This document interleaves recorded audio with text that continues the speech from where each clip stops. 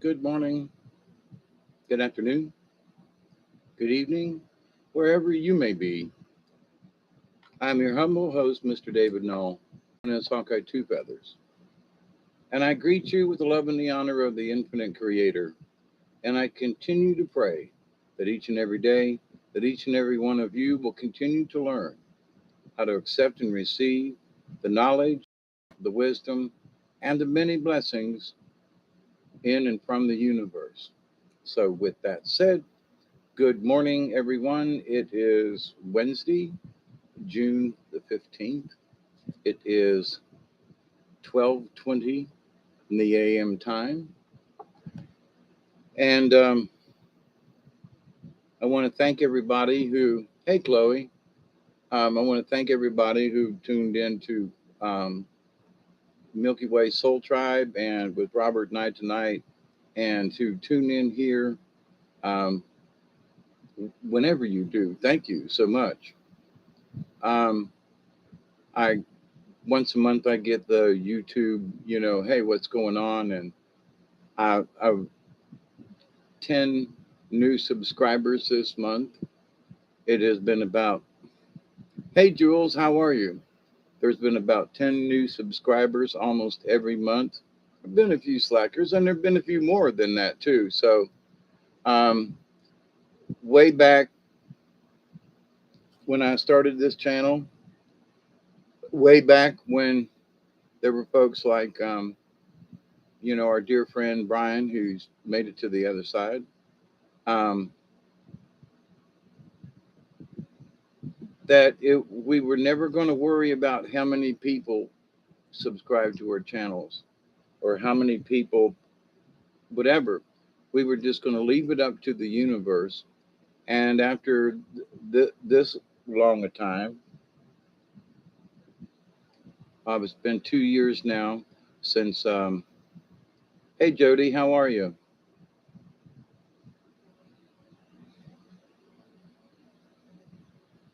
It's been about 2 years since he passed away. And so, I'm wearing my Milky Way, you know, two Milky Way Messenger T-shirt on tonight. So every time I put it on, I'm thinking my dear friend.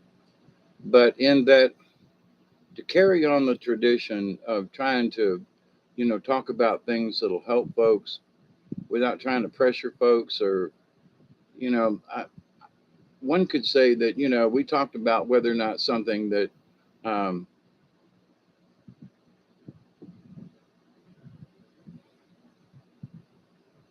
do we want to influence people? Yeah, but not necessarily on any one particular thing.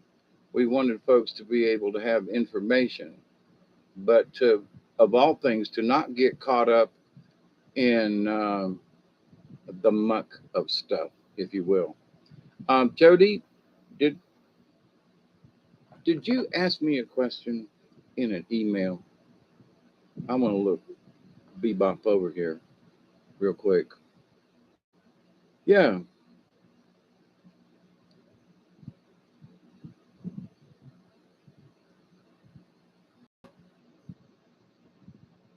Okay.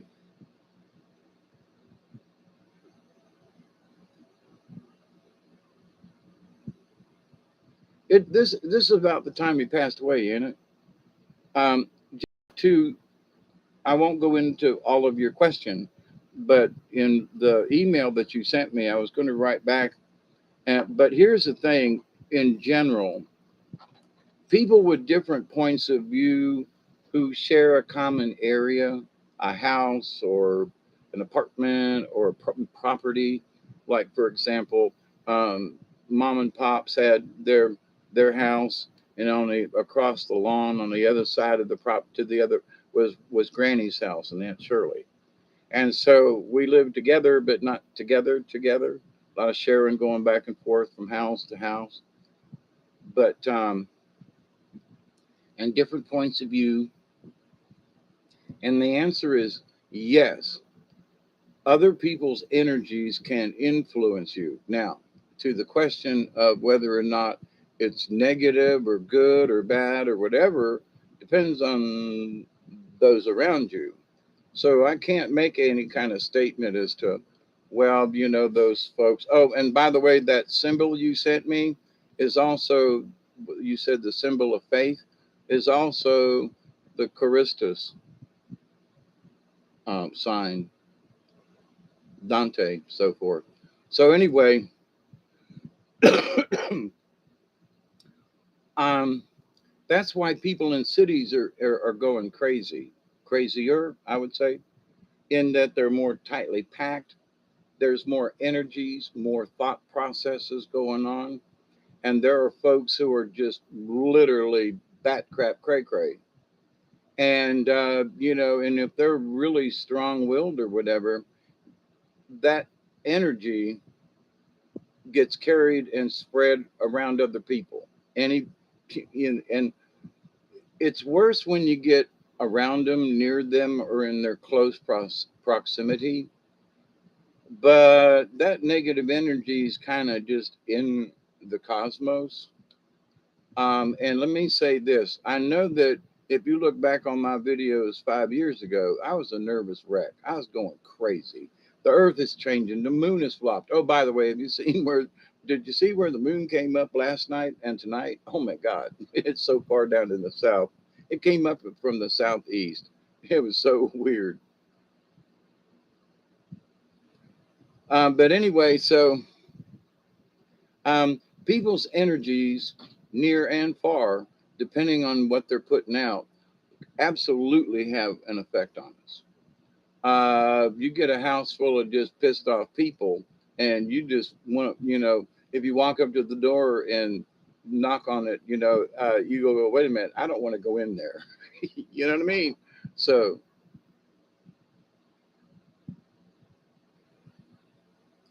um,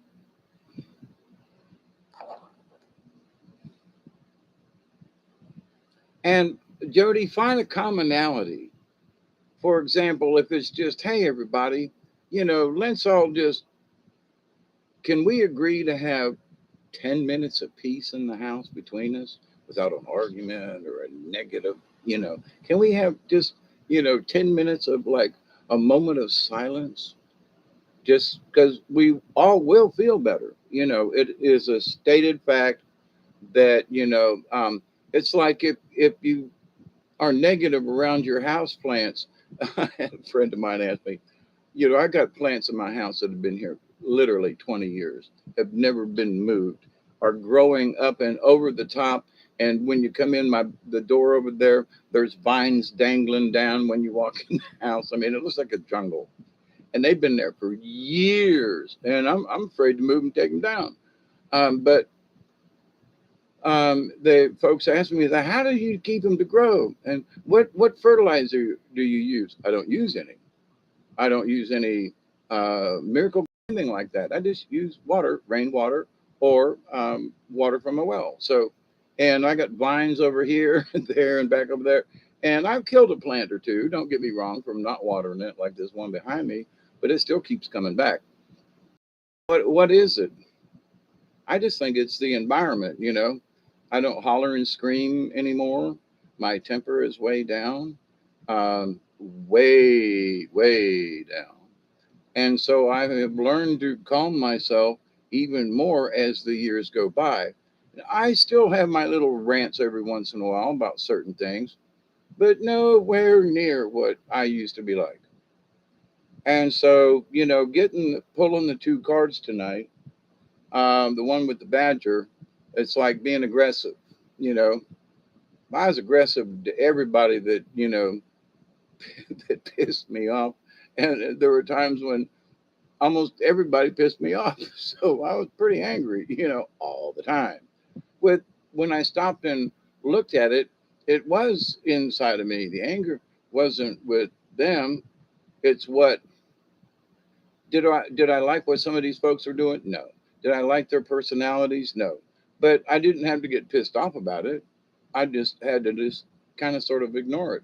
You grow up, you know, be the camp counselor, right? Hey, Jules, I just moved my lemon tree outside.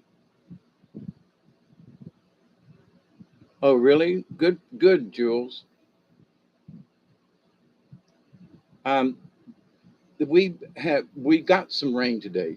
Thank you, Jesus, spirits, all of y'all. Just thank you. We really needed that rain today. It didn't rain for long, but about 45 minutes. But it was overcast and kind of sprinkly. So, and it got much cooler than it has been. So much appreciated to Mama Earth and all the above. Um, but the blueberries that I've been pining on and it got so dry so quick. At the time when them blueberries were blooming and getting juicy, they're they're hard as rocks. You know what a shame. But anyway, so Mother Nature can be frugal at times and just downright nasty. And some other folks who have planted corn and some other things because the weather got dry so quick, and it's like they're having to replant some of their stuff. So anyway, and the corn don't look too swift around here, but anyway, some folks just planted too late, it seems to me. But anyway, there are stuff around here that is planted, and folks are dealing with the water issues and etc. So um, and pulling the cards earlier tonight and thinking about it, it was like, so what's my message to folks who are like, okay, Dave, what do you think is going on? Well, it's kind of obvious. The thing about Go Brandon, I just got it the other day by what it means. And now I'm like, oh man, that's just funny. Um, so um, the fact that he's telling people off, and he said during his campaign, for example, that they were going to get rid of all fossil fuels. No more drilling, no more in the Gulf, no more over here. And so, what is he been doing recently? He's asking Saudi Arabia and other places for oil when we got our own damn oil. You hear what I'm saying? So, they're creating a crisis where there isn't one. So, the energy shortage thing, and there is no gas, no. There is gas, and we have our own supplies, but Go Brandon has decided to, sidestep all this. So it's not Putin's fault. It's not anybody else's fault, but them folk in that big house and who are trying to kill us all. Oh, so the senators are buying electric cars. Oh well, I didn't have to worry about getting my gas tank filled. I have an electric vehicle. Good. When the blackout comes and you can't plug in your new electric hybrid um, to recharge that SOB, then what you gonna do? Um, anyway, it's a it's a foobar. Do you know what foobar means? Effed up beyond all recognition. Foobar. And I think that's pretty much it. But here's the thing: not all of this is going to go away simply because it can't. These folks, like Mr. Brandon, folks are going, oh no, what did we do? Oh no, what did we do? And in less than 2 years ish, this is the result. And do you want to continue in this particular vein of thinking? You know, there's so much information out there about how bad the electric cars are and how bad the batteries are and how bad it is to the fun side of shooting themselves in the foot. Oh, yeah, because they're trying to bring people to a halt with the gas thing, and we're all going to go to batteries. Oh, no, we ain't. Oh, no, we ain't. No. Hybrids and their Toyota, guess what, is bringing out a hydrogen car, which is, you know, make it out of water. Okay, for goodness sakes. So hydrogen. Oh my goodness. All right. So that's some current news, but the current news though is what is driving people's anxiety levels and their stress levels. And you just got to go, you know, they're still saying Putin did it. You know, it's the, one of the reports. Let's see, this is, well, it's Wednesday now, but I think it was Monday yesterday, was how, the White House still thinks that it's all because of Putin that the gas price. Oh my God. And all these people, it's Putin, it's the war, Oh my God. So anyway, there is hope, honestly, because so many people are just going, and that's the important thing. So it's maybe the Badger card. We need to be more aggressive and say, no, no, I'm sorry, I ain't buying this. You know, last week or so, it was all about monkeypox. So I'm going. I have hundreds of channels that I peruse and check on, and news reports and stuff. And monkeypox is about like this. It ain't there.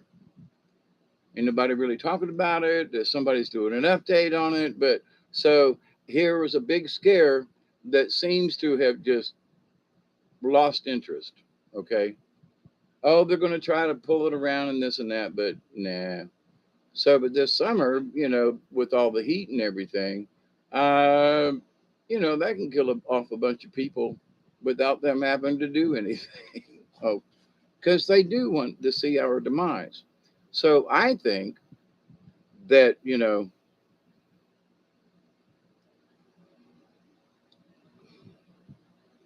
I don't want to, put a bullseye like on my forehead. But it's like, y'all go ahead and do what you're going to do. I'm going to go ahead and just keep an eye on you SOBs. But I just ain't, I ain't falling for your traps. I ain't falling for the, I'm going to be scared all the time. I ain't, of course, now over these last, you know, 5, 6, 7 years, I have been stocking up on the small things because I have limited income. But by a little bit every month, every week, or whatever your grocery shopping is. And if if you will put it on the shelf and leave it there, except for rotating your stock, after a while, hey buddy, uh, you have a decent supply of something that will, get you through hard times. And so, but in watching folks, they're pushing for 3 meals a day, and they're pushing for blah blah blah amounts of water and this and that and that what they need to survive with. And I just want to say, you need to have one good meal a day, just one. Because if you're trying to buy 3 meals a day and what that costs and what that does, if you cut that to one good meal a day and learn how to live that way, you will survive. Okay. But if you think you have to have 3 meals a day, there are people going to be out of food. They're going to be, they're going to be panicking because you mean I have to cut my food intake back? You mean I can't have chocolate cake? You mean I can't? And they're going to overeat to compensate for the fear of not having enough food in the future. So people need to get into a mindset. So, people are scared to death, empty shells. Okay, so get it in your head that, well, if I don't eat, if I eat a small breakfast, like maybe just an egg and some toast, which is perfectly fine, um, and then, a sandwich or whatever for lunch, which is perfectly fine. And then your big meal of the day could be, at nighttime. And so whatever leftovers you may have, because your stomach is going to shrink, will carry you through longer. So anyway, a lot of people is in a lot of stress, and it seems to be all about food. The other thing is it's all about electricity, and I have mentioned this before, and then I'm going to go on about I'm going to move on to the what I originally talked was am supposed to talk about, but it's about the wheel, and I'll pull cards. I don't know how many, I don't know how long my energy is going to last, but anyway, this last little thing about the energy and stuff. People got $300-400, a month light bills and electricity bills, and oh, I can't afford it, but they won't turn a damn thing off in their house. Take your clothes outside and hang them on the line. Do you have to have all of these things on all the time? And so people, I unfortunately, some of these folks are just going to have to learn how to do it the hard way. And I don't mean folks to suffer, but they're going to cause their own suffering. So if you see someone who's causing their own suffering, if you can, maybe you should go over and give them a little hug and say, it's not as bad as you think. Oh yeah, the world, and yeah, but is your belly full? Yeah. Have you got food for tomorrow? The next, yeah. Have you got that? Yeah. You got gas in the tank? Yeah. That okay. A lot of people don't have those basic things in a lot of other places. So count your blessings for what you do have, and not potentially for what you might not have, if that came out right. So anyway, to the medicine wheel. I'm sorry it took me 21 minutes to get there. My apologies. But a lot of folks just whacking out, going crazy. And, you and me and the rest of us, we got to keep control of crazy folks and keep things calm. And one way to do that is if you have a medicine wheel.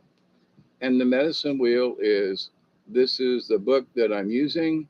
There are other sources for stuff on medicine wheels, okay? This ain't the only book. I'm sure that you can find things online. Um, what to me is the most important is what do each of the stations,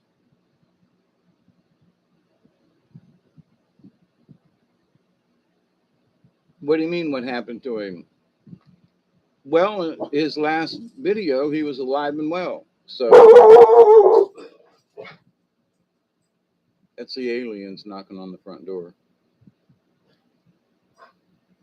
Yeah, they basically I said hello, Otaku-san.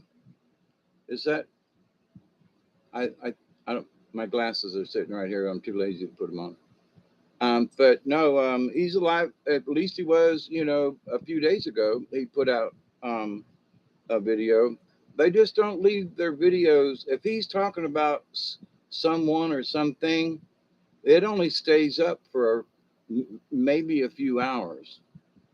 I have gotten up and turned on the computer, and it shows that he had just put a video up. It was up for 5 hours, and then I go to watch the video, and it's already been pulled down.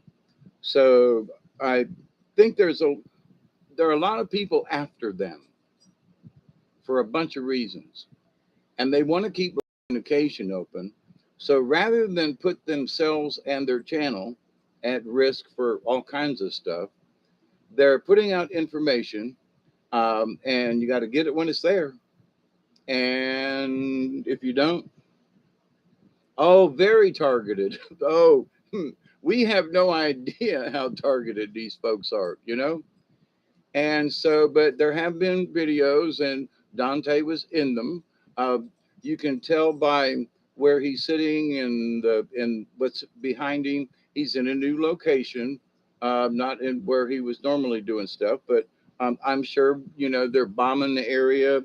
They know where their headquarters are, and I'm sure that they were narrowing down his location. And they are at war. We are at war with them crazy alien folks, right? So, and that's the truth. So, and right now there's some sticky wickets going on because, oh, one of the videos he did within this last 10 days was he showing the different Russian tanks, and some of the tanks, very few of them, have a V on them, and he goes, "No, that's not for flash, but it is." And he said those tanks with a painted V on them are those that are going after the Vlash and the Mater bigwigs, the higher muckety mucks, right? There are some tanks with an M on them, and those are the Azazans. And those are, you know, there are more of them, but those are the ones that are after the Mater, that who the boots on the ground. So, you know, there are Russian tanks that have been marked by the good guys, who they're after, you know. And so the V's for they're going after the Congress, kind of sort of the bad guys, the mob bosses, and the M's are going after the boots on the ground. While the rest of the Russian tanks are, I mean, they're going out and trying to, do, but these folks are specifically going after certain folk. Okay. And I was really proud to see that. And also good to see Dante, and him explaining, hey, some of the stuff that's actually going on over there in sort of in real time. So, but we are definitely at war. And you just can't let the enemy have too much information in whatever way. So by him doing that video about the tanks, I thought that one would have stayed up a little longer. It didn't. About 6 hours ish was about it. So if you want to keep an eye on Dante or whatever, or um, I'm saying, they'll come out in the middle of the afternoon. Now they're over in Europe, so it's the sun's rising over there in places, and it's just well, it's midnight Central Time. But anyway, so you must always keep that in mind. Now, years ago, I used to fret all the time, and I had nobody to fret to. But so over the years, I've learned that there are certain things that when they're busy or they're getting shot at or whatever. Um, yeah, Jody, hopefully they'll be okay. Um, and I've noticed too, in watching other things and around, that the the sign is all over the place. I mean, just what, and fewer over here in the United States, but in some movies and things and stuff, the signs are there. Just saying. So now, Dancing with the Wheel, to try to stay on topic after half an hour.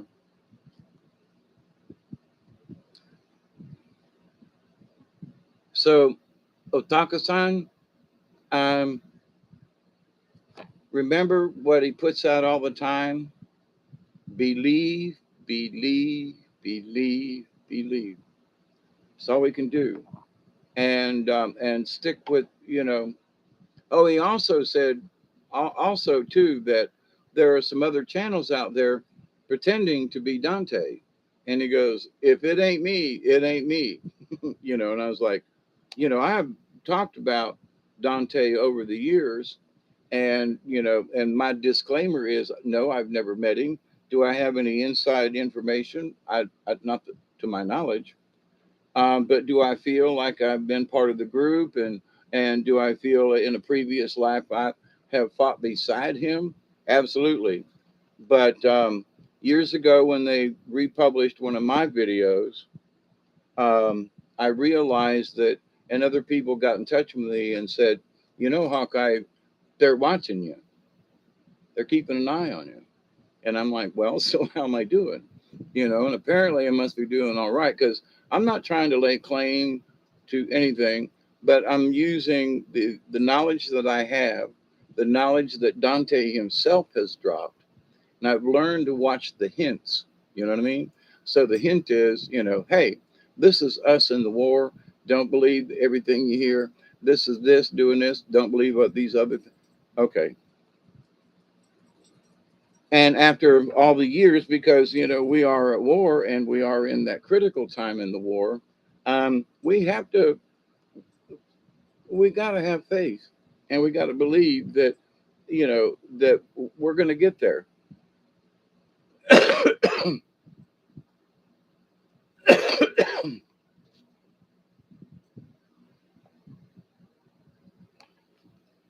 So I'm in my book, and I want to go back over channel chapter 3, because there were some things in there I was getting tired, and I was like, well, these rocks here, and this and this and this, and I didn't do the rest of the chapter correct. So let me find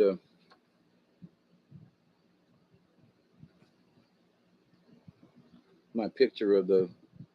Hey, Susie, how are you? So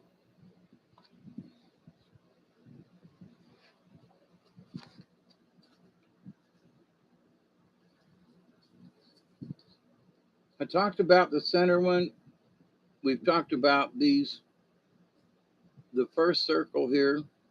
We talked about the 4 cardinal points. And I briefly have discussed these outer ones and have only mentioned these here, the spokes, if you will, of the wheel. Okay. So I want to go into a little bit more depth with these, and we'll see how much time we got. And I'll discuss a little more about the spokes. Okay. I'm not necessarily a certified teacher in this. Okay. So, and there's a lot of stuff to cover. Where's my other pair? Yeah.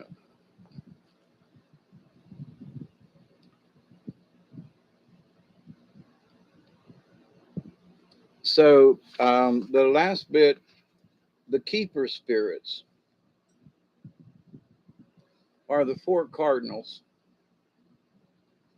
So the spirit keepers are: the north is Waboos, the east is Waban or Waboon, Wabun. The south is Shadownees,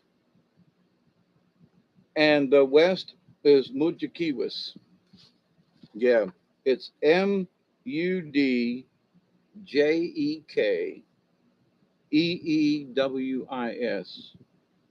And I don't know if I'm getting it close or not. Mujikiwis. So,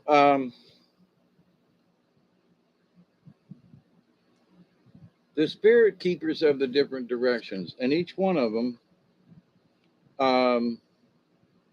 for example, I briefly touched on these the last time.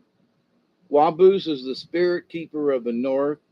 It's represented by the element of earth.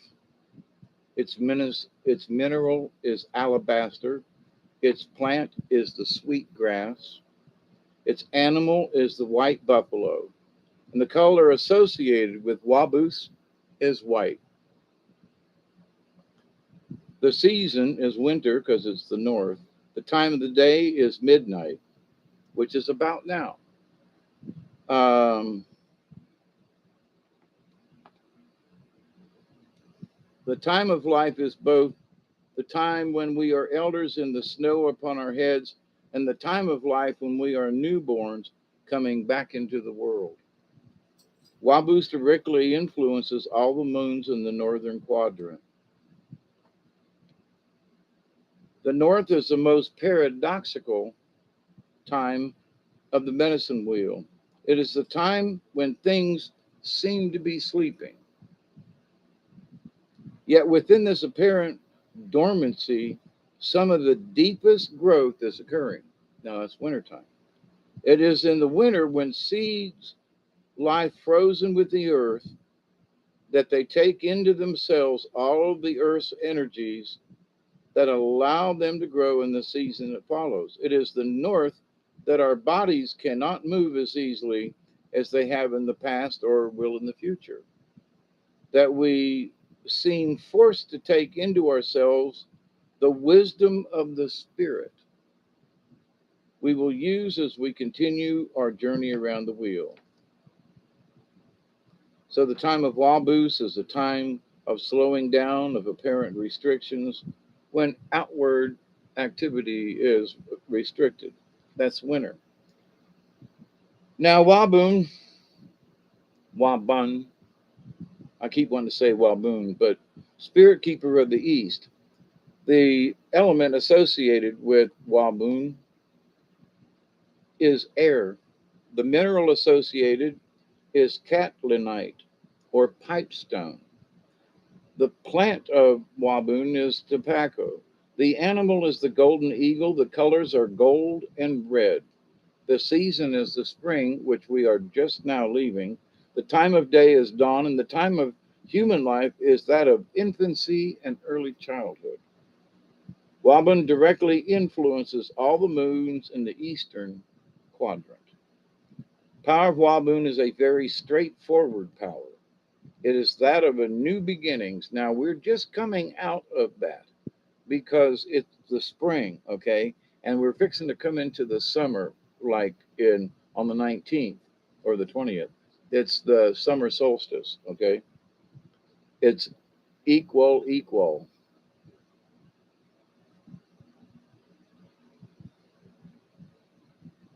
No, it's the longest day and the shortest night. There you go.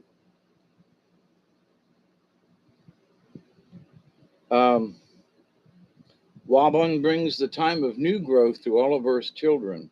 The, the time of Wabun is the time of freshness, newness, enthusiasm, and creativity, the spring.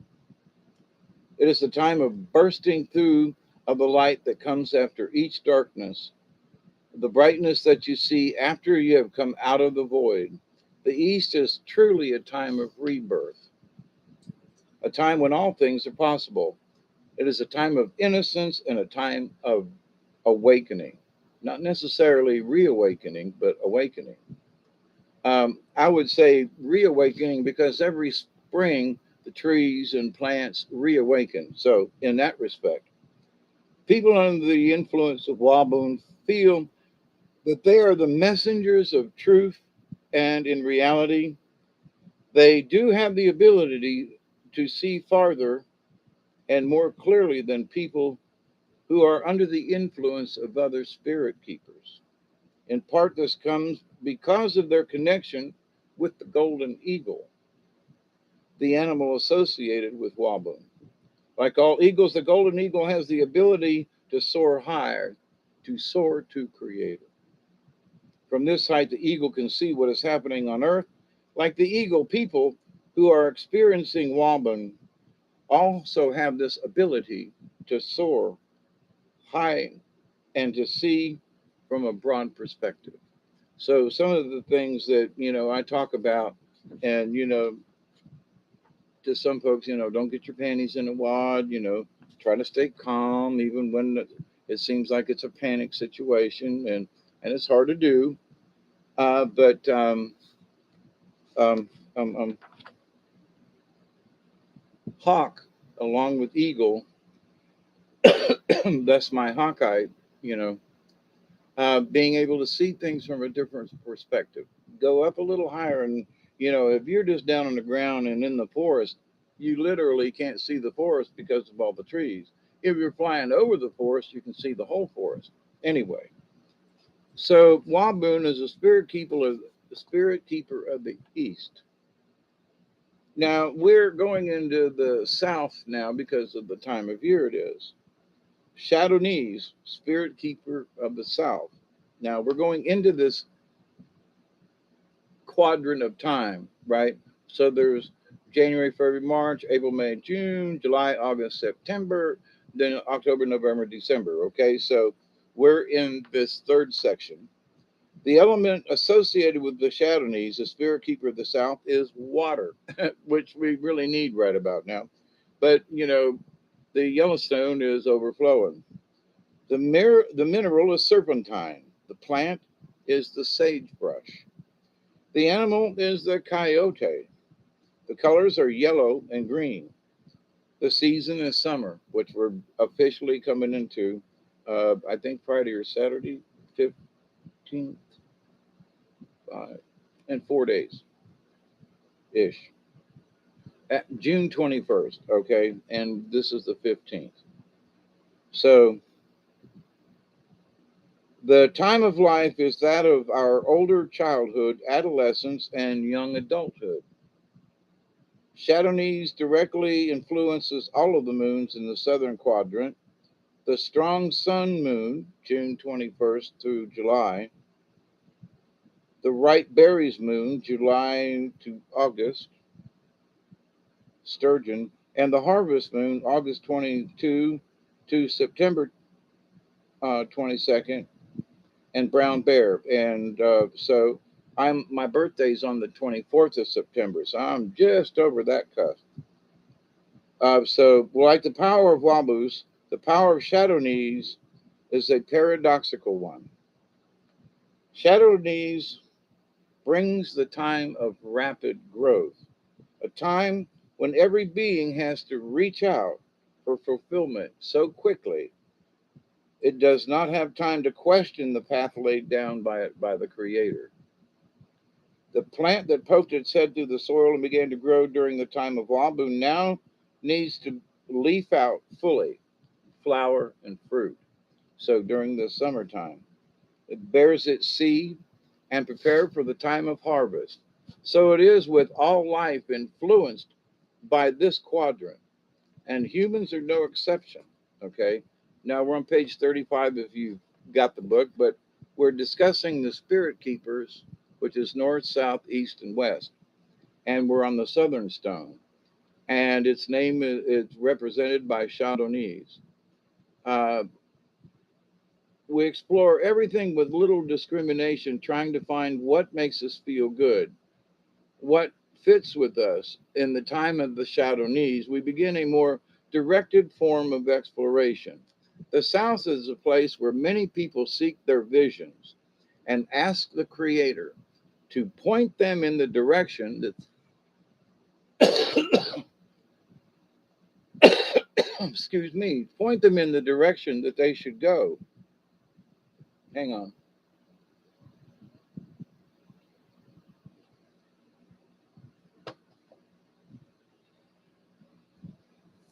Often, after the Creator has made this direction known, people have to follow it so rapidly that they must learn to trust the Creator and not question their path. Now, that's going to be very difficult for a lot of folks to do. To aid in following the new path, Shadownees gives the gifts of energy, adaptability, maturity, playfulness, and humor.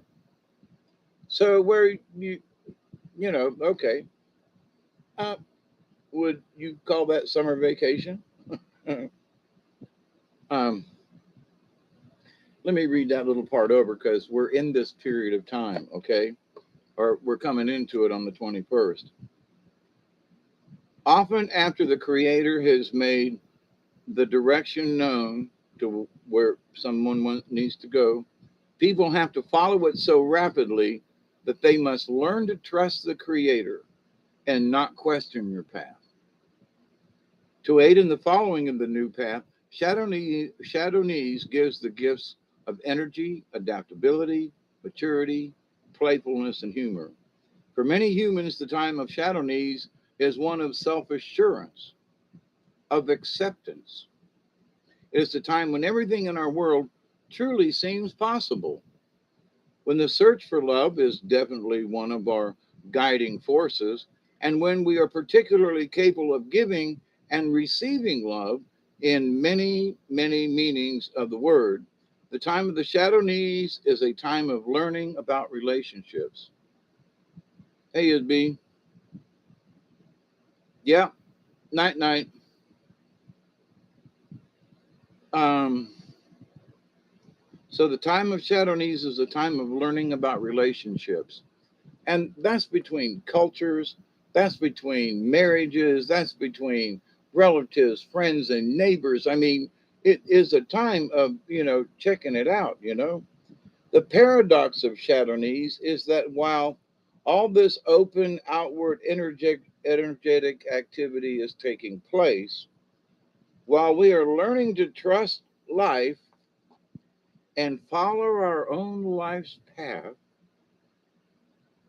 the old trickster, the coyote, is prepared to do whatever he needs in order to make us grow inwardly as well. The coyote means many things to native peoples. To some, he is the trickster. To a lot of them, he's a trickster. In the most powerful sense, a sacred clown who urges life to keep creating itself. So much like Wile E. Coyote and the Roadrunner, Wile E never gives up. If an anvil drops on his head, he goes to find a rocket. So persistent. Um, to some, he is the trickster in the most powerful sense, a sacred clown who urges life to keep creating itself. To other tribes, he is a form of the creator. Some consider Coyote merely a clown, a fool, one who tricks himself more than others.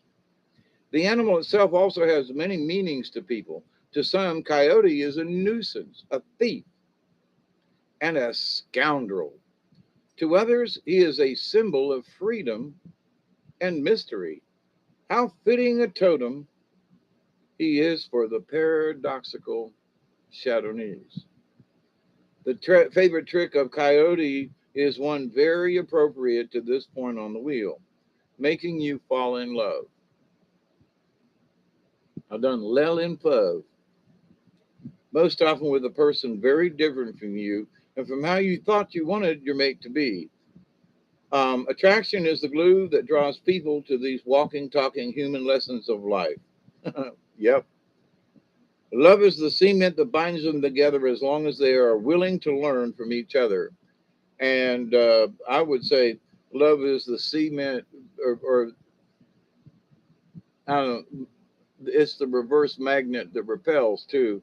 Well, I love you. Oh, do you? Yeah, I love you so much I hate you. Yeah.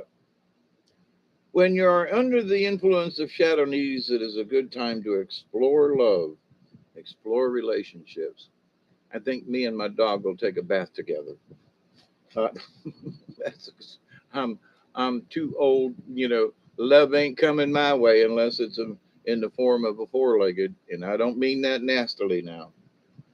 When you're under the Shadownese, you should be careful not to burn yourself out trying to do everything. You must be careful to use some common sense in your relationships. You must learn how to protect yourselves, for this is one of the lessons necessary to grow into a mature human being. You must learn that there is both a time to be open and a time to contain your energy and your feelings within yourself. Shadownese is the place of the heart, the place of emotions. It is here that we come when we need healing of the heart, when we need to learn how to love, when we need to learn how to let go of all that is not love, such as hate, fear, envy, jealousy, rage, and anger.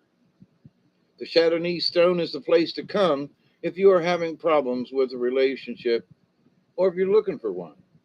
The Shadownese stone, the stone of the trickster, will help you understand why it is that you are drawn to a person and what you can do to help the relationship grow. But remember, it's the trickster. And so there have been many people who think that's the one. I'm in love. That's it. We're good. And dun, dun, dun, dun, it ain't them. So you got to be careful. And I would say that sometimes, and it's with women too. So it's not just with men that I say this. We meet someone and we fall in lust for them. And I don't necessarily mean just, common everyday sex. Who's had that recently? But anyway, um, I'm sorry. Um, it ain't me and the dog. But but in that we feel that we have to have love, and we will accept it almost at all costs. So you pick this person, and you know, and you do hit it off. There's some kind of something there, but it ain't really love. Love is more like love and lust, but it could be for companionship. It could be for, oh, you know, we both like stock car races, or, you know, it could be a similar, but you ain't gonna live together. It ain't gonna last. And so, but with that said, you know, that's the trickster in it. It or For me, I found out that I wanted love so badly, I'd take about anything. You know, ooh, oh, Dave, I love you. Oh, you do? Okay, let's go then. You know, and I trusted the other person when maybe not. So relationships are tricky, and both folks got to do it if they want it. Now, Mochiki was spirit keeper of the West. Now, this is in in September around my birthday. You know, I'm going to be 70 in a couple of months. The element associated with Muchakiwis, the spirit keeper of the West, is of fire. Muchakiwis, the father of all the winds, big windbag, provides a home for the thunder beings. The mineral associated with Muchakiwis is soapstone. The plant is cedar. The animal is the grizzly bear. The colors are blue and black. The season is the autumn. The time of day is the twilight. And I really like the twilight, kind of thing. And the time of life is that when we reach adulthood and maturity. Am I mature yet? Moju Whiskey's Moju Mojukiwis, I knew someone, their last name was Mojakowski, is directly influences all the moons in the western quadrant. The duck's fly moon in September to October, which is represented by the raven. The freeze up moon, October 24th to November 21st, is the snake. And the long snows moon on November 22nd to December 21st, excuse me, is the elk. The major lesson of the Mujakiwis is that of responsibility. Responsibility for self, responsibility for the earth, and the responsibility for all of our relations on the earth. So, communicating with your spirit keeper, you should, you know, have a shell or a bowl, stone or clay, you know, or a turtle shell if you can find one, a tape for chanting or drumming, matches for smudging anyway, so that you basically you smudge yourself and you connect with the earth and the sky. You just take yourself. Thank you, Chloe. You make an offering to the spirit keeper, and if you know which, um, you know, like what is their color or something like that, you could take a. If it was the north, you could take a white and tie it to a and make a little tobacco bundle, and that's your offering to the stone. Um, if you're communicating with your elemental clan, um, for earth, time to walk on the earth, or a handful of soil, or a pot full of earth. For water, a body of water such as a creek, a river, a lake, or the ocean. Tap water or a glass of water. For fire, a candle, safe campfire, or a fireplace. For air, you need the wind. So if you can, it can be very effective to communicate directly with the element now affecting you. You can determine that element by walking around the medicine wheel, either in reality or through visualization. So for those folks who can't put one outside, who don't have the space or the time or whatever, you can visualize where you are on the wheel simply by knowing its position from just looking at a chart. Okay. Beware of the stone representing the elemental clan that draws you most strongly. Once you determine which element you are working, proceed to either the next step. For the element of earth, it's best to actually go outside in nature and experience the earth energy. You can do that by putting your hands over the earth and feeling her energy, or by lying on the ground and allowing her energy to go through your body. If you're not situated to do either of these, you can get a handful of dirt and sit holding it, or sit near a large pot full of soil to experience in water. You can walk by a river or walk, you know, uh, or the ocean and feel how this energy affects you. Now, if you're stuck and you can't get out, then think about, like for me, I got certain places on the river, and I can go right there with my thoughts. So, and if you need the element of fire, light a candle. And if you need air, sit in front of a fan. And I'm not being facetious, but by experiencing the wind, if there's none outside, you can sit in front of the fan and close your eyes and feel the air wash over you and experience that.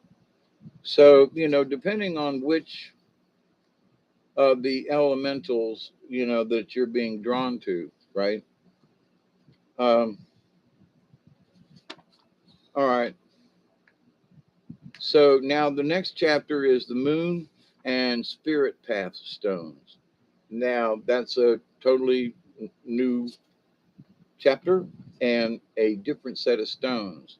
So I'm going to leave the review of chapter 3 there. But it's important, I think, I really want to make one outside. And I think I found a spot where I really want to do it now. And it feels like a good spot. And I got plenty of rocks. So, but the idea, though, that I don't have to wait to build the wheel, because I know the positions of these stones. So one of the things that I would suggest to you, any and all of you, okay, that are pursuing the wheel, that you must know the stones without looking them up. Okay. So you don't, there's 36 total in this particular grouping, right? What time is it? 11. Oh, oops, it's 1:17. So I got my pipe filled. So we can all have a prayer meeting and offer our prayers to a full moon at midnight. Midnight is not 12. It's the halfway point between sunset and sunrise, by the way. And we're almost there. So we're almost at midnight. But so know where the stones are. If you can't memorize all 36, then know the center and the 9 stones, or is it 7? And then the 4 stones, and then the intermediate. Know them and understand them. Even after you build one, even after whatever it is, because the more I read it, the more I remember that Waboos is the north, and Waboon is the east, and the north is where it's cold and things die, but it's also the birth, it's the new year. The south is what, and the east and the west is what. So you learn these particular.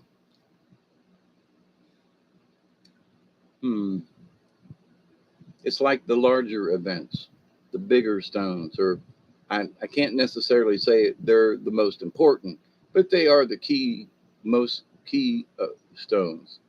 So learn them, learn the clan, learn the elements, And before you go, well, now you may not know where, if you're seeking advice or whatever on the wheel and you're literally just kind of wandering around, which is okay because you're asking for spirit to lead you.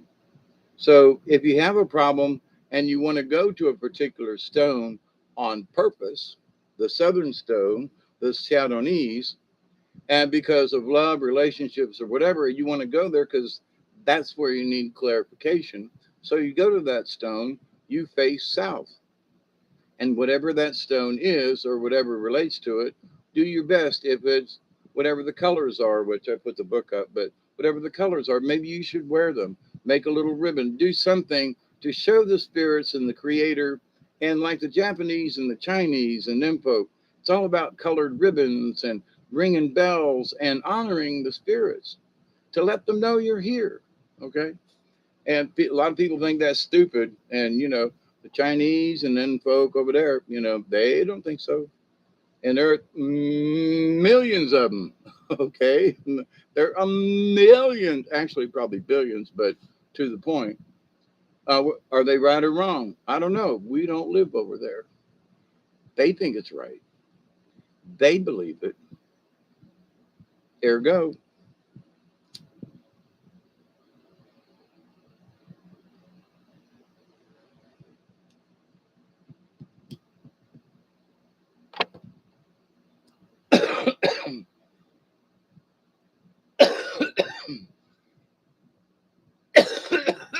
Happy 120. Ooh-wee. That was a good one.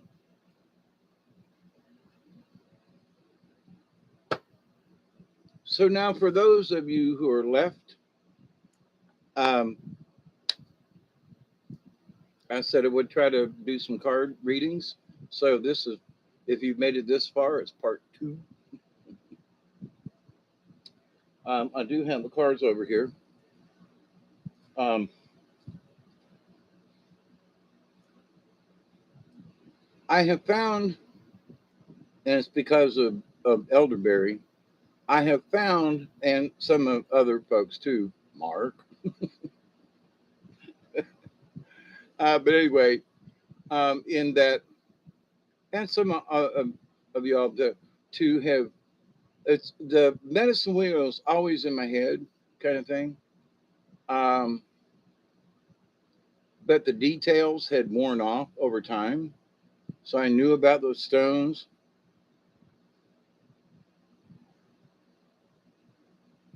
You'll want one, what, Barry? What did I miss? What did I say that?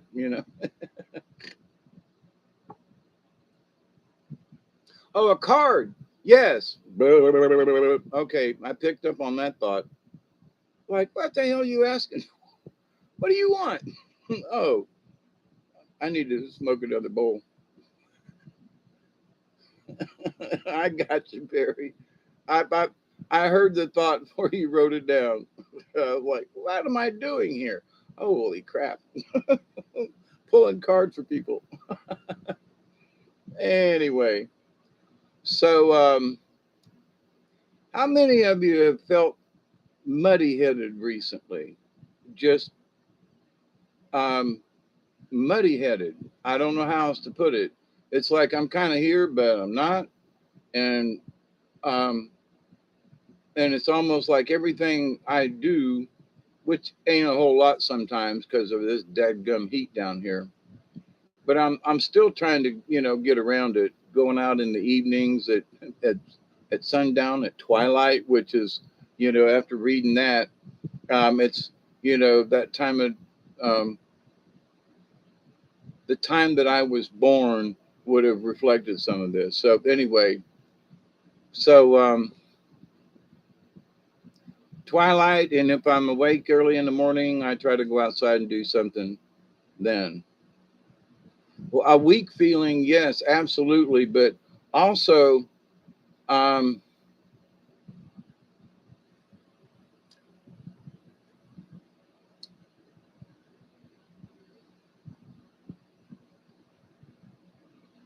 fog. It's when I say my head feels muddy, it's almost like I can, it's not cloudy, so I can see, but it's like, well, if you've ever been, knee deep in swamp, or if you've tried to run when you're knee deep in water, if you're just at the beach and you want to run, one of the best things to do, um, to build up your legs is to go somewhere as a runner and try to run through the water at about knee deep or less, because the um,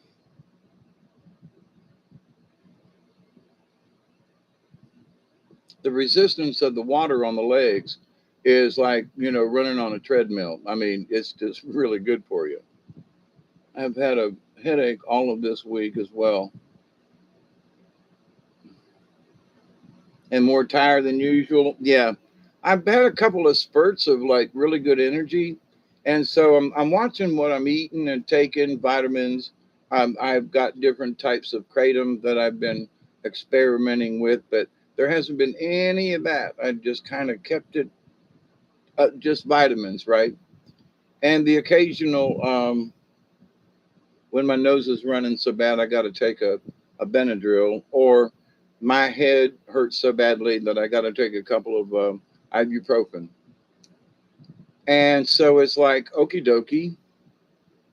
But I think for me, it's the time, it's a season, it's summertime.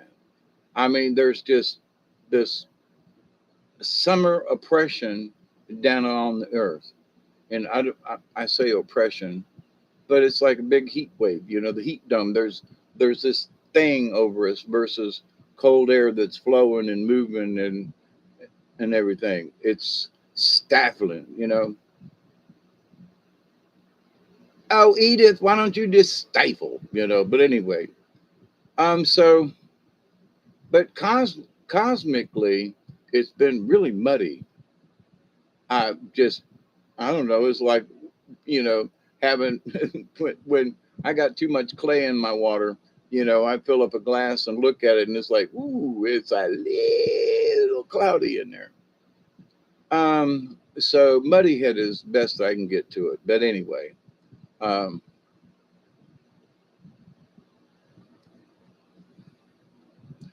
yeah, Chloe, I've had a lot of neck pain, especially on my right side, but I favor sleeping on my right. And I think I get in myself. I think it's my own fault of how I go to sleep. And I mean, it's not like I like lay down and just mosey on softly into the nah, you know. I'm either awake or I'm asleep. There is no in between for me.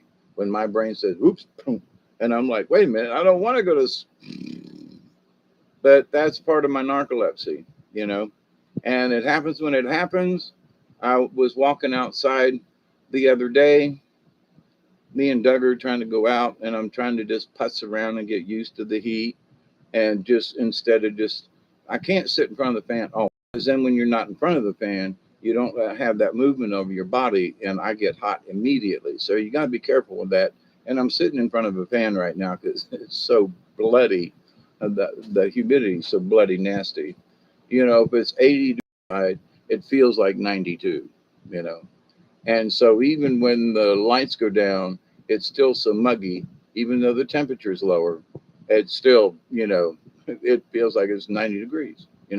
So I don't like this time of year. I try not to hate it, but this year I'm like, I'm going to get through it. I'm going to just be careful. I'm going to revert to second shift where it's evening and it's cooler, and I'll find things to do outside and whatever. I have little projects either early in the morning or very late right at evening time. And I'll make do. I've made it this far. Damn it. I'm almost 70.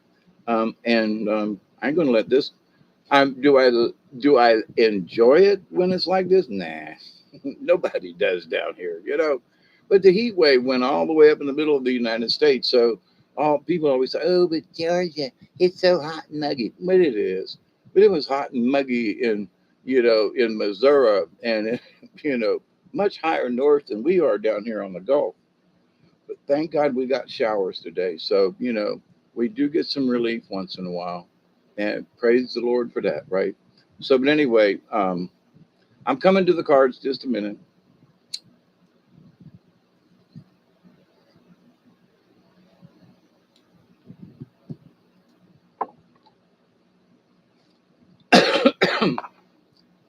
And oh, by the way, and there has been some severely mean energy coming off of the sun.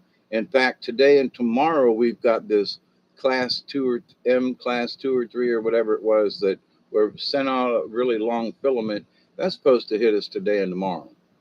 And Lord knows what that's going to do. But we've been getting hit by a lot of cosmic energy.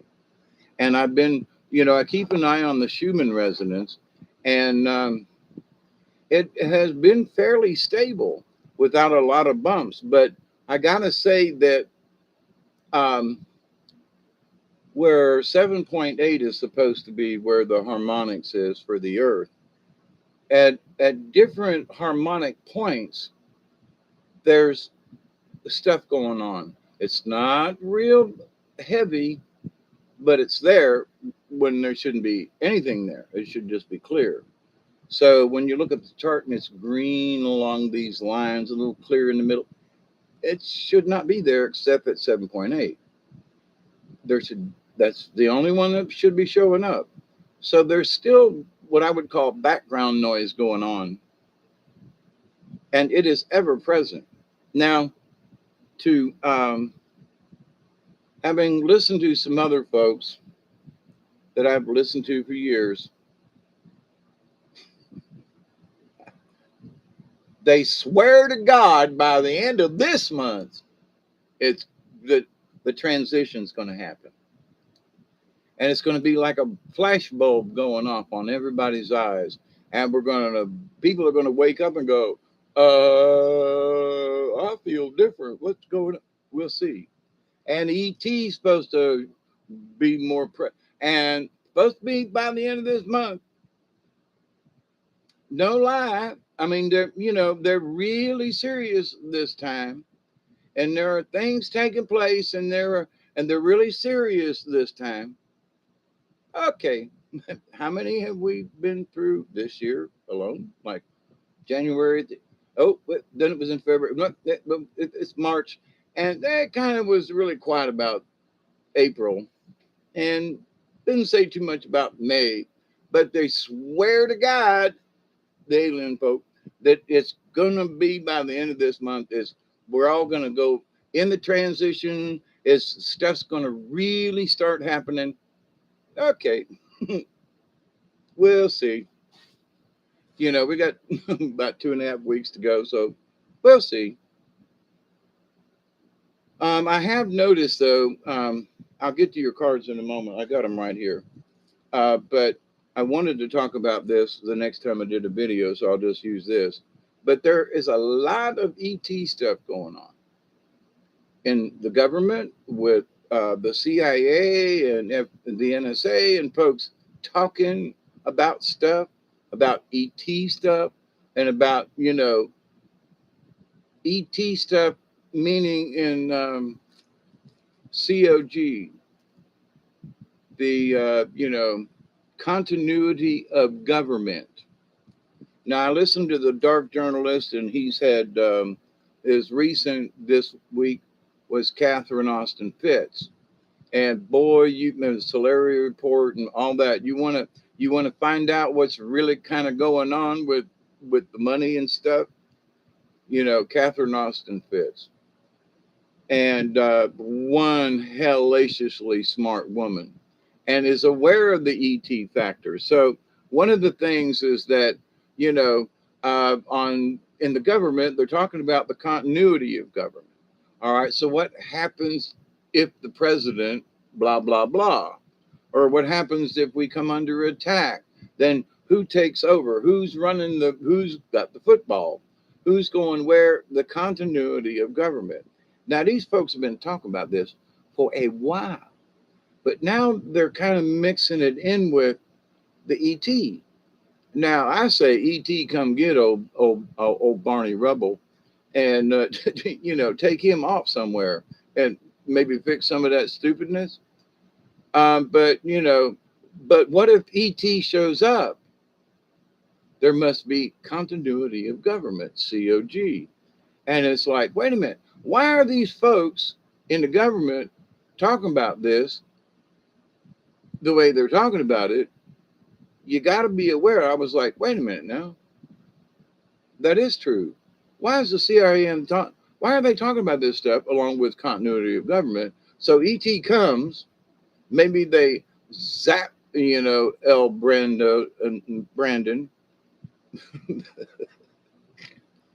and now who's going to be running the show, right? So they've got all these plans as to who's going to be in charge of what if El Presidente is somehow, tweaked, twerked, tunked, something, punked. But anyway, or just falls dead, or his clone dies. But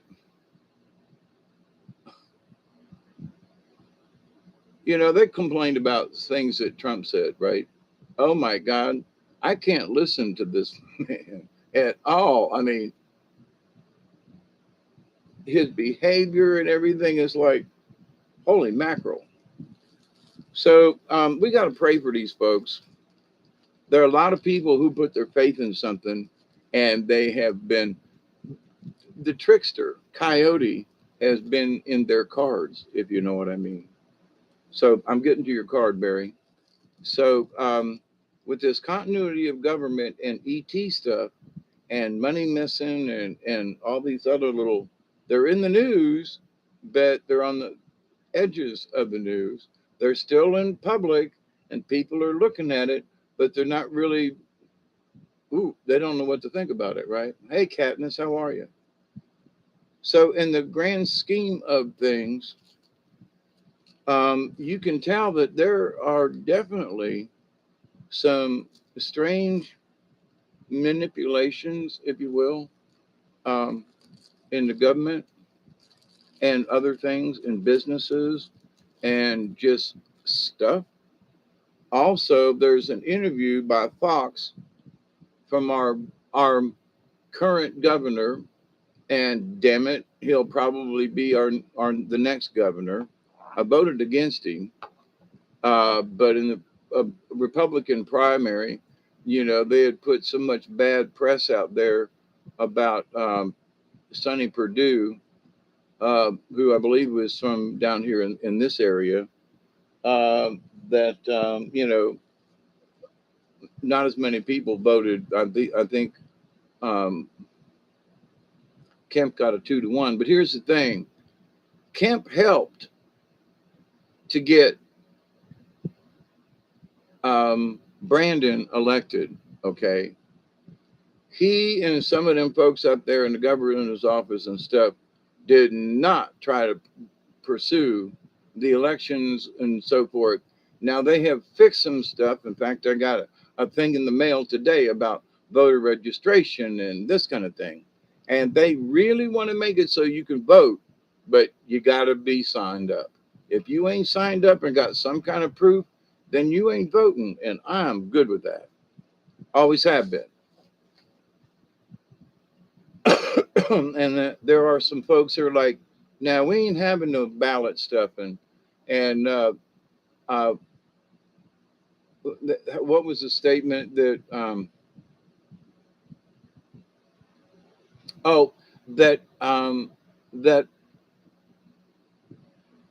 that Go Brandon was a mail order president. And I busted out laughing. So just saying, he's our mail order president because of all the ballot stuffing. That's a good one. Now, here's a joke that was going around, and it took me a while. I swear, I was like, wait, what's so funny about this? And why are all these people upset about this silly little joke? I mean, that used to be that, we told Pollock jokes, Italians, what's the name of, a nickname for an Italian back in the old days? It was WAP. Why? Because that's the sound of spaghetti hitting the wall. WAP. So it's Italians and, Spick, Spanish, So, but anyway, so the derogative statements, you know, all the blonde jokes, all the Pollock jokes, all the moron jokes. How many morons does it take to change a light bulb? Three. Wait a minute. Three? Yeah, one to hold the ladder and, two to twirl him around or something like that. So it's like, what? So, but now you can't tell more. No, this was more like WHAP, like WAP, not WOP. But as far as the um, because all the Italians that came into Brooklyn and New York and all of that, they came through the island, uh, as legally more than humping the fence, But anyway, so but the joke was when I was growing up in the '60s, Italians. Why is the nickname WAP? Because that's the sound of spaghetti hitting the wall. And there was one for Spix. I mean, for a long time they had convinced us kids that we were Polish, when actually they weren't too far off because we did come from a Germanic tribe that's up in that Poland German area. So no, but I mean, there were these Polak jokes all the time, and even Polacks told the jokes. I mean, that's how Polakish it was. And now, so here's this joke, and I was like, okay. And the joke is this: all women are bi. And I was like, okay, they're either bipolar or bisexual. And I went, bipolar, bisexual. All women are bi. Oh, because I've had a couple of bi wives that were, but so there's this big uproar about how that is so sexually mean and demeaning to women. It's just a joke, for crying out loud. I mean, of all the jokes we've been through in life, that one is like, what? This is like a grain of sand on jokes that quote supposedly demean women. It's a joke, you know. Oh man, how? Oh my God, I'm sorry. Women make jokes of men all the time. My ancestry is mostly Russian. I don't know about our DNA, Katniss, but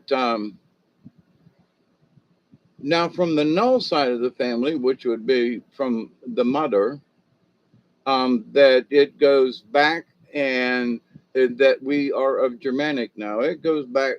They, my uh, next oldest brother, who none of us knew about, my dear buddy Dennis. Um, he did a search going back, and I've got it somewhere, but um, that we were somewhere more Germanic than anything else. So it could have been a Viking, you know what I mean? A berserker. Imagine me as a berserker. That would have been fun. There were some times when I had gone berserk, but and so glad them days are gone. Um, but on the Lee side of the family, which my father was Cicero Lee, and it goes back all the way back in, into Robert E. And then it goes across the ocean back to England, and then actually back to France. So, but there is French Germanic kind of thing. So I'm kind of, both families were kind of sort of from the same neighborhood, at least, But anyway, so all right. Um, but my grandmothers on my on the Lee side were all Native American women. Great grandmother was full blood. Great grandmother was half. Grandmother was half. And so the three generations and all of Cherokee descent. So, and all from the same area of Western Virginia, and not West Virginia, but Western Virginia, and in Kentucky, because the family is from Hazard County, Kentucky. Honest to God, I was like, what? Really? I'm from Hazard County, Kentucky. My relatives. That's the truth. So them good old boys just making their way. I'm trying to. Anywhere they come, how. Dum, da, da, da, da, da, dum. Okay, this card's for you, Barry. Anybody else want a card pulled? Uh, Speak up now. I got enough energy to pull a few cards, so unless it gets, I'm actually shuffling them. Okay, Katniss, y'all keep up now. Okay, my folks are sitting up at, they're having coffee and I think they're playing gin rummy. You know, and I gotta say that for me, my spirit guides have been quiet. Um, there are things that have been going on, out in the world and stuff, and I'm always got that question in my head, like, what does that mean? What are they're talking about this? What does that mean? Miss Pearl, how are you? Okay, I'll get to you. So it's Barry that I'm doing first. All right. So you know the drill. You close your eyes and you think you put your hand up literally so my spirit folks can see you in the crowd.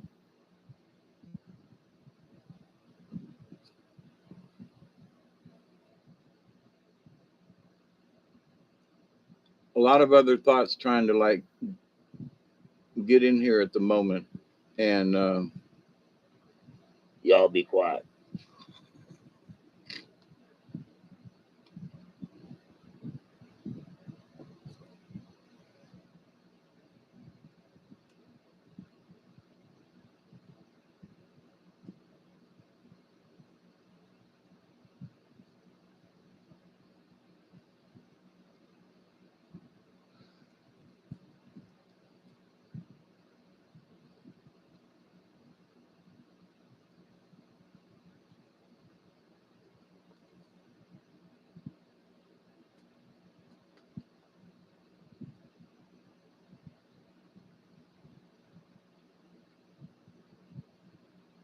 There's a dead armadillo, a dead armadillo, a dead armadillo, stinking up the side of the road.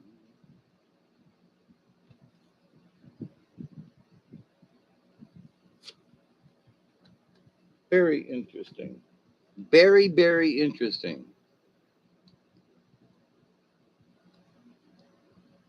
It's Katniss, Pearl, Chloe, right? So far, because I'm doing Barry at the moment. Do the Freddy. How many of you remember that one? Freddy and the Dreamers.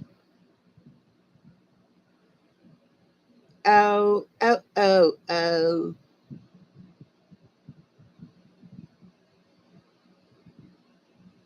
So an interesting set, Barry. Um, oh, there's the book.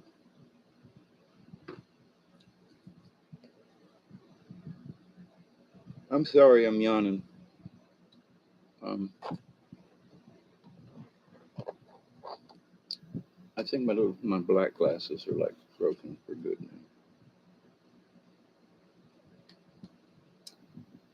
You got an upside down bear, and they're telling me that That was the first that came out first. Hey, Michelle, how you doing? I was going to send you an email, let you know we was out in here, but then I let the dog in. Who let my dog in? Who? Bear, invite me into the cave where silence surrounds the answers that you gave. Bear is the introspection. Uh, the strength of bear medicine is the power of introspection. How to go inside and take a look. It lies in the west on the great medicine wheel of life. Interesting, it brings up the medicine wheel. Bear seeks honey or the sweetness of truth.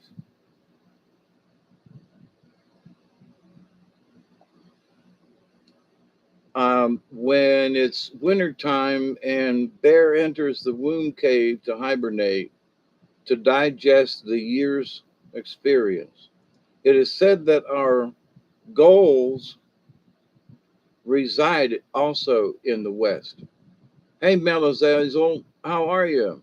Mel, how are you? It's good to see you all, honestly. There are a lot of times I say it's the middle of the night, and y'all show up, and we partake and participate, and I do love y'all. I do. What time is it? Is that a 5 or a 3? Oh, it's a 5. Okay. Bear enters the womb cave to hibernate, to digest the year's experience. So think about this. So if you're going to use bear as if you're going to use bear medicine, then whatever you're going to hibernate with, hey Amanda, whatever you're going to hibernate, whatever you're going to go and hibernate to consider,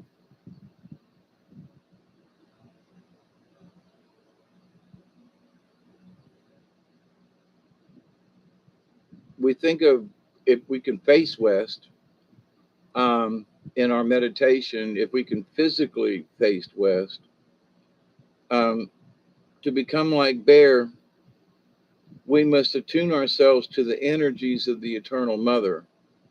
And so you must have that topic. So if you're trying to work out a problem or something, then you can hibernate on the issue. You can use the power or the idea of bear medicine. Why? Because you want to. The hibernation is you don't want to sleep, but you do want to hibernate. You're still alive and breathing and aware of things, you know. So cogitate on whatever the issue is you're trying to work out. Many tribes have called the space of inner knowing the dream lodge. So to go into that space is no more than a really good meditation. But if you think of if you're going to meditate and use their medicine, then you would meditate on that I'm going into the dream lodge. You know, I'm not just going out into space. I'm going into the dream lodge. There are pictures there. There are scrolls, and the ancients come in and out and hang out. You're going to the dream lodge, which means you can go anywhere after that, but it gives you a place to go, the dream lodge. Okay. Um, the female receptive energy that for centuries has allowed visionaries, mystics, and shamans to prophesy is contained in this very special bear energy. Um, Many tribes have called the space the dream lodge, where the death of the illusion of physical reality overlaps the expansiveness of eternity. Now, that's some really heavy duty stuff, right? So, it's the death of the illusion. So, you know, if you're having issues and things might be coming up, I know I used to dream up all kinds of stuff. What's going to happen tomorrow? I'm going to a meeting, blah, blah, blah, blah, blah, blah, blah. And I would create shit that never happened.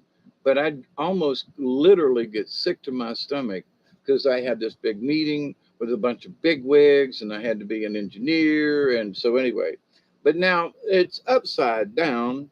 Okay, so I'm going to go to the contrary part of this. If you have drawn the bear reversed, your internal dialogue may have confused your perception. I don't know if this is true for you, Barry, but we pull these cards for everybody too sometimes.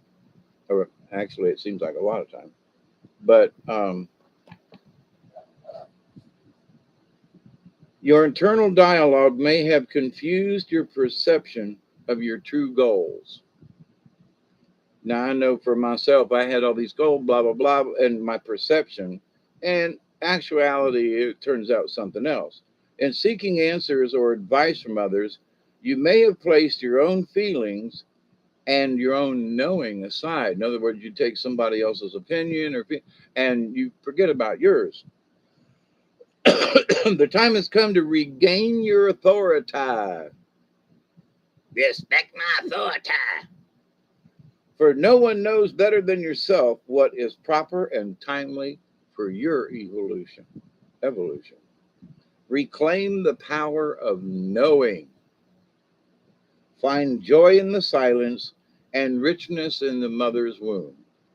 Allow the thoughts of confusion to be laid to rest as clarity emerges from the west. Nurturing your dreams as the Mother Earth nourishes us all.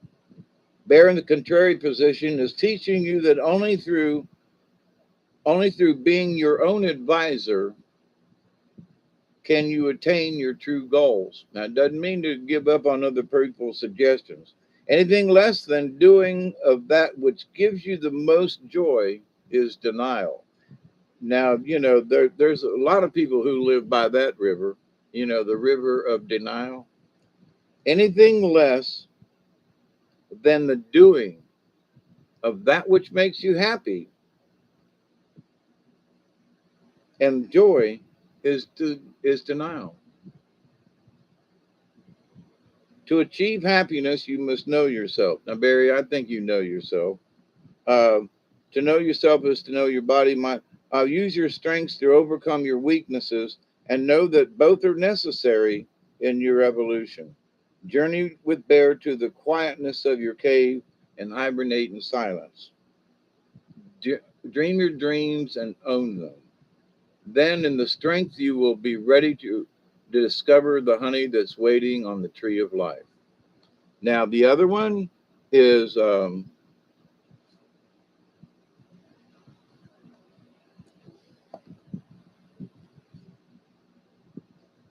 armadillo, and it's sort of an in between card. And I can see where armadillo and bear, and what I just read there, that what the armadillo means. And armadillo is basically, you've got a good shell and you need to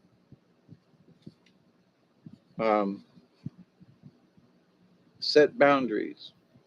And I don't know if somebody's trying to get at you or whatever, but once you set boundaries with armadillo, armor all my boundaries, teach me my shields, reflect all the hurt, so I will not yield.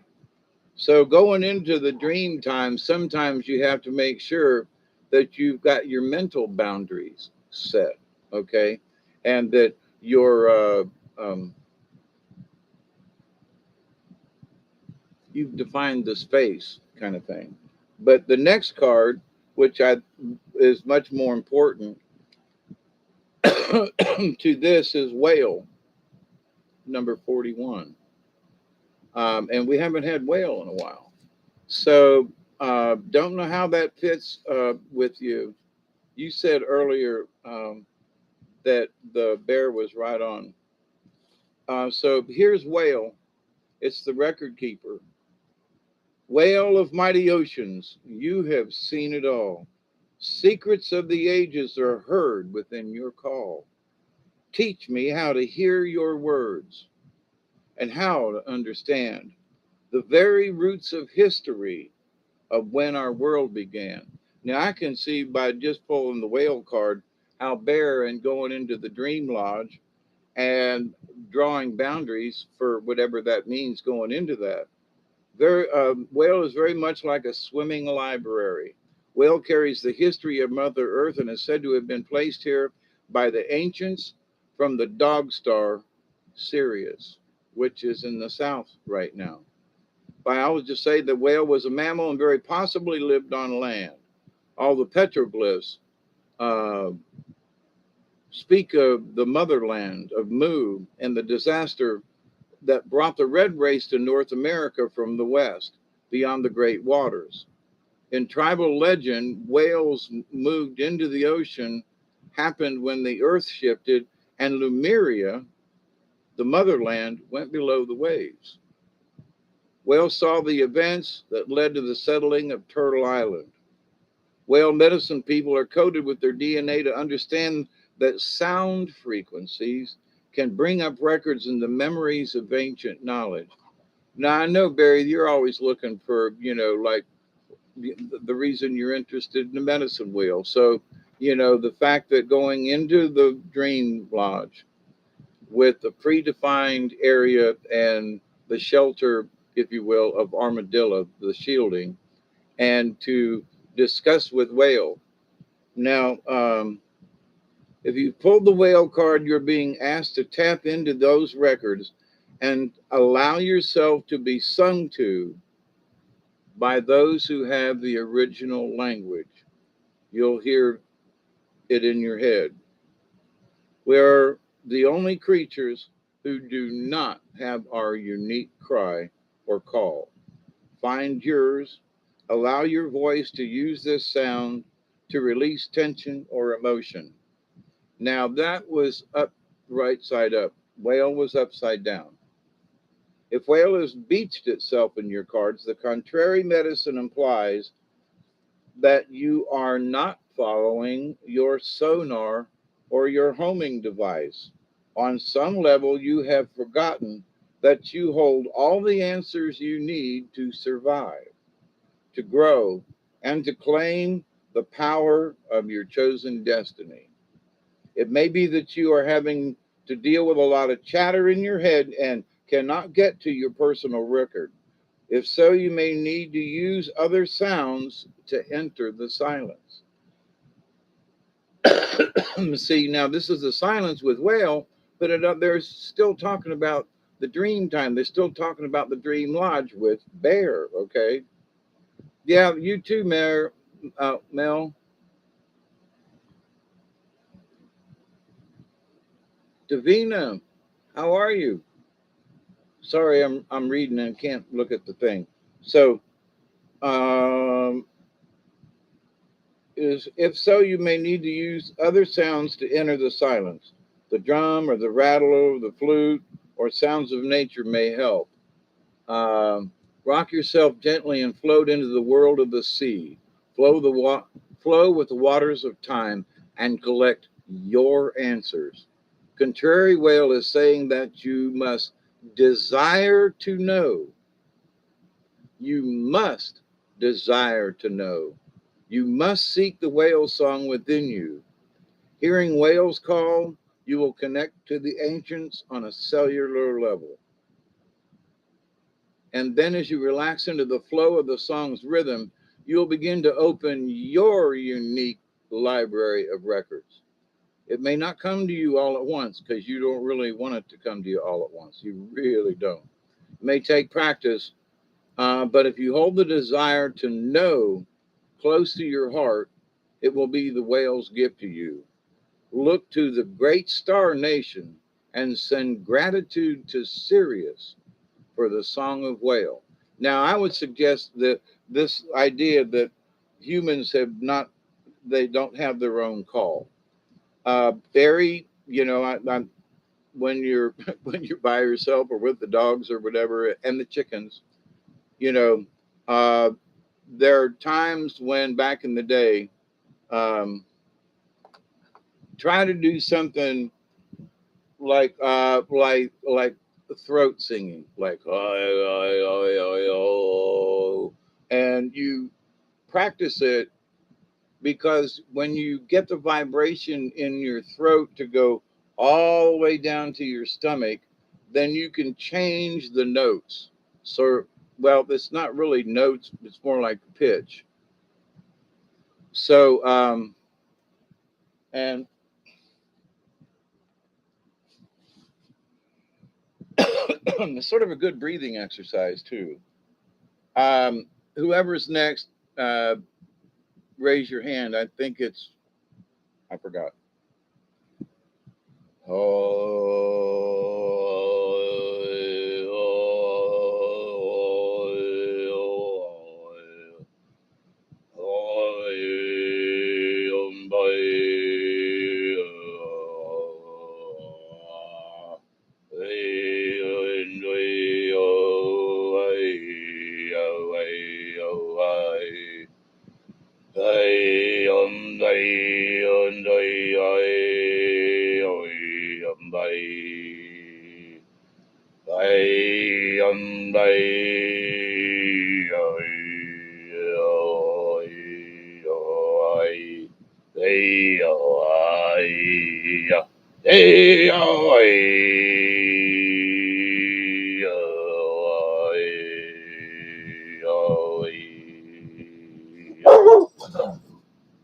Ooh, that was there ain't nobody out there. Just a cat running by. Okay, so by it to find your own song, your own sound, it's just something that you can do, when you're by yourself or whatever, which I know you're by yourself more than not. That you, I can still feel it all the way down into my stomach because the last few notes I got it all the way down, and so you're not trying to copy anything. You're trying to hit the note. Now, the lower you go, the harder it is to get the vibration to stay. But if you get, hey, Steve, how are you? If you get the vibrations right, it's really difficult to go really low. So I've heard some throat singers who've got this, oh, it's really a bass note. And it's like, oh my God. But it'll clear your throat out, but it'll fill your body. You can feel the vibrations go all the way down. It helps with your posture. I mean, and you can make your own sound. Close your eyes and do it, and Gail, get there. Mel, so much for we love you, Mel. We love you all, actually. Katniss is next. Okay. So, but anyway, so making your own sound, making your own whale song. So, hey, Mary, how are you? It's good to see you all. I mean it. So, but anyway, so, and don't worry about, oh, am I doing it right or whatever. Just try to get it all, to try to feel it all the way down. And if you're bent over at all, and if you're, when you're in your chair, right, you maybe could put a pillow behind you to kind of arch your back. Because if you noticed, I had to sit up. And when I did, as I started with the throating, that's weird. Um, with the sound, I realized that I was still forward too much and constricting my diaphragm. So then I moved back, and finally it was to the point of where I'm sitting here arching my back to get a clear shot down to my diaphragm. Okay, so but then when you feel the note, it'll get down to here about your chest, and when you get a little more, it'll descend. But when you feel it all the way down the pit of your stomach, your whole body just kind of goes. Brrr. It's interesting. So, and it's easy to do, and so, but it's your frequency, it's your voice. It isn't anybody else's. It's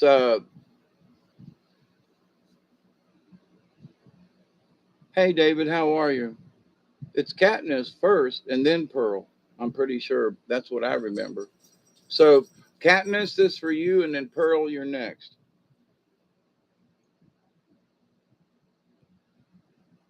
And after that, I don't know. Okay. So, but here, let me, I'm still kind of getting stuff from those last cards. Not necessarily on purpose, but, okay. Thank you, Jules. Yeah. Oh, it's Chloe. And then Jules. Yeah. Okie dokie. It does sound like a didgeridoo, and I have a didgeridoo back over here, but I won't break that out at the moment. So, but greetings, all of y'all, this morning. It's 2:10 a.m. I tell you what. All right, Katniss, close your eyes and 30 seconds. Put your arm up, wave it around, so my folks can see you out there.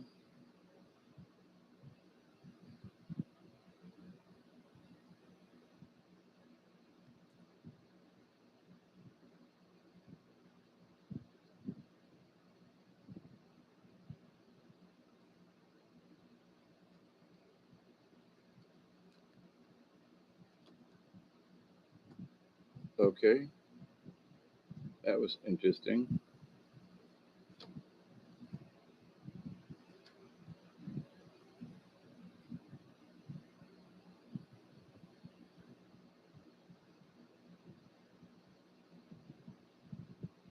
I'm searching, searching, searching, searching, searching for the card for Katniss.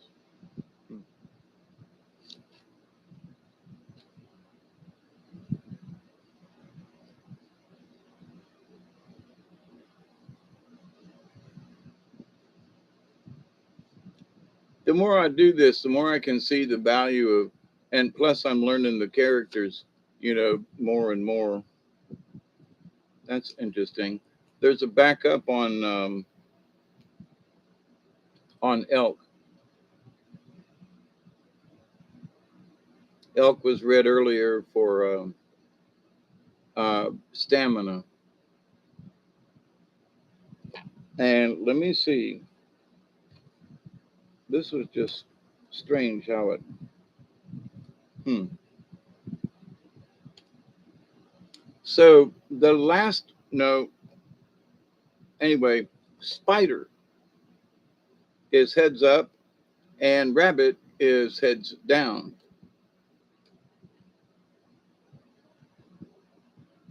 Oh, what did I do with the book? There it is. It's 2:12 a.m. on 6/15 of 2022. I am your humble host, Mr. David Null, also known as Hawkeye Two Feathers. We are currently in the middle of doing a reading for Katniss, and I pulled the cards, and I'm fixing to go there. Um,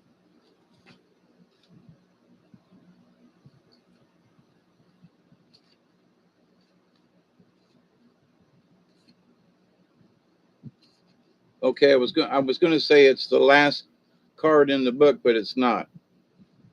Spider is weaving. Um, and rabbit, we kind of sort of know what rabbit is. It's calling, fear to itself, but we'll get to that. So, and I can already see that here's part of the continuing message for tonight. It seems they're tapping me on the shoulder, going, "Uh huh." This kind of sort of for everybody, in that, the last one was whale. That we need to listen to the ancients, and we need to hear our own whale song. We need to create our own sound, so that says it's me. If you got to go out there and scream at the top of your lungs or shout, or do your sound. But then with the reading for Barry is the bear to go into the silence, into the dream lodge. Well, that's always good medicine for all of us. Uh, you know, but now Spider is weaving, and for you, Katniss, weaving webs of delight, weave me a peaceful world, carrying creation in your web, waiting to be unfurled. Now, Spider wove the web that brought humans the first picture of the alphabet. The letters were part of the angles of her web. Deer asked Spider what she was weaving and why all the lines looked like symbols. Spider replied, "Why, dear, it is time for Earth's children to learn to make records of their progress in their Earth walk." Deer answered Spider, "But they already have pictures that show through symbols the stories of their experiences." "Yes," Spider said, "but Earth's children are growing more complex and their future generations will need to know more. The ones to come won't remember how to read to know more. The ones to come won't remember how to read the petroglyphs."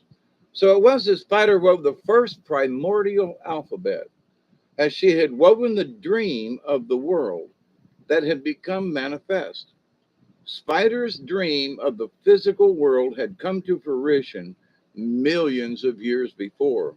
Spider's body is made like the number 8, consisting of 2 lobe-like parts connected at the waist and 8 legs. Spider is a symbol. Spider is a symbol for the infinite possibilities of creation. Her 8 legs represent the 4 winds of change and the 4 directions on the medicine wheel. We were talking about the medicine wheel last hour. So Spider weaves the webs of fate. Hush, duck. That does not include any Hush, hush, duck. Hey.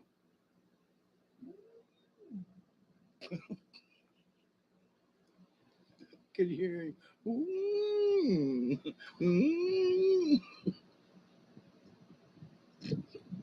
I'm sorry. I'm gonna let him out because there's something out there, and he won't be any good, and I won't be any good. And I hate when he barks, and it freaks me out. Come on, go outside this way. Come on. It's full moon. There's a werewolf out there. Go get him. There's a werecat. We've got werecats. Go get him. Go get him.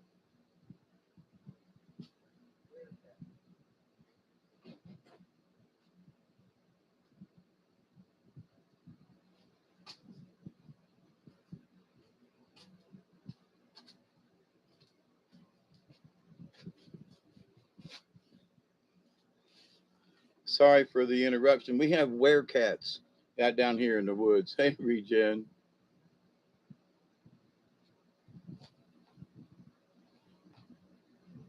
Oh, don't blame that on us, Regen. I'm kidding. I'm kidding. You gonna blame that mess on us? Well, he woke your dogs up. I think he woke up half the neighborhood. I've got 5 or 6 cats around here, but we also have an armadillo, which is interesting. I pulled the card too, but those sons of bitches will dig up the yard and make a mess. And I'm sorry, but if I can see one out there that's doing what he's been doing, I'm gonna shoot that son of a gun with my new 22, and won't think too much about it because they're very destructive and will dig a hole in the middle of the night, and you go out there and literally trip and fall and twist your ankle. It is not fun. They mess up stuff, mess up a garden in a heartbeat. So Spider is the weaving. So it was this Spider wove the first primordial alphabet, as she had woven the dream of the world that had become manifest. Spider's dream of the physical world had come to fruition millions of years before.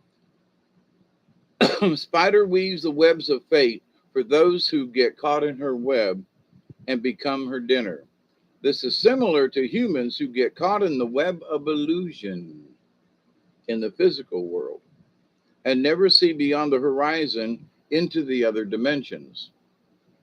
The web of fate also represents the wheel of life, which does not include any alternatives or solution. It is typically human to get caught in the polarity of good or evil or bad fortune without realizing that we can change it at any time. If we are not decisive enough about changing our lots in life, we may end up being consumed by our fears and by our own limitations. Spider is female energy of the creative force. For there you go, Katniss. The creative force that weaves beautiful designs of life. Her web has hundreds of intricate patterns which catch the morning dew. If Spider has dropped from her web into your cards today, she may be telling you to create, create, create.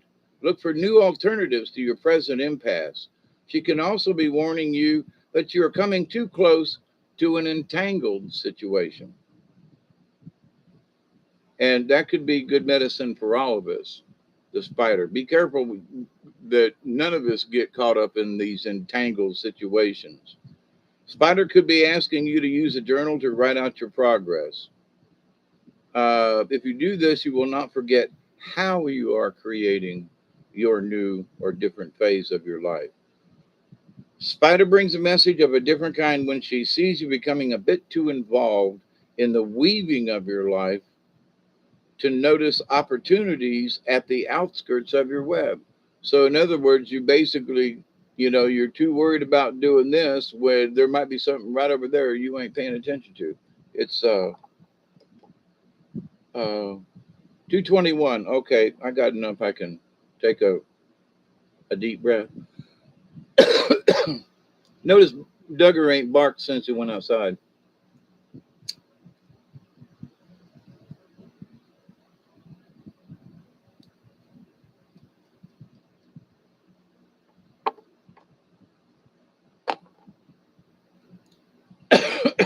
So, continuing on, Spider brings a message of a different kind when she sees you becoming a bit too involved in the weaving of your life. If this is the case, Spider gets your attention so that you notice that something you have woven has borne fruit. Congratulations. Spider caught you just in time before you missed the opportunity on the edge of your web or reality.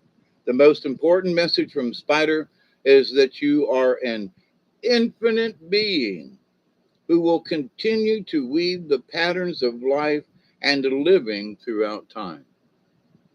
Do not fail to see the expansiveness of the eternal plan. Now, that's a hell of a message, ain't it? Now, Spider, that's the Spider message. The other is Rabbit upside down. Now, Rabbit calls fear, but it's usually lessons. Rabbit calls fear to learn about something, you know. Hey, Gay Sarah, I don't know if you can't find any spider emoji.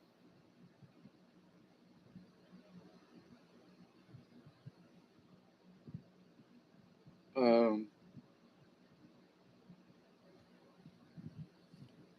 Rabbit. Fear. Scared little rabbit, please drop your fright. Running doesn't stop the pain, nor turn the dark to light. Now, so there's a long story here about how Rabbit met the eye walker who was a witch. And, um, they were walking around, and Rabbit said, hey, I'm hungry. And the witch turned a rock into a turnip. And he said, well, I'm thirsty. And he picked up a leaf and blew on it, and then handed Rabbit a gourd of water. And then um, I think there was something else. Anyway, oh yeah, Rabbit tripped and fell down and rolled down to the bottom of a great hill. And Eyewalker used a magic salve on the rabbit to heal his great pain and mend his bones. Rabbit didn't say anything. Well, several days later, Eyewalker's looking for Rabbit, can't find him, and finally bumps into him much later on, and it was like, so Eyewalker said, how come you haven't seen me? And the rabbit said, because I'm afraid of you. And Ike Walker said, I've used my magical powers on your behalf, and now you turn on me and refuse my friendship? I want nothing more to do with you or your powers, the rabbit countered. Rabbit did not see the tears his words were bringing to Eyewalker's eyes. I hope we never meet again, that I never see you again, Rabbit continued. And then an Eyewalker looked at Rabbit and said, we were once great friends and companions, but no more. It is within my power to destroy you. But because of the past and the medicines we have shared together, I will not do this. But from this day forward, I lay a curse upon you and your tribe. So Rabbit was cursed. From now on, you will call your fears, and your fears will come to you. Be on your way, for the sweet medicine that bound us together as friends are now broken. Now, Rabbit is the fear caller. He goes out and shouts, Eagle, I'm so afraid of you. If Eagle doesn't hear him, Rabbit goes out and calls louder, Eagle, stay away from me. Eagle, now hearing Rabbit, comes and eats him. Rabbit calls bobcats, squirrels, coyotes, and even snakes until they come. As the story shows, rabbit medicine people are so afraid of tragedy, illness, disaster, and being taken or eaten that they call those very fears to them to teach them lessons. The keynote here is what you resist will persist. Now, that's just good medicine. What you fear most is what you will become. Now, this card was upside down. So the paralyzed feeling which Rabbit experienced when being stalked is Rabbit in the contrary position. If you've tried to resolve a situation in your life and are unable to, you may be feeling frozen in motion. Now, this could be anything from it could be anything. It doesn't have to be some big thing. It could be just some little project you're not following through on or whatever. If you to resolve an issue, this could indicate a time to wait for the forces of the universe. This could indicate a time to wait for the forces of the universe to start moving again. It could also indicate the need to stop and take a rest. It will always indicate a time when you need to reevaluate the process you are undergoing, whether it be thinking, health-wise, living, whatever, and to rid yourself of any negative feelings, barriers, or duress. Simply put, you cannot have your influence felt until you rearrange your way of seeing the present set of circumstances. If everything is boo-hoo, we're all going to die all the time, you need to check out a different set of circumstances. There is always a way out of any situation because the universal forces does move on. It is the way in which you handle problems that allow you to succeed. Take a hint from Rabbit, burrow into a safe place to nurture yourself and to release your fears until it is time to move again into the pasture clear of prowlers who want a piece of your juicy energy. So, you may be calling those fears to you, whatever they are, and moving on, but anyway, this could indicate a time to wait for the forces of the universe to start moving again. Sometimes you need to just sit still. I mean, just not necessarily like a deer in a headlight, but like a rabbit who's just sitting there because if he moves, the hawk's going to get him. I need 2 med beds, buddy. One for the front side and one for the back. All right. I hope that did you some good. Thank you, Jules. It's Pearl's next. I'm fixing to shuffle them cards. Katniss, I hope that worked. That made sense.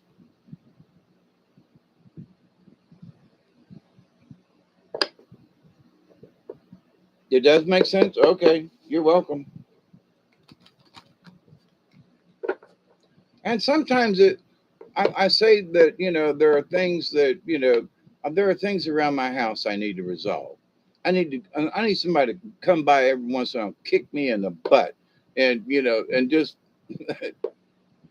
you got your hand up, hey baby, and to clean up this back over here. There's a couple of things I just have, for whatever reason, haven't thrown away yet or put up. I haven't made up my mind. Song lyric chord.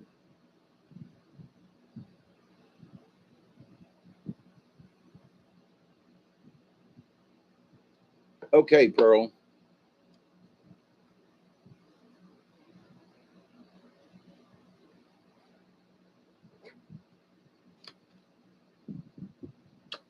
Ooh,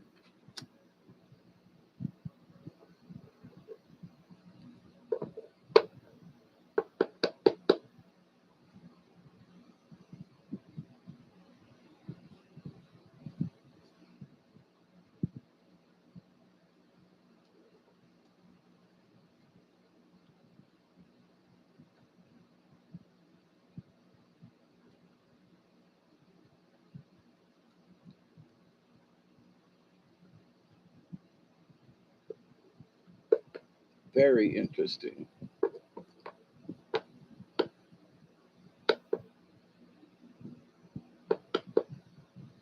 All right, Miss Pearl. Interesting that there's a lot of upside down cards, and I have literally taken the cards and turned them around, and they're still coming out upside down. So, but anyway, frog is the first one out. Frog is cleansing, but it's upside down, so I'll give the basic. Sing, frog, sing, call the rains, quench the dryness, cleanse the earth, and then fill me up again. Frog sings the songs that bring the rain and make the road dirt more bearable. Frog medicine is akin to water energy and the east on the medicine wheel. Frog teaches us to honor our tears, for they cleanse the soul. All water rites belong to Frog, including all initiations by water. Water prepares and cleanses the body for sacred ceremony. It is the element we understand best in the womb. Frog, like ourselves, is a polywog in the fetal waters and only learns to hop after it experiences the world of fluidity. I love that line every time I see it. After it experiences the world of fluidity. In other words, they get to be fluid in the water and swim around and fluidity. That's just transformation into adulthood prepares Frog for its power to call in the waters of the skies, the rain. And knowing the element of water, Frog can sing the song that calls the rain to earth. When the ponds are dry, Frog calls upon the thunder beings to cleanse and replenish the earth with water. Like Frog, we are asked to know when it is time to refresh, purify, and refill the coffers of the soul. If Frog hopped into your cards today, it's ribbit may be calling you in the cleansing, may be calling in the cleansing you need. If you were to look at where you are today, would you use any of the following words to describe your condition? Tired, overloaded, harried, frustrated, guilty, itchy, nervous, at a loss, empty, or weakened. If so, take a break and allow yourself to bathe in the waters of the frog medicine. Now it's upside down, so I'm going to skip. Frog slipped into mud and is lying on its back, unable to right itself. Get ready for more mud in your eye. The contrary position of frog can denote an unwillingness on your part to wipe the mire out of your life. Mud can turn from mire to bog to quicksand if you don't recognize its effect on your present situation. Is someone draining your energy? Are you allowing yourself to ride down the tubes with them? Have you tried to settle someone else's quarrel and gotten in the light of fire? Stop. Recognize what it is that is mucking up your lily pond. Swim with frog. Frog's bug eyes see it all. Dive deeply, then hop to the next lily pad to catch the sun. In this way, you may see exactly what is draining your energy. At times, all of life's activities can be overwhelming, and everyone occasionally needs a break. Contrary frog can signal one of these moments, but can also pretend a time of feeling waterlogged. In feeling waterlogged, you may be dealing with too many emotions or feelings. That is to say, that the world is too much with you, or that you have immersed yourself in one idea or activity to the exclusion of all the other facets in your life. That's an interesting. In this case, hmm, some, wow, that was weird. Big shadow on the wall. I mean, a big shadow on the wall. Negativity is drawn to you when you refuse to give yourself the time and space needed to assume a new viewpoint. Frog in the contrary position is an omen that you are courting disaster if you don't stop and smell the lilies, eat some flies, bask in the summit in the sun, and ribbit till the rain comes to fill your souls again. Now, the other card is mouse upside down. So find a lily pad there, Miss Pearl, um, number 30.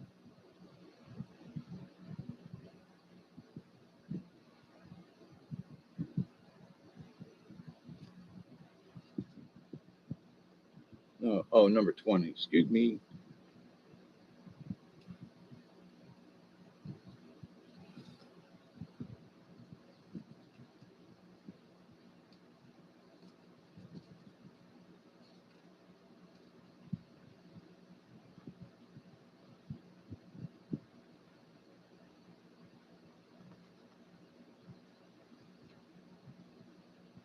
Mouse is scrutiny. Mouse, if I could see the world through your tiny eyes, maybe then I would know how to scrutinize. Every detail carries weight, and true to its purpose, has its perfect puzzle place to stop the three ring circus. Mouse says, I will touch everything with my whiskers in order to know it. Paradoxically, this is both a great power and a great weakness. It's good medicine to see up close, it's good medicine to pay attention to detail, but it is bad medicine to chew every little thing to pieces.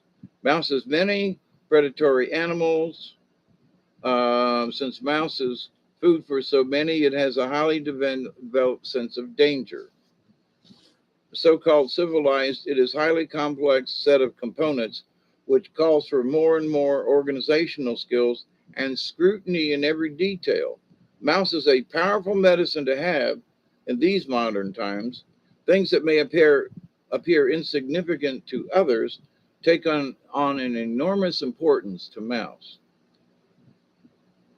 Mouse people anger many other medicine types because they appear to be nitpickers. Mouse people will spot the lint on your coat even if it matches the color. They will try to convince you that the simplest task is fraught with difficulty. They are fixated on methodology. And I want to say that just not for Miss Pearl, but there are a lot of folks right now, they are fixated on methodology of stuff. If they can't pick out every little thing, they just can't take some certain things on faith or just believe it. They got to methodically pick it apart to where it's like they forgot what the purpose was. Anyway, um, the chiefs tell us that without Mouse, there would be no systemization of knowledge. Mouse ended the Renaissance man and hearkened the age of specialization. Mouse knew from the very beginning that there is always more to learn. One can always delve deeper and deeper and deeper and deeper. Doesn't mean you should. If your personal medicine is mouse, you may be fearful of life, but very well organized. So, you got your burial plot picked out with a compartment for everything. Uh, Now, this is the positive side of it. If mouse is in your card spread, its medicine is telling you to scrutinize, to look at yourself and others carefully. Maybe that big hunk of cheese is sitting on a trigger. Now, this was upside down. So, mouse in the contrary position may be telling you that you are spending too much time with matters of great consequence when you should be paying a traffic ticket or sweeping the house. You may have let yourself become slovenly or develop a disdain. You may be procrastinating about something that needs attention.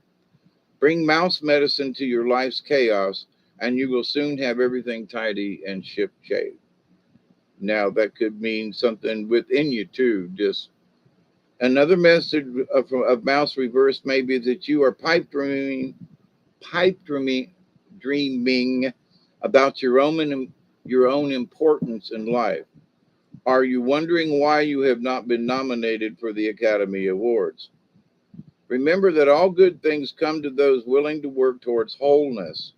Little Mouse needs to see the big picture, but only assimilate the information the picture gives a little at a time. Little Mouse can conquer any task by using his scrutiny. Slow down and write the contrary medicine. Stop chasing your tail or being confused by the maze and start observing the details of your present pathway. So that's for you, Pearl. Now, I'm going to take a quick, long smoke break. And I had a galactic friend. Make any sense, Pearl?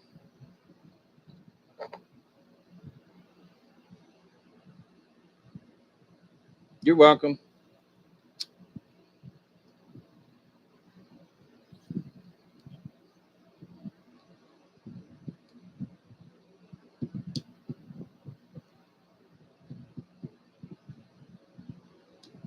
Okay, I forgot. Who's next? Chloe, I know you're.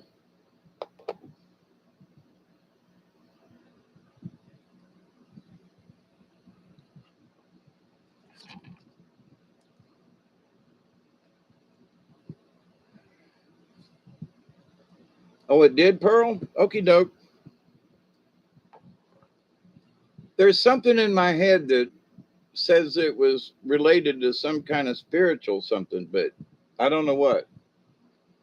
It's just a picture. I can't really. Has to do with spirits. Chloe's next. That's what I was thinking.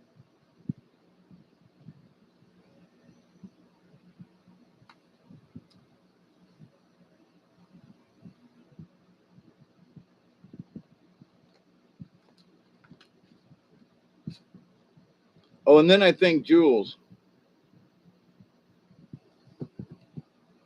since it's your time, um, actually I have almost um to since you asked Chloe, and thank you. I have gotten on this new plan. I think I have all the paperwork in. I now have a card with my name on it, my sure enough insurance card, Medicare insurance card. That's what I thought. Thank you, Steve. So it has my doctor's name on it now, who my healthcare provider is. It's got on the other side, all these little digit things as to which code, um,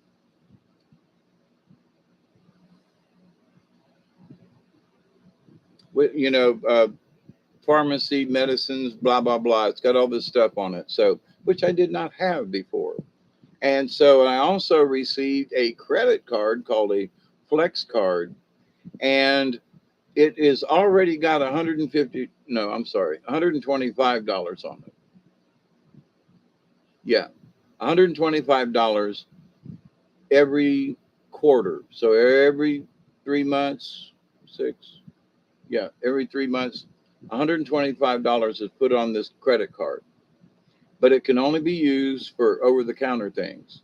So I'm like, I thought they was joking, but I got this card in and I checked. Sure enough, there's $125 on it. So I can't buy food or anything, and maybe not toilet paper, but I can buy band-aids or anything in the that is medicinal or something like that. It'll cover it with the with this thing. So um, now that I have my card, which came in yesterday, I think, or was it Saturday? And I tried to call the office there, but they've got three different numbers. Anyway, I called and reached the switchboard, and they were busy. And I called again, they were still busy. And then the rains came and I fell asleep. So I have called the doctor, but not been able to make the appointment. Also, with this new plan, I'm supposed to be able to have uh, 36 trips somewhere. So they'll come out here and pick me up and take me to the doctor. That's one trip. To bring me home from town and back from the doctor, that's another trip. But um, no, I promised to tell you. So, but to the point though. So I have yet to figure out how to call for a ride if I need it. But I have gotten all this other information that I did not have 2 weeks ago. So I'm full on it and working on it. So yeah, I'm going to call. I fell asleep this afternoon. It started raining and I just conked out. But anyway, my intention is there because now I have all this stuff. And I got a new letter today saying that everything was in place as far as insurance and all that, because they switched plans effectively the 1st of June, and it's only been 15 days. See, so the fact that um, all of this has happened within, since the first of the month, within the last 15 days, where I went for years and didn't have any of this. Yeah, I'm going to shut up here and do Chloe's. All right. I want another hit off this bowl, which is getting empty, and I want to smoke a cigarette.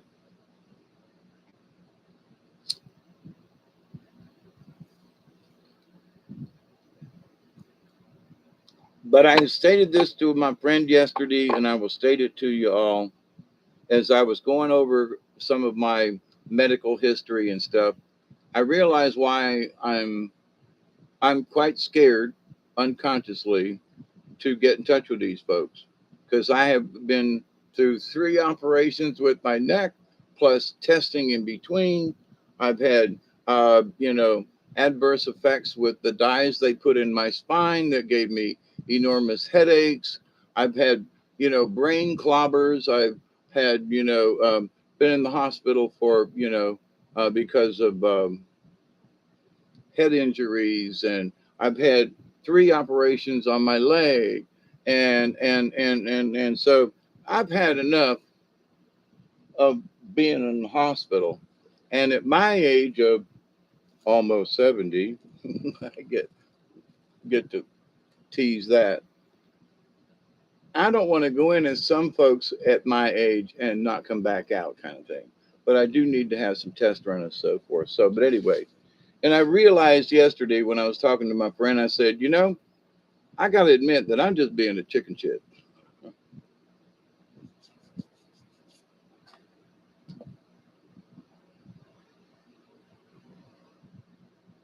Hey, Mary Wins.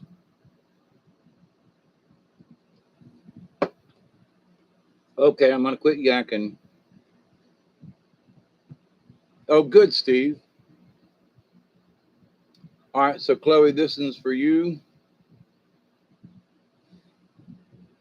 Chloe, Chloe, Chloe.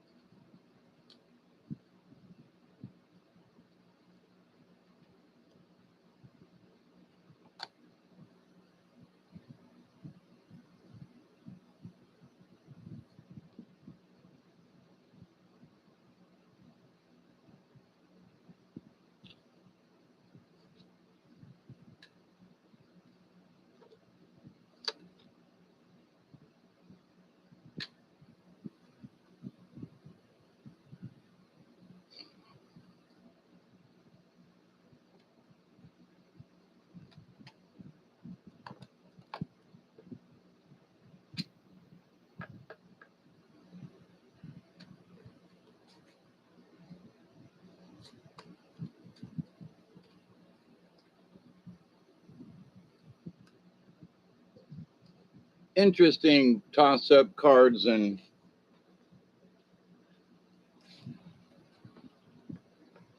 one or two of them are next to each other, and then one wants to say, no, it's me, and the other one's going, no, no, no, it's me. Anyway.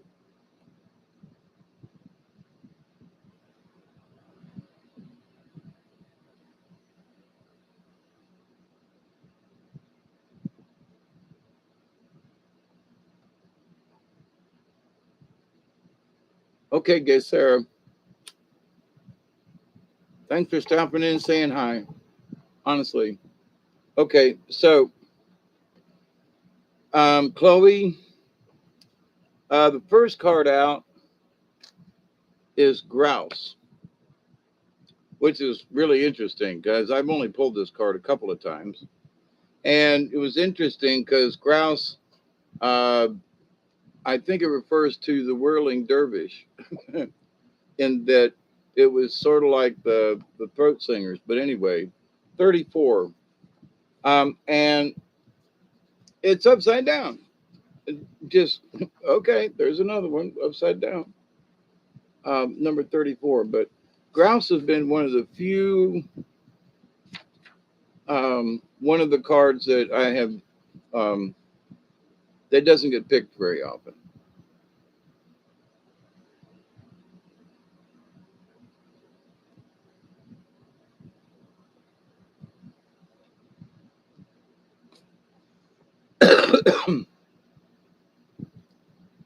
Grouse is the sacred spiral.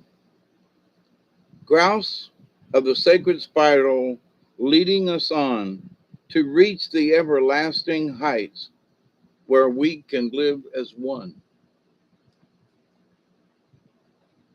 Grouse once flocked in abundance throughout North America, but now even on the plains where these birds were so plentiful, there is an absence of them.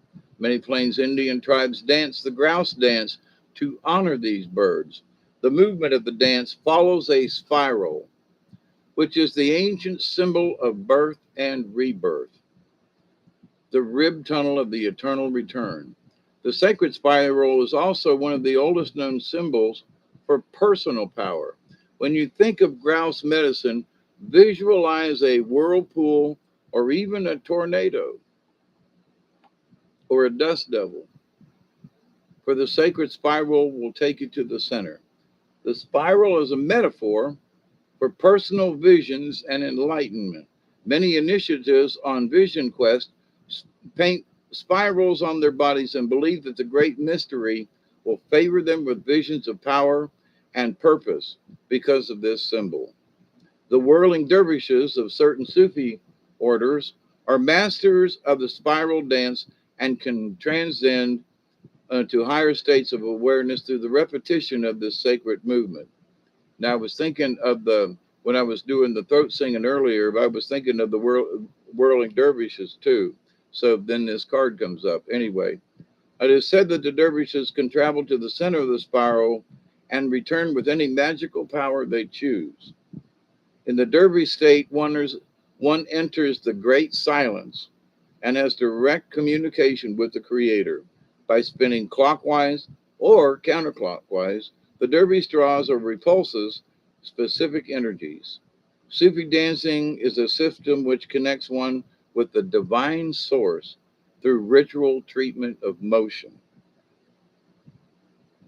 If you have the grouse medicine in your cards today, undertake a meditation on the various qualities of movement within your life. You are wearing one now? Let me repeat this. If you have grouse medicine in your cards, undertake a meditation on the various qualities of movement within your world.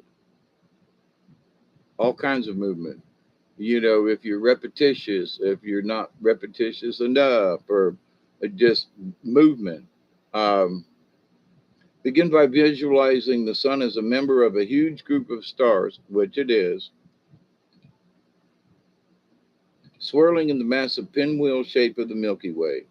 Then draw yourself out of this pinwheel of light and into the spiraling of your own DNA. Now this bird is upside down. Now, but there's nothing wrong with what was just said. Drawing the grouse card in the reverse position signals a dissipation of energy. Now, you say when you were feeling tired, um, a dissipation of energy and lack of control and discipline. I don't know about that part. It is symbolic of a lost connection to the source and signifies a lack of clear intent behind an outpouring of energy. You may feel like you are in a tailspin or going down the drain. Confront confusion either in yourself or others may who may be in the picture. So it may not be your motion, but somebody else's that's affecting your motion. Examine the way your energy may be causing friction, sparks, or a convolution of a situation that needs clarification. In other words, the convolution is you're trying to help somebody, and the more you say something or try to help, the more pissed off they get at you. That's convoluted. You're trying so hard to help, and it just ticks people off. So, work towards harnessing your energy and directing it towards clearly defined goal, such as the nature of the sacred grouse dance. In using the sacred dance as a tool to right contrary grouse, you may also find that it is a tool to center or ground you. In grounding, you are once again connecting to Mother Earth and balancing out the spinning in your head. If you have become so involved with an idea or problem that you know or that you are no longer seeing it clearly, you may feel dizzy or lacking in concentration. This is a sign that you have entered the thought universe and are not connected to physical reality. You need grounding if this occurs. Walking or dancing will help to put you back in touch with the earth and your body. How about that one? Now the next one is buffalo, which is number 19. Now it was straight up, so that's cool.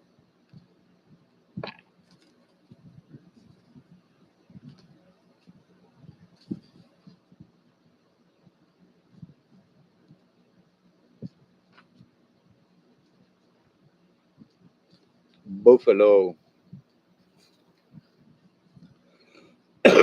Buffalo is prayer and abundance.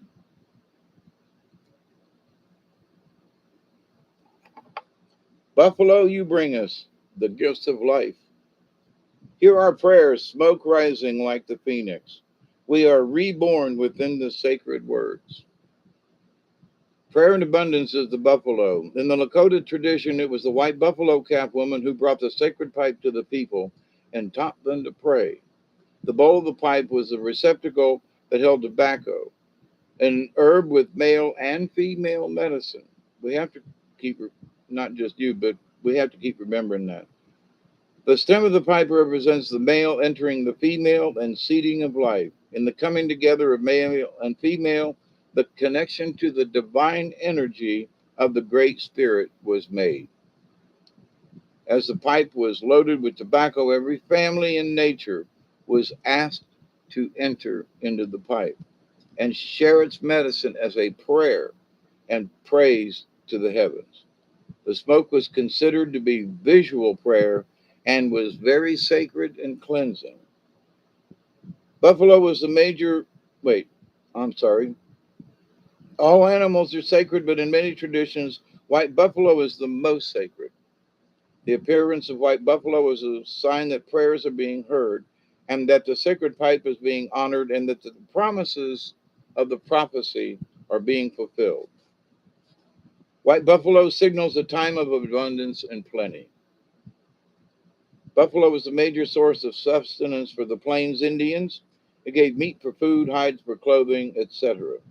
The medicine of buffalo is prayer, gratitude, and praise for that which has already been received. Buffalo medicine is also knowing that abundance is present when all relations are honored as sacred. and when gratitude is expressed to every living part of creation.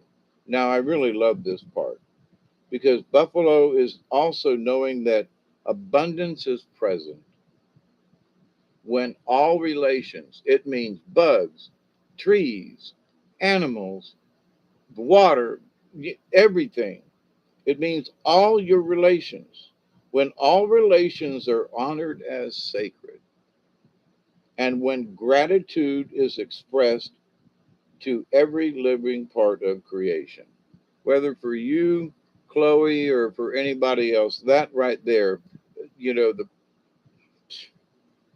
to me, it's heavy because of its desire to give the gifts that its body provided, and because of its willingness to be used on earth for the highest good before entering the hunting grounds of spirit. Buffalo did not readily stampede and run from hunters. To use buffalo medicine is to smoke the pipe in a sacred manner and to give praise for the richness of life to be shared with all races, all creatures, all nations, and all of life. It means smoking for others so that their needs are met, praying for the good of all things in harmony, and accepting the great mystery as part of that harmony. If you have drawn the buffalo card, you may be asked to use your energy in prayer. You may be also called upon to be an instrument of someone else's answer to a prayer. This could portend a time of recognizing the sacredness of every walk of life, albeit different from your own. To honor another's pathway, even if it brings you sadness, is a part of the message that Buffalo brings. This may be a time of reconnection to the meaning of life and the value of peace. Most assuredly, this time will bring you serenity amidst the chaos if you pray. If you pray in earnest for enlightenment and the power of calmness, and give praise for the gifts you already have. Buffalo medicine is a sign that you achieve nothing without the aid of the Great Spirit, and that you must be humble enough to ask for that assistance and then be grateful for what you receive. That's, that's almost like coming out of the Bible kind of thing. Amen. There you go. Amen. So those are your two cards. And I don't know what it means to you personally, but it's the the information, the medicine of buffalo. I just think is welcome anytime, and it should be a reminder for folks that hey, look, uh, this is how it could go, should go.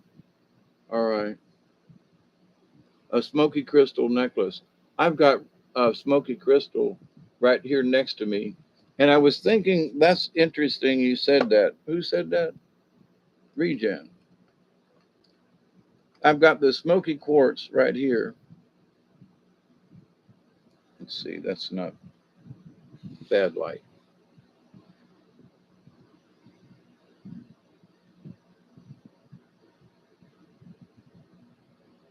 But anyway, I was thinking of it earlier before I did these. I was like, I need some smoky quartz near me. And I thought, well, that's interesting. You know, hadn't thought of any particular.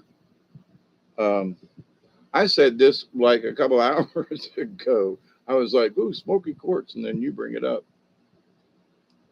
It's Jules, right? It's 3:04 in the morning time.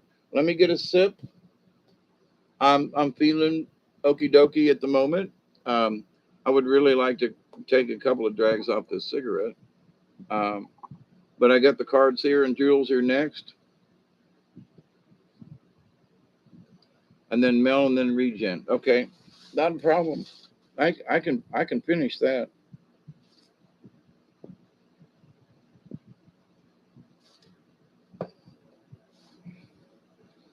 There are times when pulling cards is just like it's like pulling teeth. I don't know how to explain it, but it's just like It just ain't there. Hey, Michelle, how are you?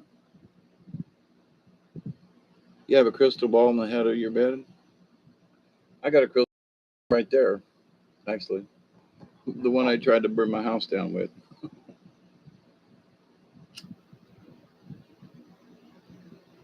And I've got a smaller one up there in the window, too. But anyway,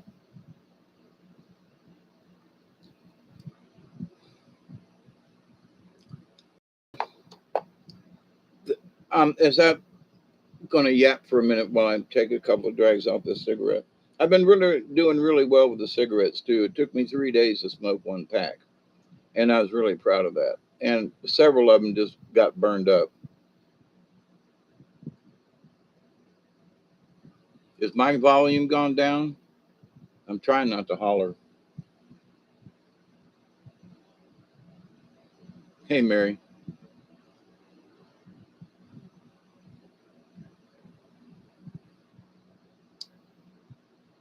But I'm always asking, since I'm down here in the woods and, I check a lot of stations and a lot of news articles and stuff.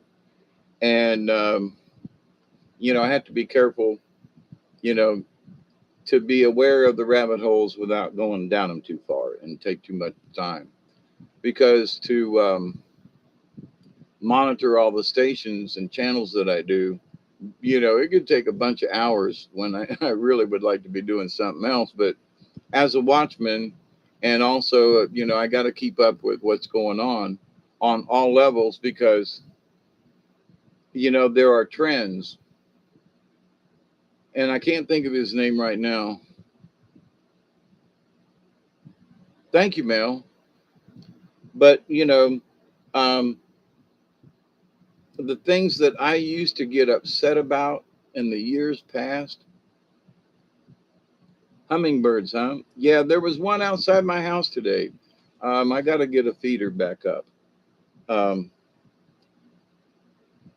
yeah, hummingbirds are cool. And hummingbirds are, it's a good card. Um, it showed itself to me tonight, as a matter of fact, that you bring it up, Regen, that I was like, there's a hummingbird card. And it was like, no, well, I'm just showing it to you. I'm like, okay, but it wasn't for whoever had it.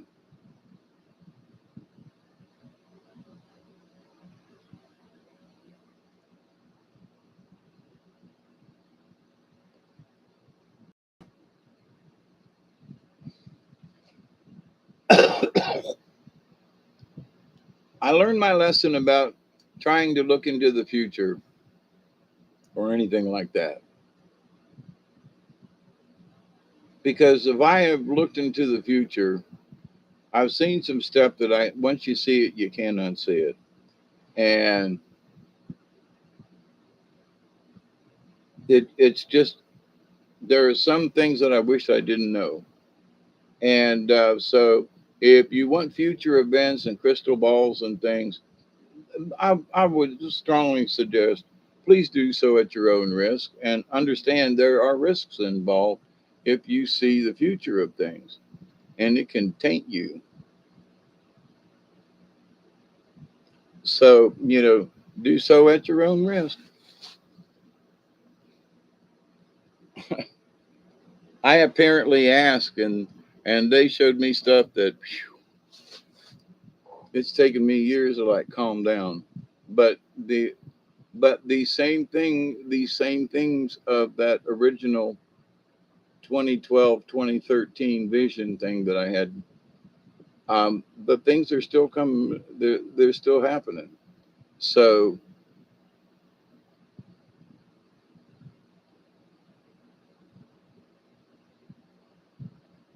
the prophecy that they showed me is still unfolding, and I just put in my hands and go, okay. But the thing was, is that those beings, entities, spiritual, however you want it, human beings, okay, whatever, the ones that were in tune with Mother Earth were going to be in a way, the least affected. They were going to be, we're being blasted with energies and transitions and stuff where other people don't have a clue of none of this. And that we are going to be the ones that are going to be the ones that do keep the harmony and do keep the balance, because we're trying. And for those folks who don't even understand that it exists or that it could possibly exist or whatever, them folks have got, they're in preschool, they're in kindergarten.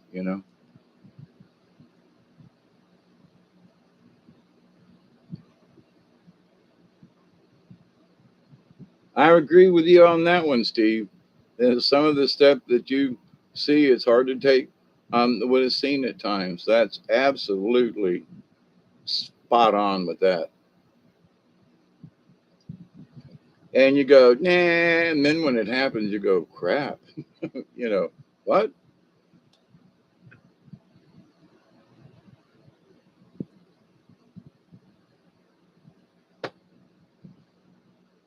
Okay, Steve, I lost my place. Who's next? I'm ready. I forgot.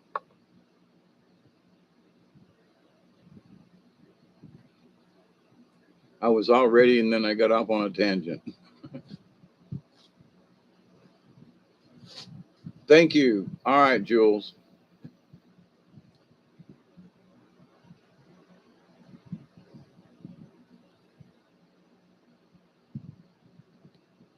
Ace. Yeah, I think you're next after Jules.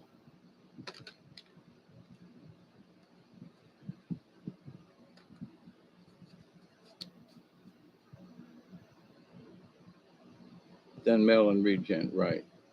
Okay, Jules, here we go.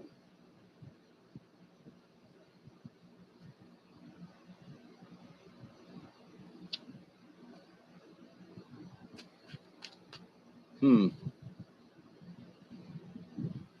that's interesting.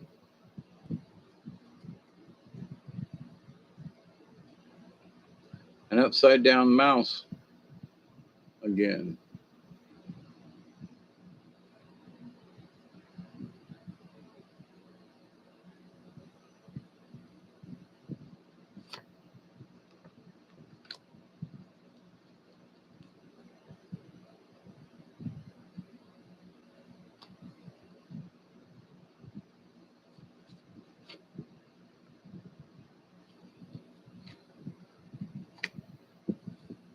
Okay, Jules, here you go.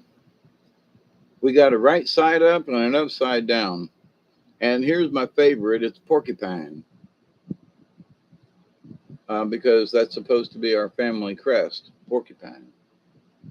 We are fine, docile until you mess with us. You know. You too, Mel. So porcupine is number 12.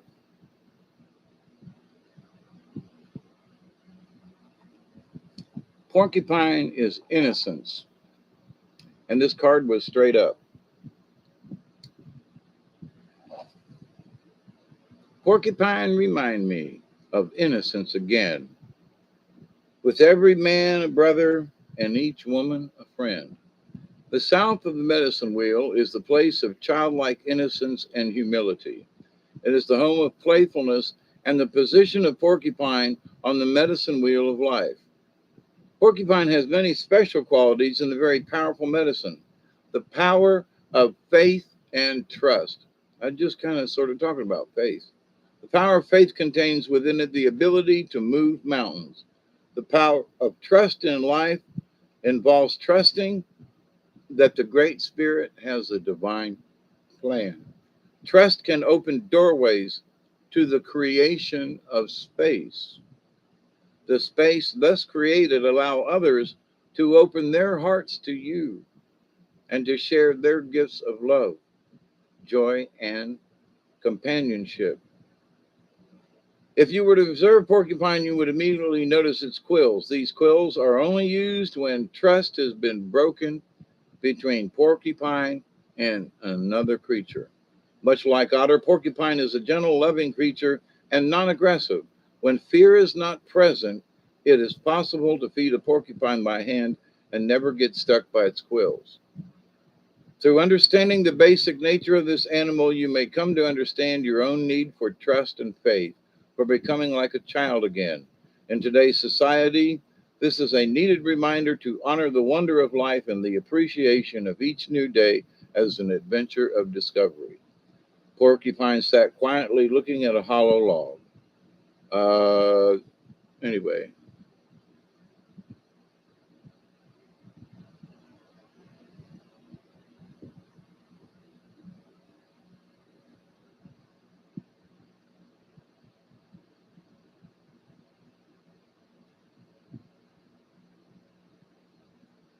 there's a story, um, a porcupine sitting in the woods looking at a hollow log, and she envisions all the things she could do with the log.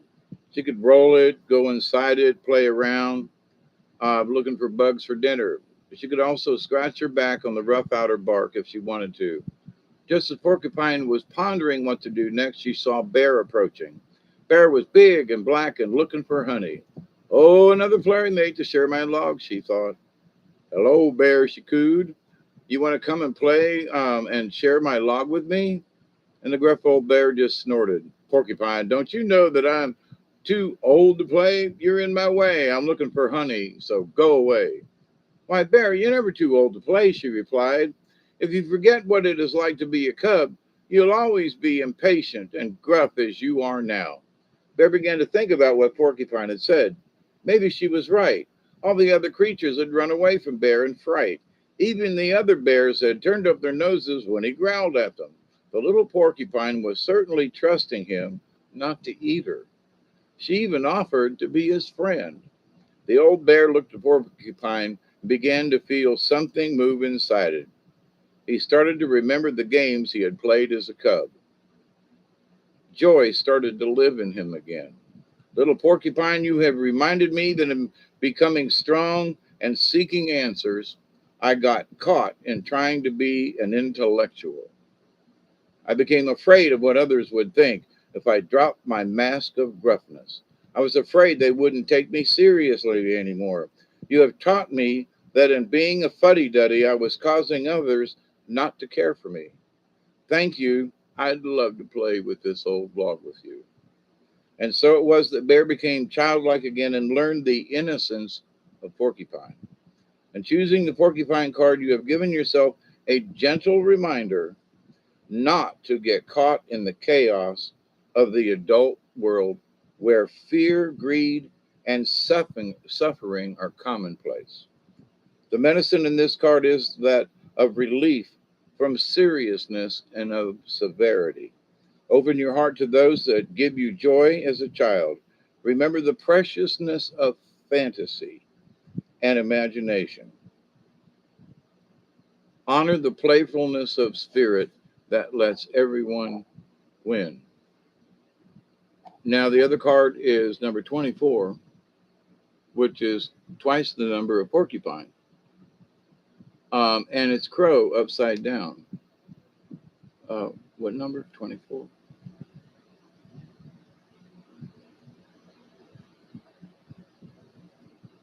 Crow is law.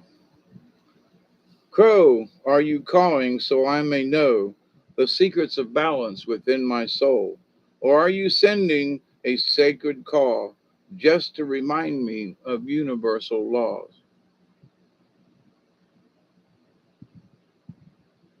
Oh, yeah, Jules? So the porcupine, that works for you? There was a medicine story that tells of Crow's fascination with her own shadow. She kept looking at it, scratching at it, pecking at it until her shadow woke up and became alive. Then Crow's shadow ate her. Crow is dead Crow now. Dead Crow is a left handed guardian. If you look deeply into Crow's eyes, you will have found the gateway to the supernatural.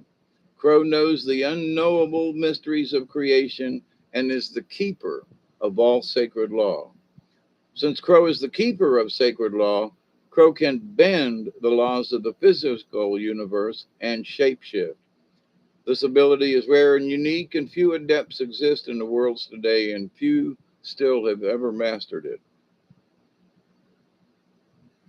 This art includes doubling or being in two places at one time consciously, taking on another physical form and becoming the fly on the wall. The Europeans that came to Turtle Island were known as the boat people by Slow Turtle.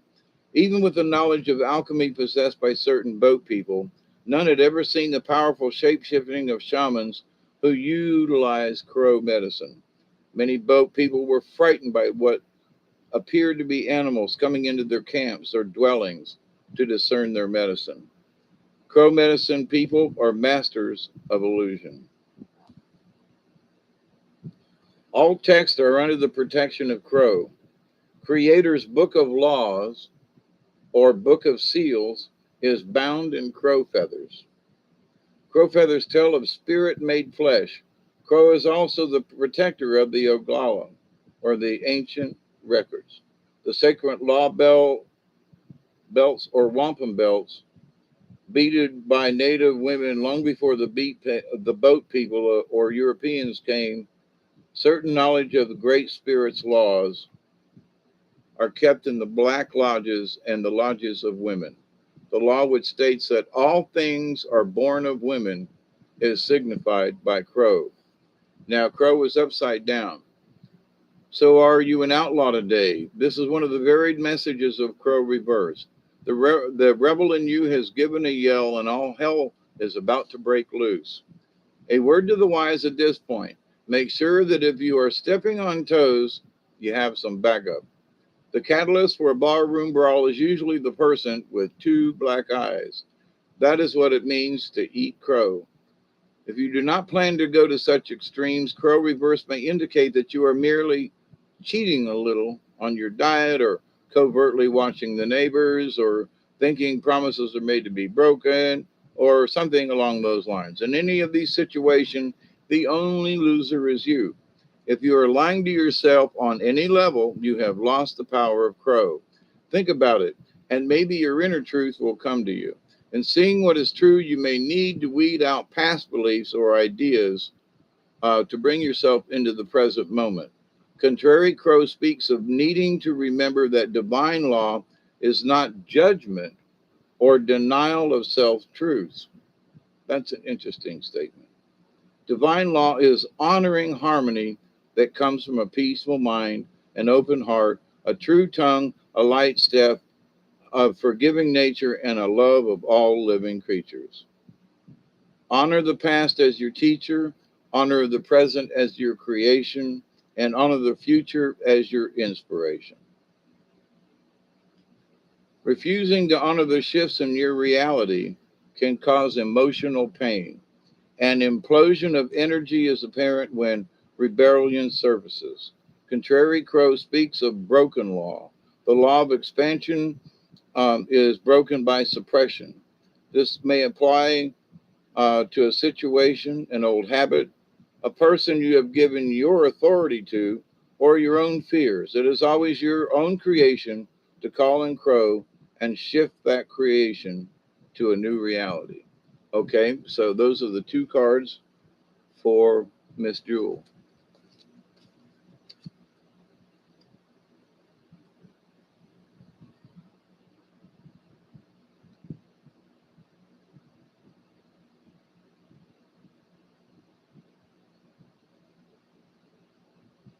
Playing reduces stress. It actually does. And bringing that cheerfulness. Did it make any sense to you? You're welcome.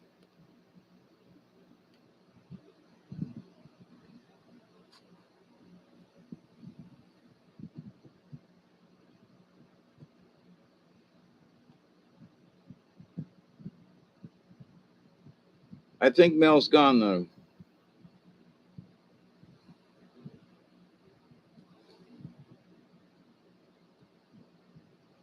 Thank you all for keeping up with who's doing what, when, and where.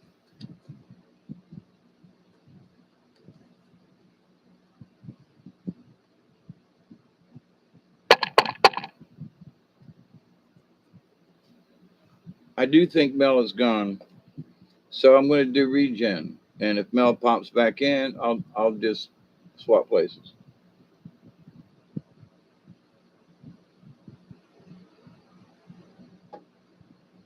Ooh, it's 3:24. Ooh, wait.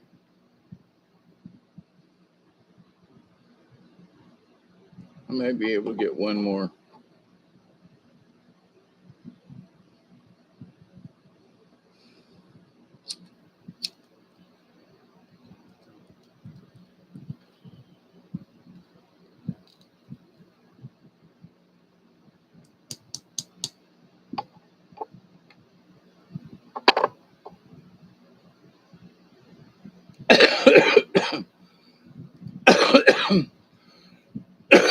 One of the things in asking my spirit guides, who have been quiet lately, as I mentioned earlier, but the general, there are folks that are trying really hard to panic, and the message that's coming out of the universe is, y'all calm down. The United States has been much worse.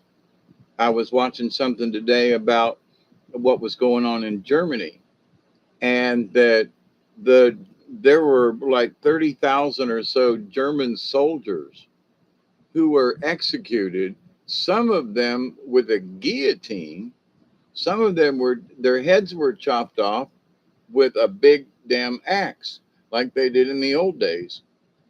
And if you spoke against the Fuhrer or just whatever, then you went to this certain camp. Now, these are soldiers, okay, of the Third Reich towards the end of the war, and they were beheaded.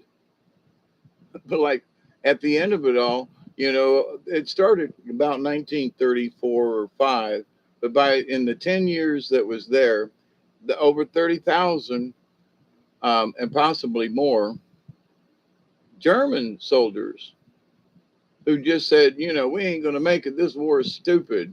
Hitler is a dog and he ought to be shot. You know, boom, you got your head chopped off. And I was like, we always talk about all of the Jews and all the other people that got massacred, killed, and otherwise, but they were killing their own over there was one 18-year-old boy or something like that had stolen a bar of soap, and they hung him because he stole. So, but anyway, in this world, we think, we're the only ones that are suffering, that we're the only ones being affected. And nah, there's a whole world of stuff going on. And we should, as Buffalo says, we should be grateful for what we have. So, regen, distance for you.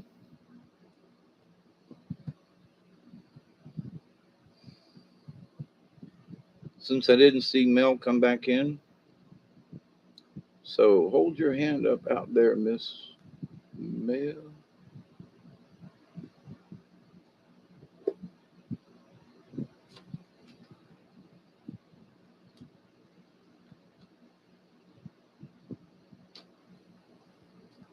Hmm.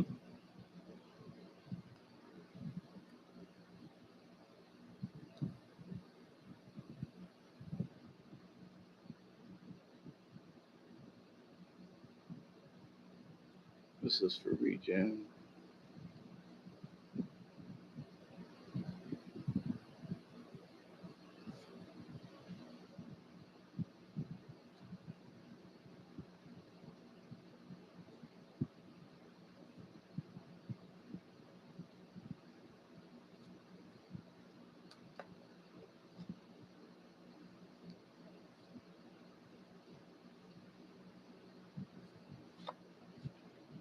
Well, I got two cards, and these two are heads up. And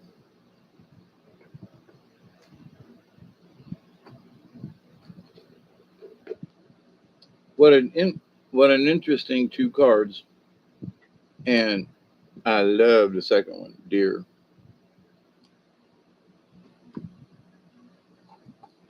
Well, there went that cigarette.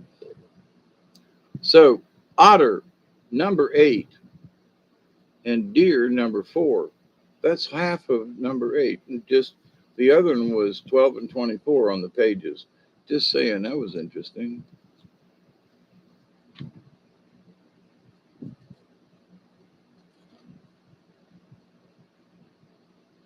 Otter, so playful, plays by the stream. The medicine of women, the realized dream. Otter is woman medicine. The medicine held by otter is of a set of lessons in female energy. This applies to both men and women, as all of us have female sides. The otter's hide is very soft, used to make medicine bags for powerful women because it represents balanced female energy. Otters are very caring of its young and will play for hours performing all types of acrobatics. It lives on land, but it always has its home near water. I've got otters that live on the river in the backyard. They're amazing creatures. The elements of earth and water are the female elements. At home in both of these elements, otter is the personification of femininity, long, sleek, and graceful. They are that. Otter is the true coquette of the animal family that would be playful. Otter is always on the move and is very curious. Unlike other animals, otter will not start a fight unless it is attacked first. This joyful little creature is adventuresome and assumes that all other creatures are friendly until proven otherwise. These character traits are the beauty of a balanced female side, the side of ourselves that creates a space for others to enter our lives without preconceptions or suspicions. Otter teaches that balanced female energy is not jealousy or catty, it is sisterhood or brotherhood, content to enjoy and share the good fortune of others, anchored in in the understanding that all accomplishments are worthwhile for the whole tribe. Otter people express joy for others. Long ago in tribal law, if a woman were widowed, her sister would offer her own husband to the widow as a lover to keep her from drying up and not using her creative urges. This is otter medicine also. Envy or the fear of being replaced has no space in otter's balanced understanding of sharing goodness. Woman energy without games or control is a beautiful experience. It may be time to examine your feelings about sharing the bounty of your life with others. Otter may be saying that the finer qualities of woman need to be striven for in both men and women so that a unity of spirit can be achieved. I absolutely believe that. This would involve the destruction of jealousy and of all the acts of anger which stem from that fear. Absolutely. It would mean keeping a Hawkeye on your ego. That's what it says. And maintaining total trust. It would mean a world full of people coming together to honor the right of each person simply to be. If you've drawn this symbol, you to become the playful child, there's playful again, and to simply allow things to unfold in your life. It may be time to stop your addiction to worrying.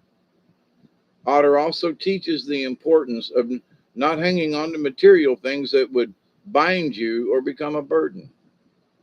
And looking at how you can learn from Otter's habits, you might look at the joyousness of the receptive side of your nature.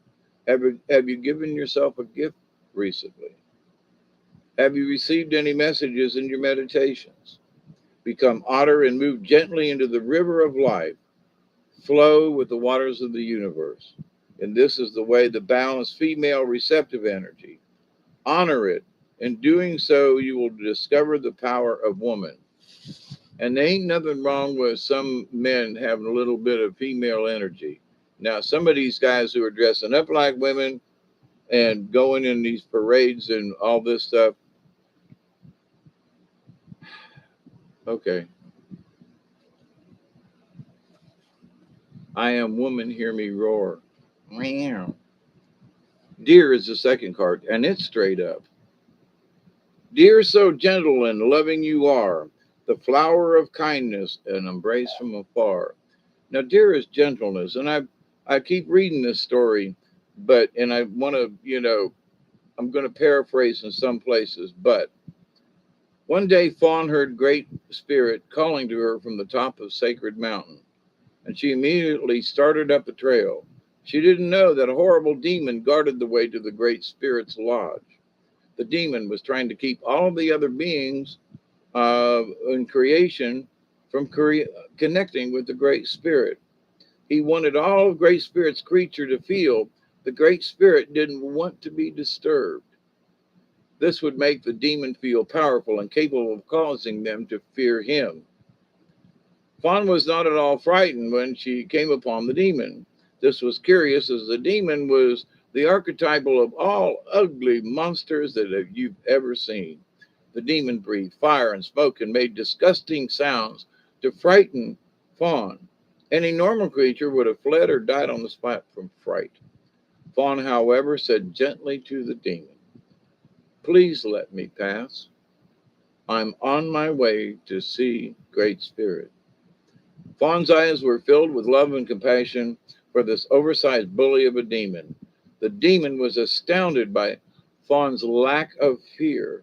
No matter how hard he tried, he could not frighten Fawn because of her love had penetrated his hardened, ugly heart. Much to the demon's dismay, his rock hard heart began to melt and his body shrank to the size of a walnut. Fawn's persistent love and gentleness had caused the meltdown of the demon.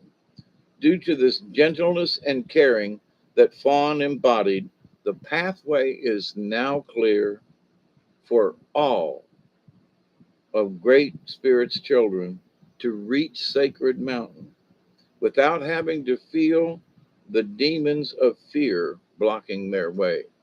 Now, I always, when go into this sentence here, it's like the path to heaven is open. You know, Fawn went first, and with the deer's gentleness, have opened up, for all of us to be able to walk the path up Spirit Mountain. Deer teaches us to use the power of gentleness to touch the hearts and minds of wounded beings who are trying to keep us from Sacred Mountain. Now, you know that's true. A lot of folks that want to sway us and point us in a different direction. But Fawn, much like Jesus who died on the cross for us, Fawn has, cleared the way to Sacred Mountain. Like the dappling of the fawn's coat, both the light and the dark may be loved to create gentleness and safety for those who are seeking peace. If Deer is gently nudged this way into your cards today, you're being asked to find the gentleness of spirit that heals all wounds. Stop pushing so hard to get others to change and love them as they are. That's a good message, not necessarily, for um, this one person, but stop pushing so hard to get others to change and love them as they are. Now, there's a lot of people that are just, after these last 2 years about with Brandon and all, there are folks who are coming around, and them Democrats are starting to go, what the hell did we do? And so, but by they're fighting on their own, but pushing and arguing and smacking them in the face hasn't done anything. But and I think there's been a general change in, because of the last election and everything, people could trying to force the vote kind of thing, and they're stuck with what we got, and they're seeing that, wait a minute, maybe we should listen to some of them folks. But it's the gentleness in which uh, um, stop pushing so hard to get others to change and love them as they are. Apply gentleness to your situations and become like the summer breeze. warm and caring. This is your tool for solving any present dilemmas you may be facing. If you use it, you will connect with Sacred Mountain, your centering place of serenity, and Great Spirit will guide you. How about that for that message, eh? But there are too many people that, and I, I, along with some other folks, have figured it out that, trying to scream and holler and have a conversation with folks about some of this stuff just ain't done no good, right? So I realized this a ways back that I just had to quit trying to push it. You present a case, hi, how you doing? Blah blah blah blah blah. And nudging is like the best. But stop pushing so hard to get others to change and love them as they are. We need to go there. You know what I mean?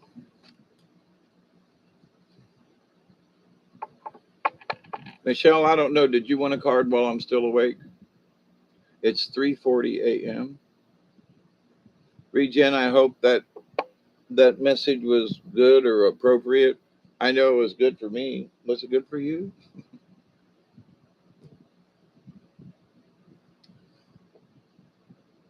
The message of dear innocence.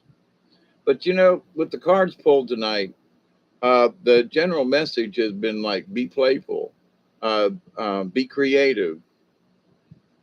Yeah, Michelle, I got the cards on, you know. So there's been a general message in that be joyful with Otter and have faith and make space in your heart for others to come in. I mean, that generally over all of them, that's that ain't a bad prayer to ask for. You know what I mean? Okay, Michelle. If if someone else doesn't speak up, then you may be the last one because my energy is getting low and it's almost 4 o'clock Eastern Daylight Time.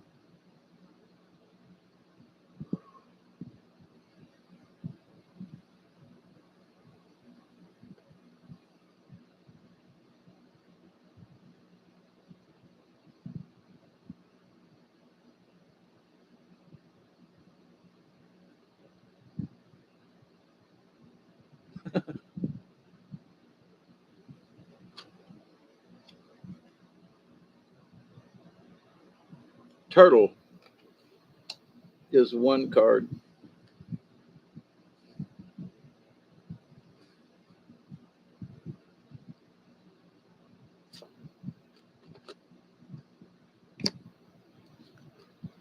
Alrighty, two cards up. Interesting. Turtle and wolf, and both of them are up. So that's interesting. Um, where's my book? Turtle just popped right up and said, "Here I am." Um,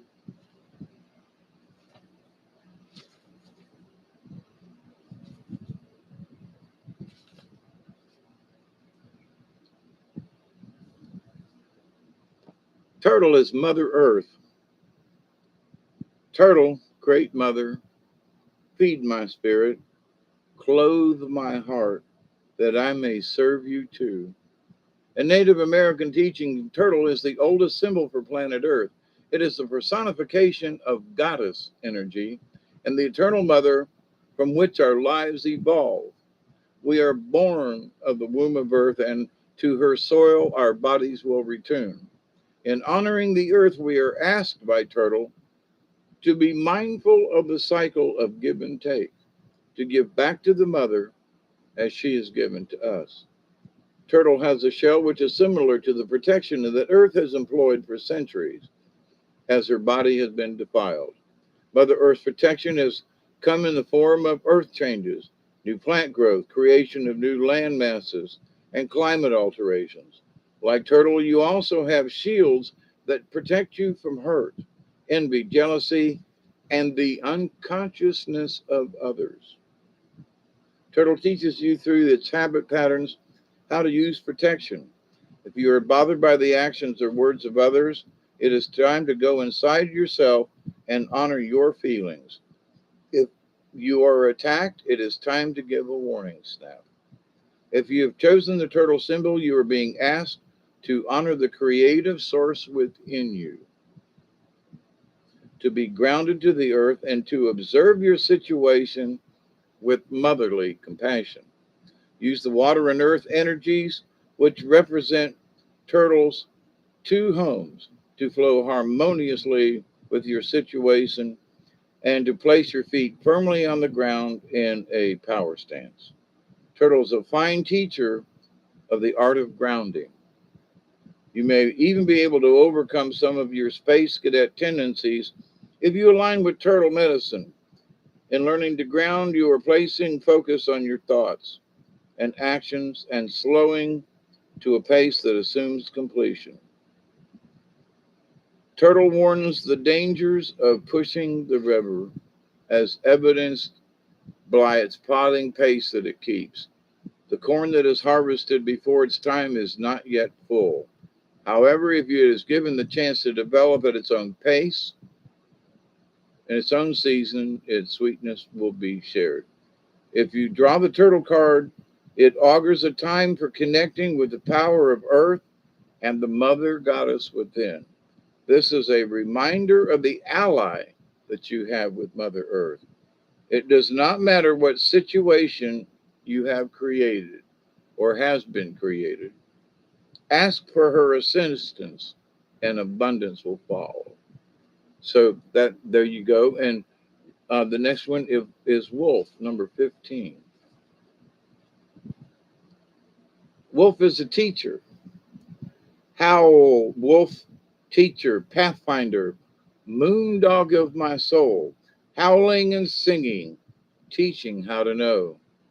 Wolf is the pathfinder, the forerunner of new ideas who returns to the clan to teach and share medicine. Wolf takes on one mate for life and is loyal like the dog. If you were to keep company with wolves, you would find an enormous sense of family within the pack, as well as a strong individualistic urge. These qualities make wolf very much like the human race. As humans, we also have an ability to be part of society and yet still embody our individual dreams and ideas. In the great star nation, Wolf is represented by the dog star Sirius. Now, this is twice tonight that the dog stars come up.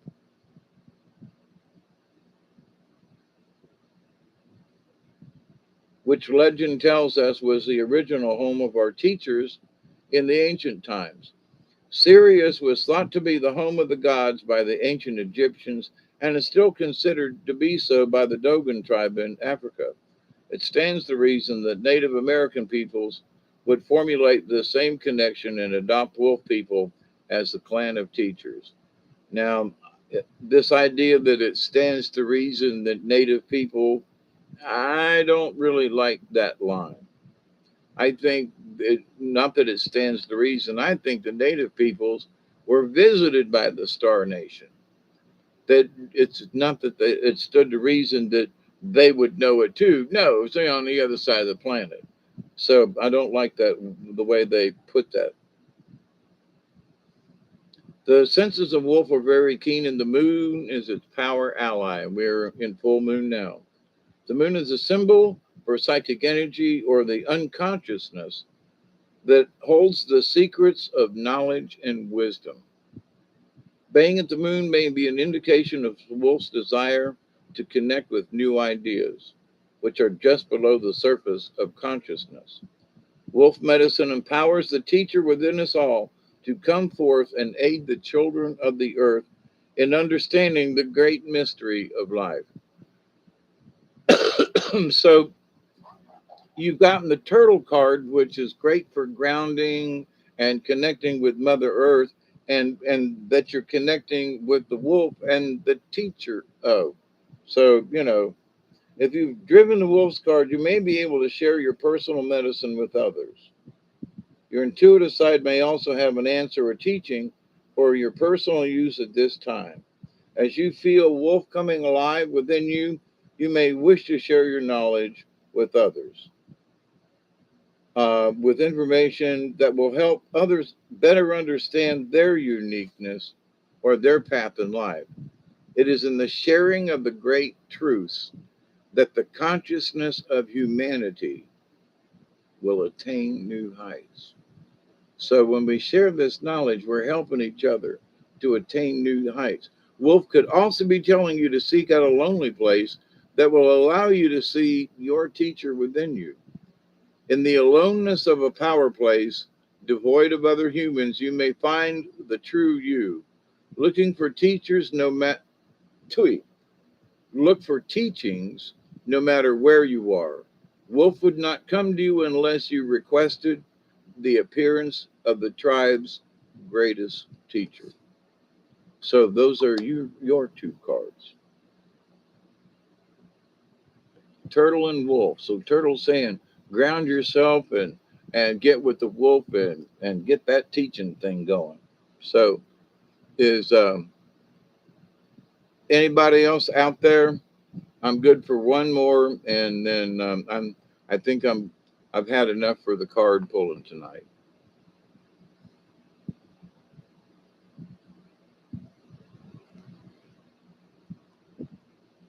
It says y'all are out there.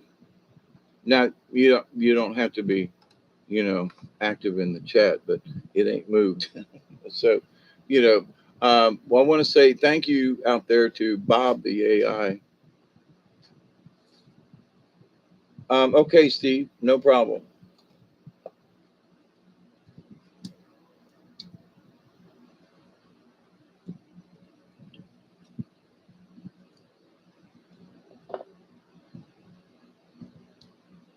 I'm not bragging, but some of the way the cards have come out tonight has just been dadgum interesting. Hang on a minute, Steve, would you?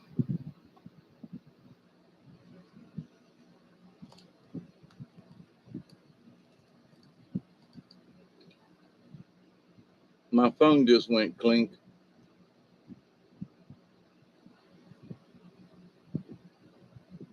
Hang on, I got to go let the dog in, and it'll only take me a minute. I'll be right back.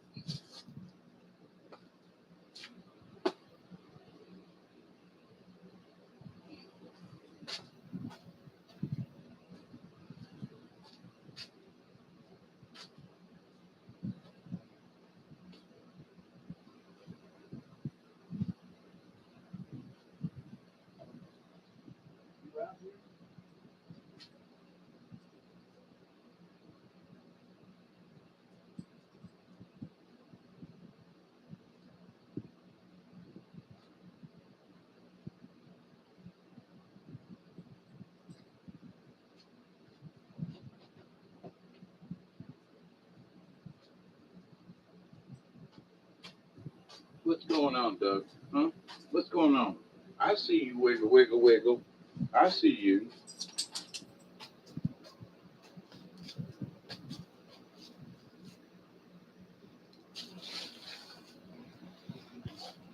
Yeah. When I left you outside, well, you keep barking and scaring the crap out of me. Jumping up and you bark really loud, Duggar.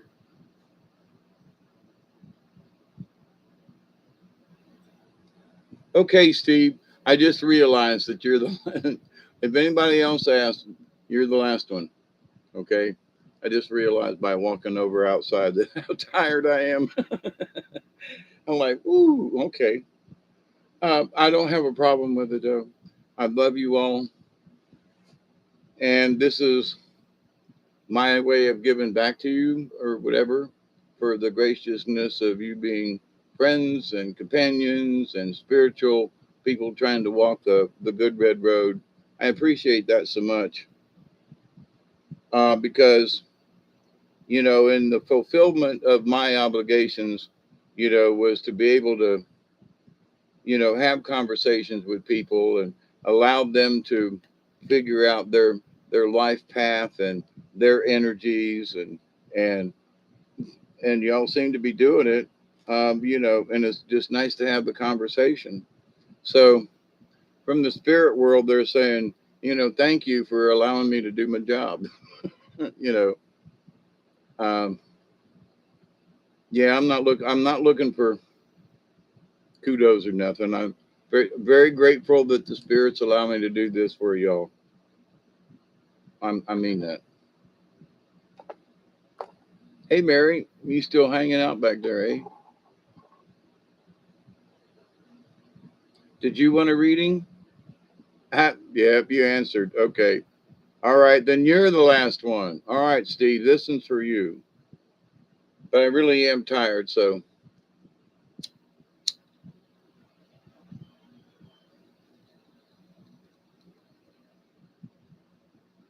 And it's almost 4 in the morning. So this one's for you. Hold your hand up, Steve. I think they know where you are out there in Kansas City, here I come. There's some crazy little women there, and I'm gonna get me one. Well, I might take a train, then I might take a plane. But if I have to walk, I'm gonna get there just the same. How I'm going to Kansas City, here I come. They got some crazy little women there. And Lord, I'm gonna get me one. Yep.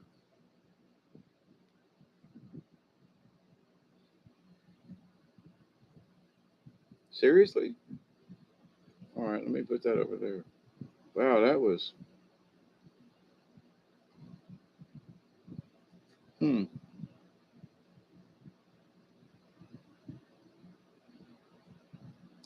All right, so El Steve Areno, we got 2 cards for you.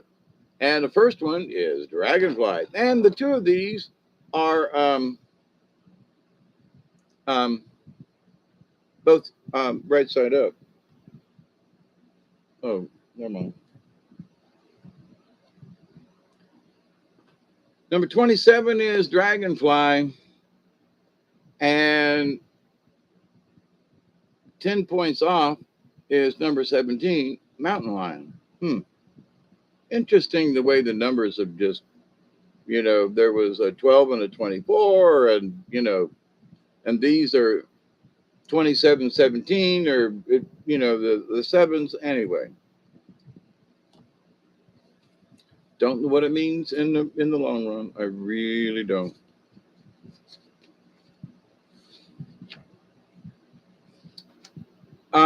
Even though I pulled Dragonfly first, I'm on the Mountain Lion page, and I'm just going to stay here and read this because we can make the dissertation afterwards. Mountain Lion, O kingly leader of sleek feline form, touch my heart with courage and then sound the alarm, that I may lead with foresight, assurance bright and true, to carry on the spirit of the strength I see in you. Mountain Lion is leadership. Mountain Lion can be a very difficult power totem for you to have because it places you in a position to be a target for the problems of others. You can be blamed for things going wrong or for always taking charge when others cannot. You could become the perfect justification for the insecurities of others. The perfect justification for the insecurities of others. Well, I feel insecure because you always do for me. Mountain Lion medicine involves lessons on the use of power and leadership. It is the ability to lead without insisting that others follow. It is the understanding that all beings are potential leaders in their own ways. The use and abuse of power in a position of influence are part of this great cat's medicine. By observing the graceful pounce of Mountain Lion, you will learn how to balance power, intention, physical strength, and grace. This relates, in human terms, to the balance of the body, mind, and spirit. The giant feline never wastes anything. It only kills what it needs for survival. The female lion is the hunter who graces her table in a style akin to mother energy. If mountain lion has come to you in dreams, it is time to stand on your own convictions and lead yourself where your heart takes you. Others may choose to follow, and the lessons will multiply. If you pulled the card of mountain lion, you may be asked to review the purpose behind your personal beliefs. You may need to discover whether or not your plans include a pride of cubs wanting to be like you or to share in your dreams. If you are already a leader, the question may be whether or not the time has come to push the cubs out of the cave. If you are aligned with cat medicine, you are considered to be king of the mountain and never allowed to be human or vulnerable. The pitfalls are many, but the rewards are great. In assuming the place of power that mountain lion affords, you must constantly be aware of keeping peace. However, you can, however, you can never make everyone happy unless you lie to yourself or others. That's interesting. You can never make everyone happy unless you lie to yourself or others. This is human nature. Therefore, the first responsibility of leadership is to tell the truth, know it and live it, and your example will filter down to the tiniest cub in the pride. Responsibility is no more than the ability to respond to any situation. Panic is not a part of this medicine, this sacred medicine. Now, the next one is dragonfly, which was talking about dragonfly the other day. Been watching them outside, and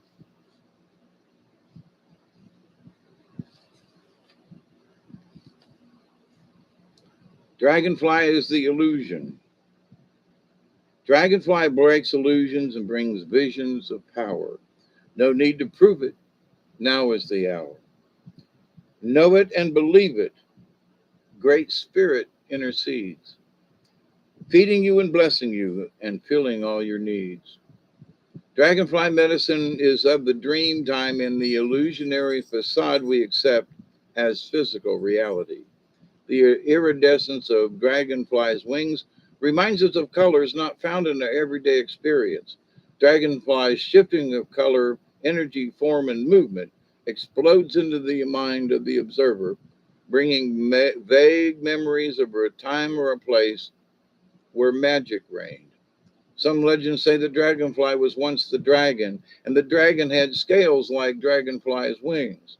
Dragon was so full of wisdom and flew through the night, bringing light with its fiery breath. The breath of dragon brought forth the art of magic and the illusion of changing form. Then dragon got caught in its own facade. Coyote tricked dragon. There's that coyote again. Into changing forms, and the shape of his new body became like dragonflies. And accepting the challenge to prove its power in magical prowess, dragon lost its power. So dragonfly as the illusion, it became an illusion in and of itself. Dragonfly is the essence of the winds of change, the messages of wisdom and enlightenment, and the communications from the elemental world. This elemental world is made up of the tiny spirits of plants and of the elements of air, earth, fire, and water. In essence, this world is full of natural spirits. If dragonfly has flown into your cards today, you may have forgotten to water your plants. On another level, you may need to give thanks to the foods you eat for sustaining your body. On the psychological level, it may be time to break down the illusions that you have held that restricts your actions or ideas. Dragonfly medicine always beckons you to seek out the parts of your habits which need to change. Have you put on too much weight? Or have you starting to look like a scarecrow? Have you tended to the changes you have wanted to make? If you feel the need for change, call on Dragonfly to guide you through the mist of illusions to the pathway of transformation. See how you can apply the art of illusion to your present question or situation. Now, the mountain lion with its authority and dragonfly. So, dragonfly was the first. So, whatever illusions you have, I would think that, mountain lion is telling you, um, let me go back to that page. Oops.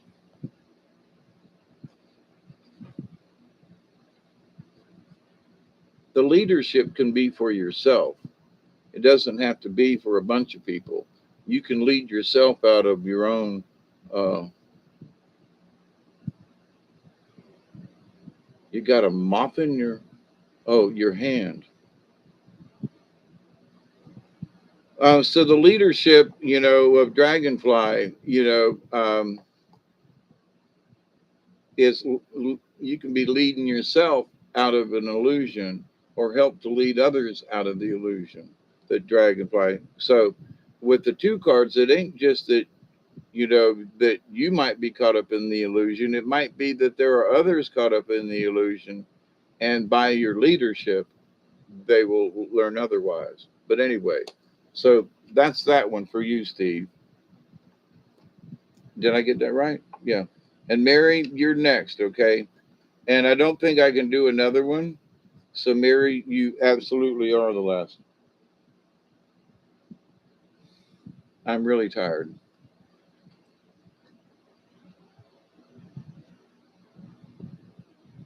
And I want to get it right, So, being tired sometimes, I'm curious as to whether or not I'm going to make a mistake.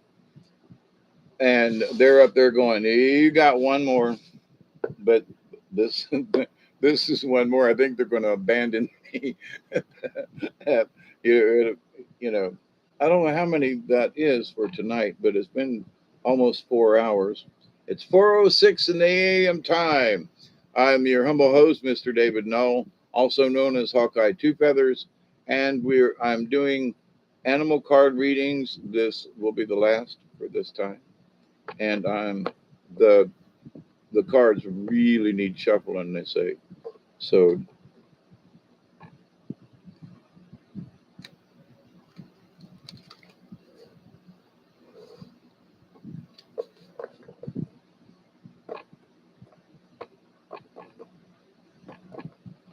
so you got that, Steve? For whatever it means to you, but that my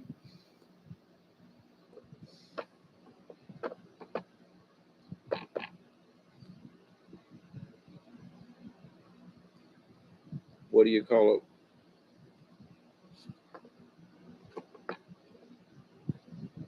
I'm tired. My summation of the cards.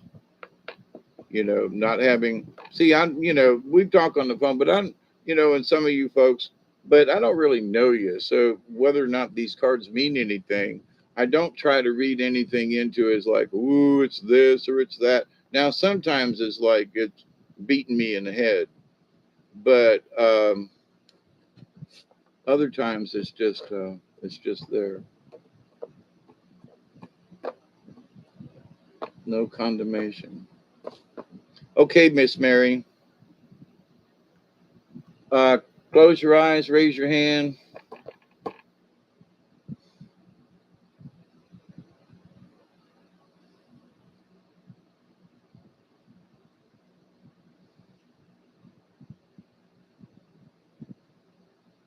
This one's for Miss Mary. That's just interesting. Well, Miss Mary.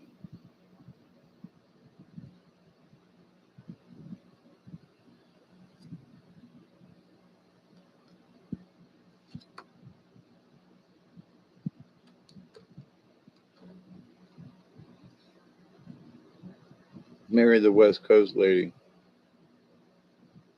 Well, you can howl at the moon. Um, Coyote. You got the Coyote card. Ooh, the trickster. And the other one is a bat upside down, coyote straight up. So haven't pulled the coyote card in a while, and it's been quite a while since I pulled the bat card. So that's interesting. Um, there didn't seem to be a first or a second, but I do think the coyote was the lead. Um, but because I'm at the back of the book, I'm going to beat. Um, ooh, um, Bat is rebirth. Oh, naked whatevers. We've been on long enough that somebody actually thinks that I'm important enough to um,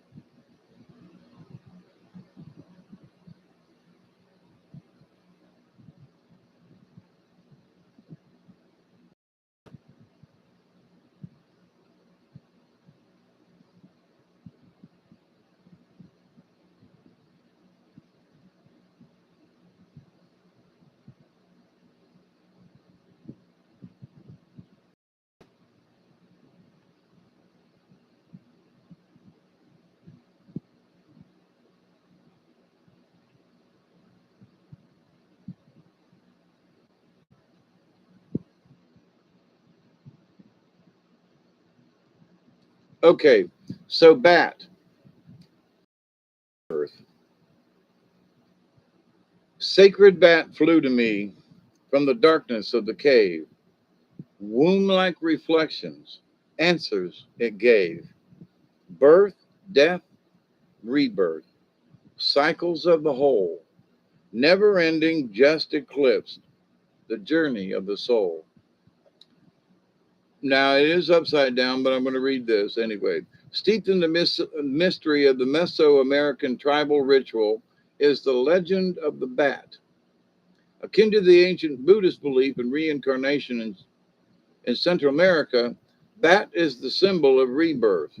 The bat has for centuries been a treasured medicine of the Aztec, Toltec, the Tolkien, and the Mayan peoples. That embraces the idea of a shamanistic death. The ritual death of the healer is steeped in secrets and highly involved initiation rites. Shaman death is the symbolic death of the initiative to the old ways of life and personal identity. The initiation that brings the right to heal and to be called shaman is necessarily preceded by ritual death. Most of these rituals are brutally hard on the body, mind, and spirit. In light of today's standards, it can be very difficult to find a person who can take the abuse and come through it with their balance intact. The basic idea of ancient initiations was to break down all the former notions of self.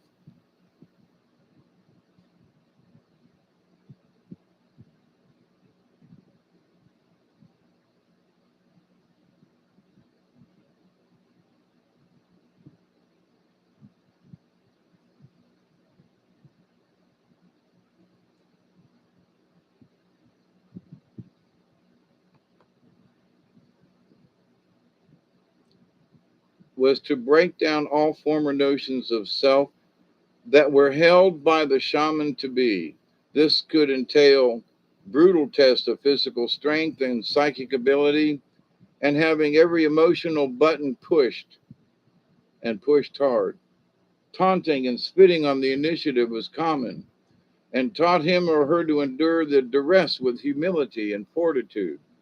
The final initiation step was to be buried in the earth for one day and to be reborn without former ego in the morning. This ritual is very similar to the rite of fear practiced by natives of Turtle Island. In this ritual, the shaman to be is sent to a certain location to dig his or her own grave and spend the night in the womb of Mother Earth, totally alone, with the mouth of the grave covered by by a blanket. Darkness and the sounds of animals prowling quickly confront the initiative with his or her fears. Now, bat is upside down. Now, if bad has appeared in your cards today, this is right side up. The need for a ritualistic death of some way of life that no longer suits your new growth pattern. This can mean a time of letting go of old habits and of assuming the position in life that prepares you for rebirth, or in some cases, initiation. In every case, bat signals rebirth of some part of yourself or the death of old habits. Now, on the contrary, if bat is still hanging upside down in the cave and immersed in darkness, you have met its contrary medicine. This position leads to stagnation of the spirit and a refusal to acknowledge your true destiny, which is always to use the talents you have to the fullest. Is there some area of your life that has dammed up and therefore stopped your desire to create? If so, look at surrendering to the death of that stagnation. So, whatever is holding you back, let that which is holding you back bring a death to it, kill it. Arr, arr, arr, That can also imply that in the reversal of your natural cycle of rebirth, you are trying to go at life in a backwards mode. This is a breech birth in a sense. This type of occluded understanding of how to go about freeing yourself can lead to a stillbirth if you struggle too long in the birth canal. The final outcome can be death of the body. Some people think themselves into a corner, that's true, with obstacles that are illusionary.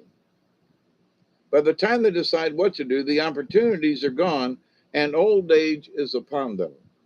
All of their dreams have passed them by. Reverse bat says to use your mind, your courage and strength to ensure an easy labor and a quick delivery into your new state of understanding and growth. Surrender to the new life you have created from thought and desire and bravely greet the dawn. If you are concerned with today and tomorrow, but not much further, you may forget to see further down the road. Tribal teachings say that you are responsible for future generations because you are the ancestors of the future. Whatever you do today will affect the next 7 generations. Every decision, every thought is to create a state of stagnation or rebirth for those that follow you on the good red road. If you're blocking yourself, you may be blocking the generations to come. That flies at night, and then at night are born your dreams. These are the dreams that build future generations. So nourish them well. You are in the progress of surrender to the new life. And the new life, when it came to me, was that I had just gotten rid of old emotions, accepted that the creator was there and that all things would work out as they sort of have, at the time that I made my promise. Um, my spirit was lifted up, and not just in a shamanic way, but just in my personal, journey for the good red road. And it was a change of thought patterns. But it was a totally new way of life. I quit being angry. I quit fretting over certain things.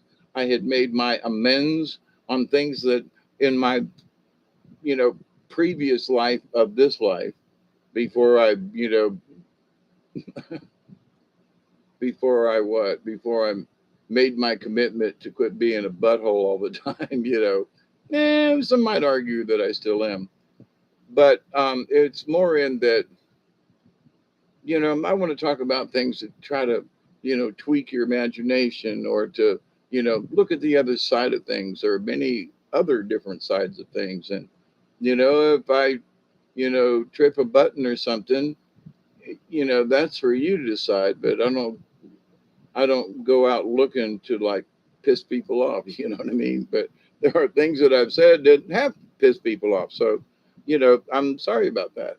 But as Catherine Austin Fitz said in her last thing with the dark journalist is, it's time for us to put our big boy panties on, because of what's going on around. Yes, all areas of my life are free to receive.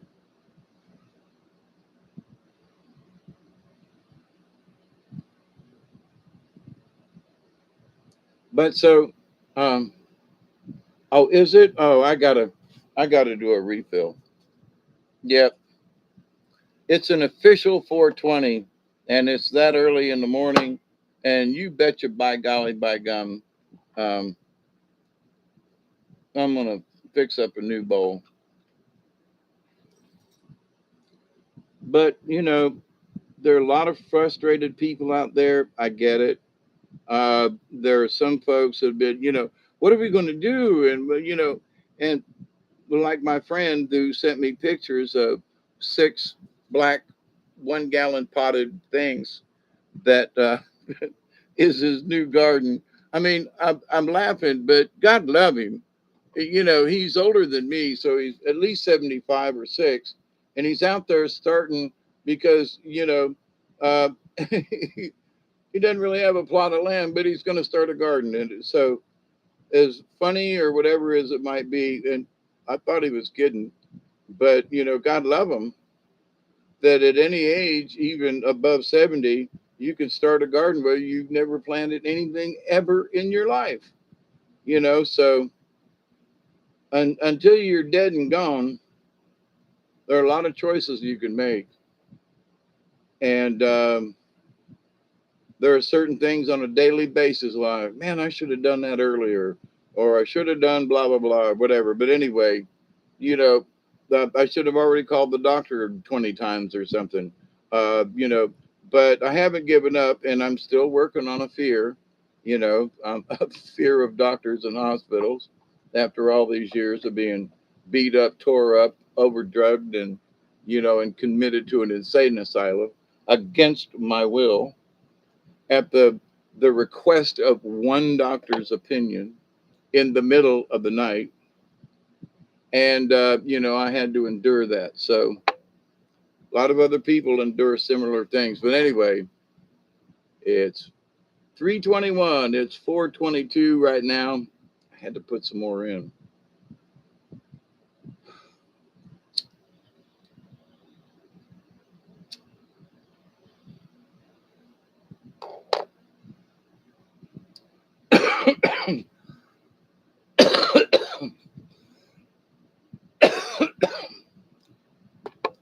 Now, for how many of you have know of the Dark Journalist? Because if you haven't, my smoke. Thank you, Steve, for all that you do and for hanging out with us. Honestly, thanks for participating and all that good stuff. Honestly, thank you, my brother. Um,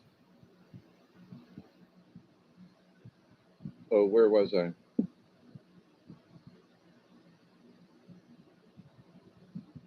Oh well.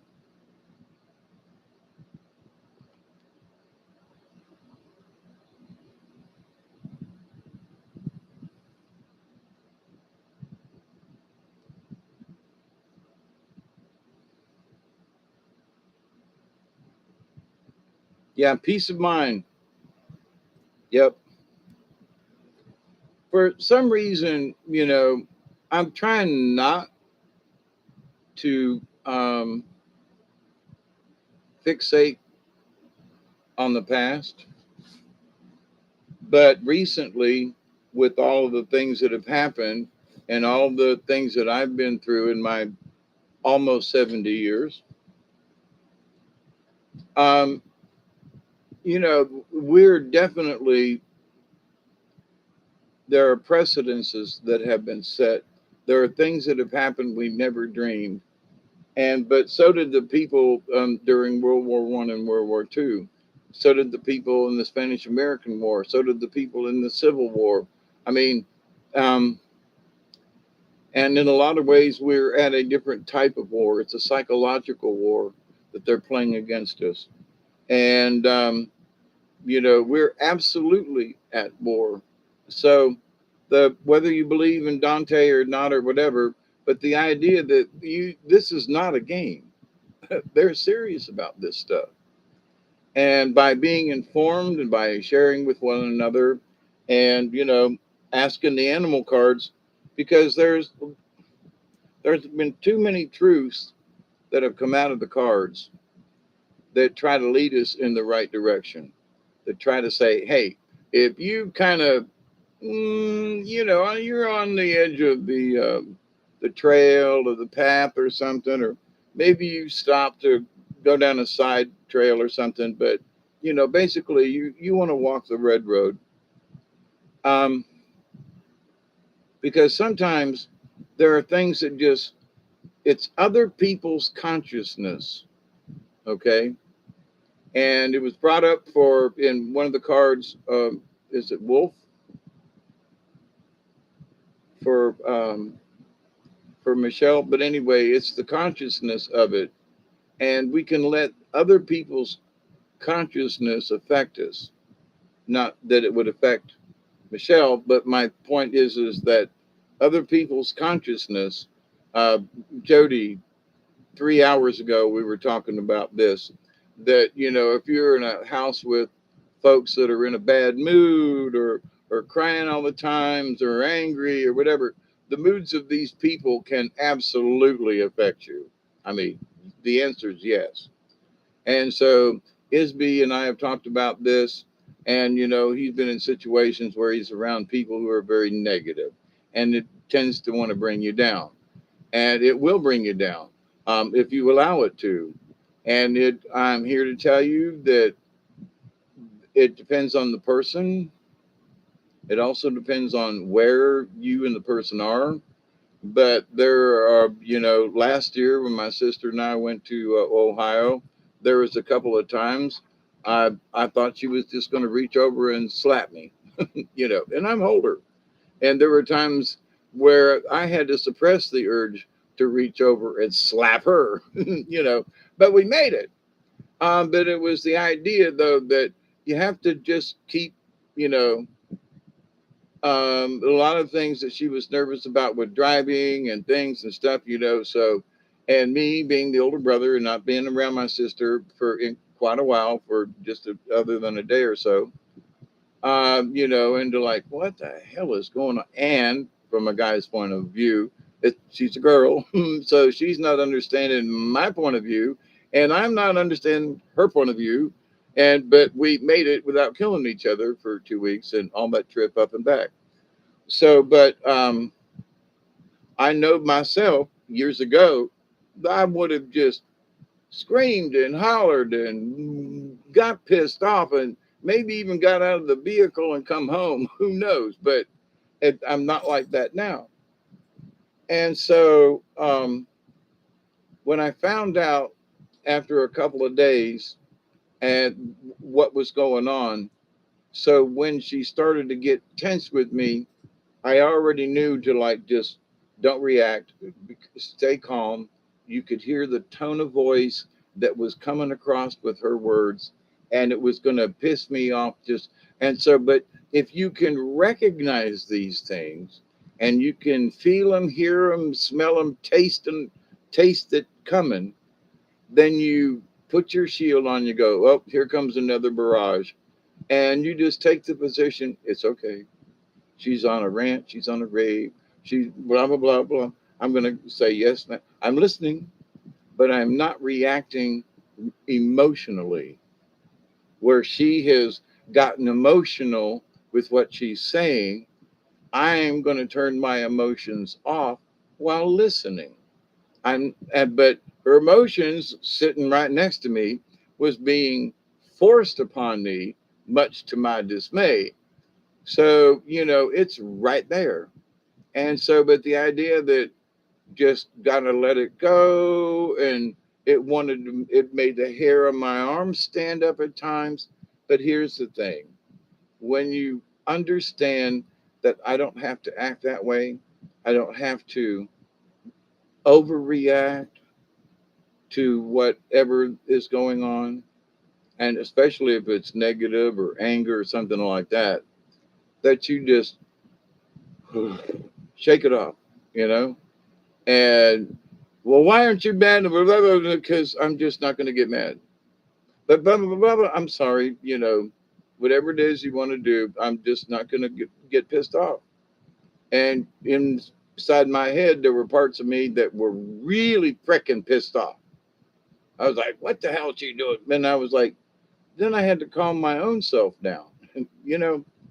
But to the point though, can you change what's going on? Can you change your point of view? Can you change a situation? And I changed the situation by not getting angry, by not overreacting to what was going on. And if she gave me that, I said, oh, okay, sister, right? You know, it's all right. You don't have to be that way. And it's like, well, yeah, it's okay, sister. I love you. What do you want? What did you? And something like, take your Valium, calm down. But the thing is that when I saw it coming, I could treat her with patience, kindness, and gentleness, like the deer, and how you can affect other people by just simply, not over, just by being kind and gentle. Okay, I'm gonna rip your eyes out. Okay, can I have them back after you rip them out? And then but if you don't react and you don't try to um, um, stop the situation, like um, a part of me wanted to say, now listen, you stop that behavior. There's no need in that, with that sort of tone of voice, which is true. She didn't have to act like that. I'm her brother. I wasn't trying to, you know, be overbearing or anything. I'm just sitting in the truck with her, right? So, but it's her own tenseness. She's been driving, and she wants to get there, blah blah blah. And so I just need to stay calm for her. Like, it's okay. Well, it's something, something, something. And we should have made no. We're on the right road. Just keep going. We got this. Okay, just stay calm, sister. And when she was literally a nervous wreck. So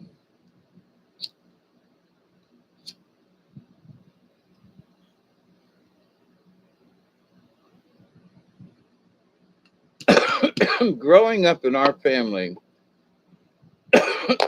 some got a lot of loud people. My real mother, Dolores, was very loud. Papa was fairly loud. Some of the other aunts and uncles were very loud. I mean, just real loud like this. They talked to. This is like their normal voice, and you should have heard them when they screamed. And so there were times when we raised our voice, and it was our tone of voice that was so irritating or grinding or whatever, irritating. Sand in your underwear, when you've been to the beach and you're under you're wet and got sand in your crotch. Never mind. Um, get some stuck in your butt cheeks, and you can't get it out till you get home because never mind. You're a little kid sitting in the back seat, and mom and dad's gonna whoop you if you say anything about it. And an hour later, you're chafed because you've been trying to get the sand out from between the cheeks of your butt from being at the beach. Anyway, so there were times when you were trying to tell. Speaking of sand in your crotch, um, there were times when we tried to tell adults, why are you squirming? I got sand in my butt. Well, quit squirming. But Ma, because you were back talking. But Mom was trying to, can I explain? No, children are to be seen and not heard. And so what did you get out of the deal? A slap in the face, along with a rash, and because you had sand in your crotch, in your, bathing suit and blah, blah, blah. So, but anyway, what's that got to do with anything? What it's got to do with is that we need to be more understanding when people are like, but, they're squirming around. You can go, oh, instead of just saying, stop that, you could say, why are you squirming? Well, I got sand on my butt. Oh, can I help you with that? Would you like to stand up? You need to go and rinse your trousers out of but I mean, if you're just annoyed by a behavior and all you want is them to stop, well, that's true. Their energy and whatever they're doing is just making you wacko. But if you just say stop it, and or you should ask, why are you doing it, or is everything okay? You're squirming a lot, or to be compassionate and gentle, right? Versus, well, just stop it. You're wiggling around and you're irritating me. Well, it's irritating me too because I got sand in my crotch. But if the person who's being irritated besides you won't listen because they're irritated, you know what I'm saying? And it's a miscommunication on a lot of levels. And it has to do with the energy that's being put forth, how high the pitch of your voice, how you're using your voice. Hey Tracy, how are you? Good morning. It's 4:36 in the AM time on 6/15/2022, and I've been on air for 4 hours and 17 minutes, and I'm just waiting for that 20 mark because we already smoked at the 420. They're going to smoke on this one. Oh, there goes the dog again. Oh, cool, Tracy.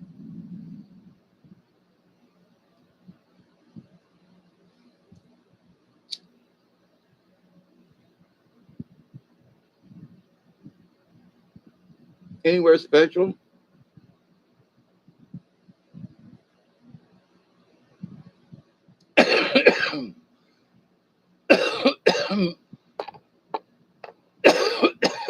Hold that thought.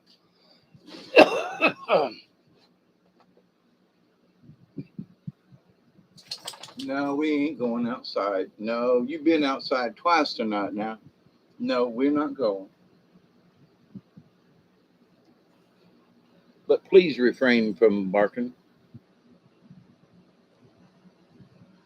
The cabin fever will be gone. I hope so.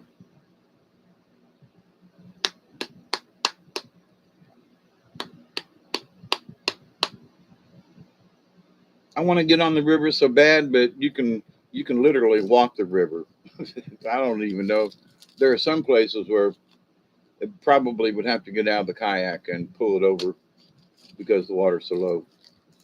But we did get some rain today. Not a lot, but we got some rain. So very pleased about that. Going to be out there praying for some more. Um, but there's a lot of folks. Now, there may be some of you who remember back in January, February, I said, somebody was, I might have been talking about earth wobble or stuff. And I said, I've gotten info from the spirit guides that say that, we need to watch the Gulf of Mexico this year. It could be very, whatever. And so,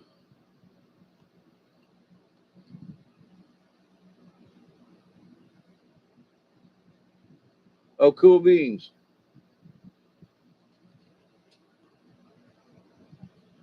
It's just too hot and muggy now for me to go camping.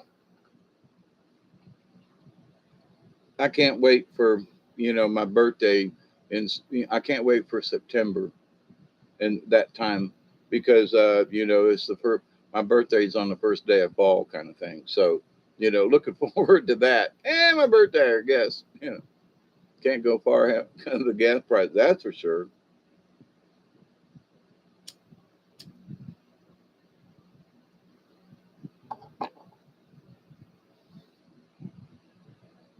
Ooh, I've been on for 4 hours and 20 minutes. Okay. Got to go ahead and partake on the 420. Just an excuse. Much love to you too. Oh, the 16th is your birthday? Cool beans. Another September baby.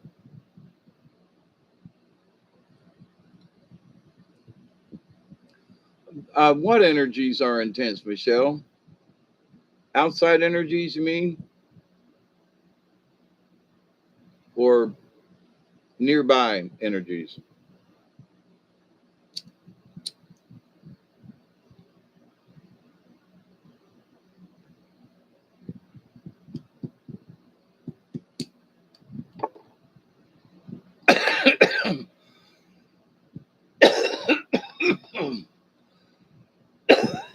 That was a good one.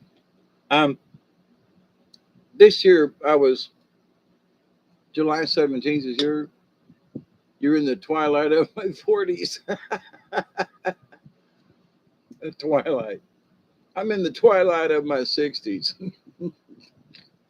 I'm 69 and 3/4 officially. Because 3/4 means, well, actually, it will be on the 24th of this month will be officially 69 and 3/4. But anyway,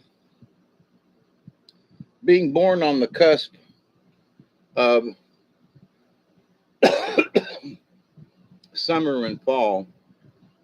Um, so then you're a Scorpio, Mary? Is that right? Because I don't know many of them, but me being Libra in September and right on the cusp of Virgo, which is August, September. And I think Leo's just before that. But a friend of mine, you'll be 60. Well, God love you, you know. I mean that.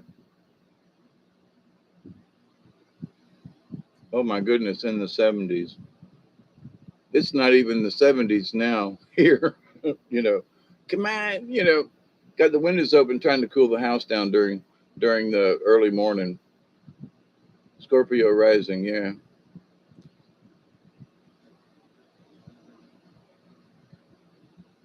Oh, you are 60. There ain't nothing wrong with that. I wished I was 60, kid. I wished I had these last 10 years back, let me tell you. I would have done some things differently. You'll be 61 and born in 61. How about that? Born in 52, my eyes were blue. I weighed 8 pounds. Never mind. I had a little rhyme that went with it back in the day.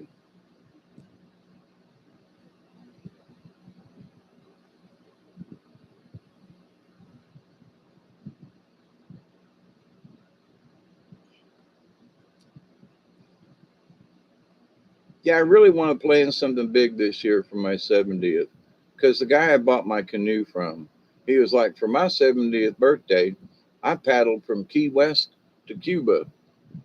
And you what?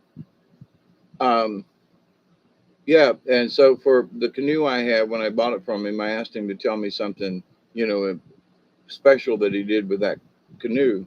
And he said, I paddled from Key West to Cuba on my 70th birthday.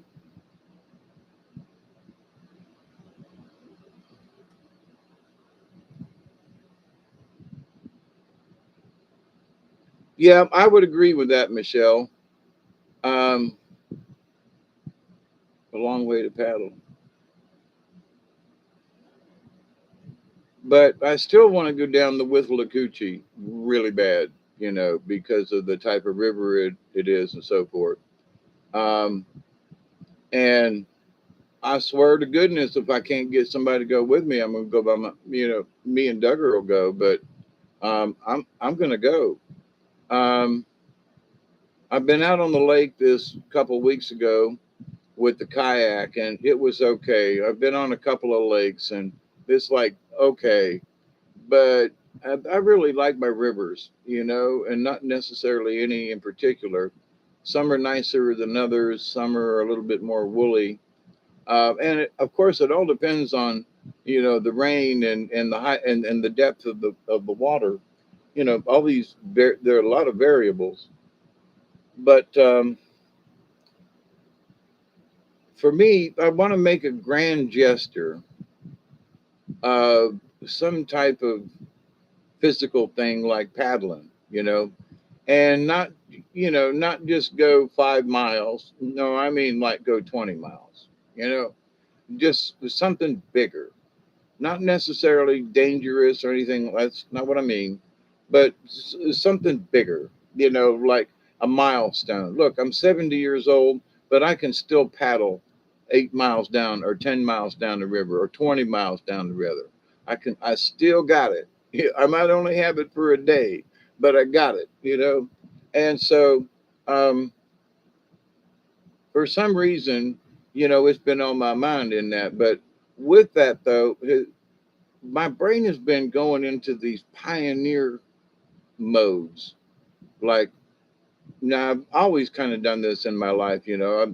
I've helped to build log cabins with, you know, a crosscut, a two-man crosscut saw, and you know, and a foot adze and axes and broad axes, and I mean chopping and cutting and dragging by hand and people and big logs and moving them and cutting them and stripping them and you know and doing things the old ways,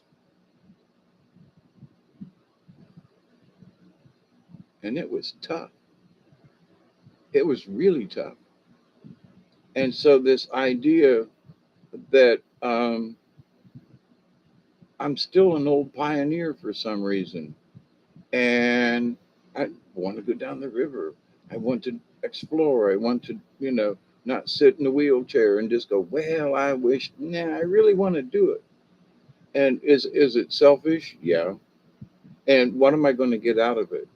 The experience. I'm going to be with nature, hopefully on a river that I haven't been on before, and that it's going to be the experience and the connection with nature. And because I'm a water dragon, I get to be on the water, and you know, I love to kayak and canoe, so I'm doing something that I enjoy, and I'm not dead yet, you know. So, um, but yeah, for my birthday, I don't know if I'm going to get it. I'm going to figure it out one way or the other. But you know, I'm going to go on a float trip. Anybody's welcome. I got kayaks and gear and stuff. Anybody that wants to go along with me, it's still open. So if you can get your ass here, you know, back when fall comes, and hopefully there'll be water in the rivers and the weather won't be too bad. But might have to postpone it to a better time. But it doesn't have to be on my birthday or even in the month of September. But it'll be the grand gesture of me being 70. So anyway, anybody want to come?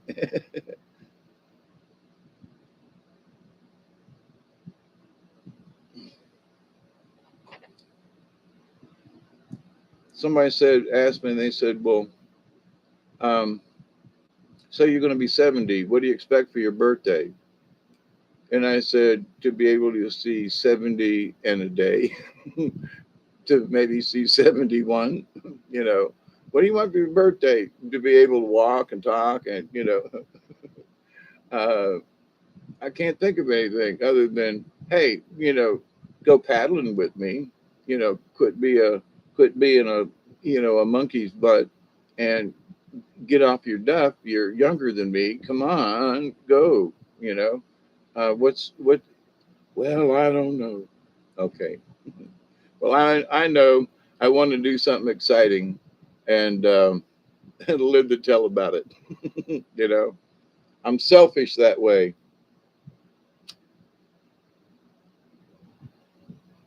But I'm also selfish in that I would love to share the experience, not necessarily because it's my birthday, but like I've said before, of just the experience of being in nature and being on the river and just the whole experience. because I've learned so much by being on the river, the many times I've been on the river, and or on rivers and floating and paddling and canoeing and seeing the sights. You don't really know unless you've been there quite a few times what's around the next bend.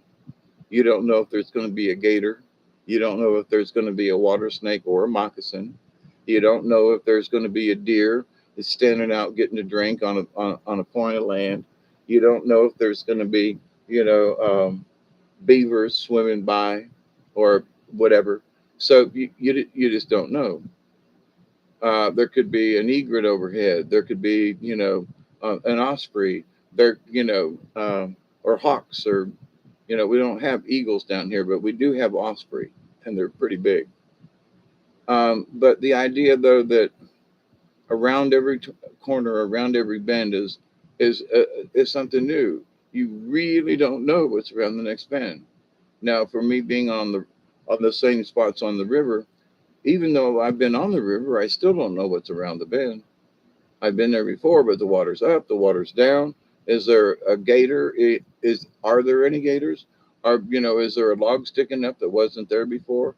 I mean, you really don't know what's around the corner. So it's the adventure of it. It's the unexpected, and the fact that for me, it's the ability to, since you don't know what's around the next bend, you have to be able to adapt to anything. There's a log down, there's a something, there's a giant monster in the middle of the river that's eating everything. But um, I want to share the experience because with learning how to adapt in nature to whatever's around the bend, it helps you to awaken the shaman within you, your spiritual self, your higher self, because you're comfortable with it. You feel it one with the nature. You can handle anything that comes around the bend. And you're not scared, you're not in fear, and you're being playful. You're on the river, you're having fun, you know what I mean? Like otter. So, but anyway, that's my story, and I'm sticking to it. It's almost 5 o'clock, and I got to get some rest. I don't want to sleep all day. I want to get up and call the doctor. Woke him up and said, "Doctor, ain't there nothing I can take." So, my dear friends, Miss Mary, Michelle, um, Tracy, all y'all that are in the neighborhood and so forth, I do love you much, and thank you for allowing me to do card readings tonight. I hope it was beneficial, and to anybody else that may, I'll do another reading, some more readings in the future. I just don't know when. So, but thank you all. Please be safe, and remember always to, because I'm always praying each and every day that each and every one of you will continue to learn to accept and receive the knowledge, the healing, the wisdom, and the many blessings in the universe. Hey, Jules. Um, each and every day, me and Duggar go outside to play. We continue to pray that each and every one of you, your friends, your relatives, and all of your relations, that's really important, will continue to accept and receive the knowledge, the healing, the wisdom, and all the benefits of the universe. And in that law of three, which just tickles me, I continue to pray that each and every day, that each and every one of you will continue to learn to accept and receive the knowledge, the healing, the wisdom, and the many blessings in the universe. And keep up the good work and rejecting the chaos and rejecting the silliness and rejecting, the panic that they wish to put us in. Remember, our ancestors made it through some really tough times. They lived through two wars in within this century. Actually, more, the Vietnam War, the Korean War, not to count them less, but and the big wars. My grandmother and my aunt, who turned 7 on Pearl Harbor Day.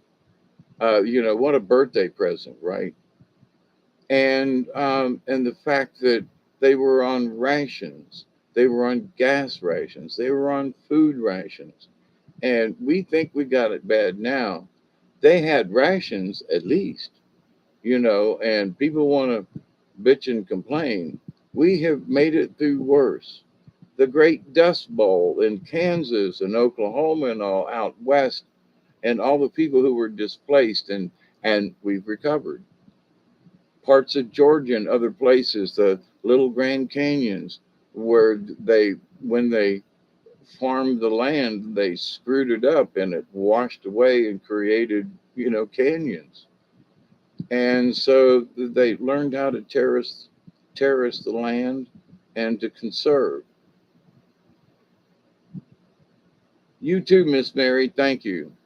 So, um, whatever is going to befall us, whatever might happen or shake down in the future, if you've got the chutzpah, if you've got the courage, and have the faith that Creator is going to help us out of these situations. We might not like the answer because of the situation, but I'm sure that we will have answers. So have faith. We're going to get through this, however it is, because our ancestors did, you know, and we are the teachers, and 7 generations from what we do now is what we're affecting. So for the future, we got to hang in there and be strong and have courage. So I love you, my friends. It's 4:56 a.m. So I love you all. Be safe, and until next time, keep it between the ditches, my friends. Cheers for those of you Dante fans that make it this far. Remember, we're at war, but he has done videos, and within the last week or so, he was alive and well. So we'll see. Um, have faith and believe, believe, believe. So cheers, everybody. Thank you, Michelle. I love you. Hugs, hugs, hugs, hugs, and I'll look at the pictures you sent in a bit. All right. Until next time, please be safe, y'all. See you.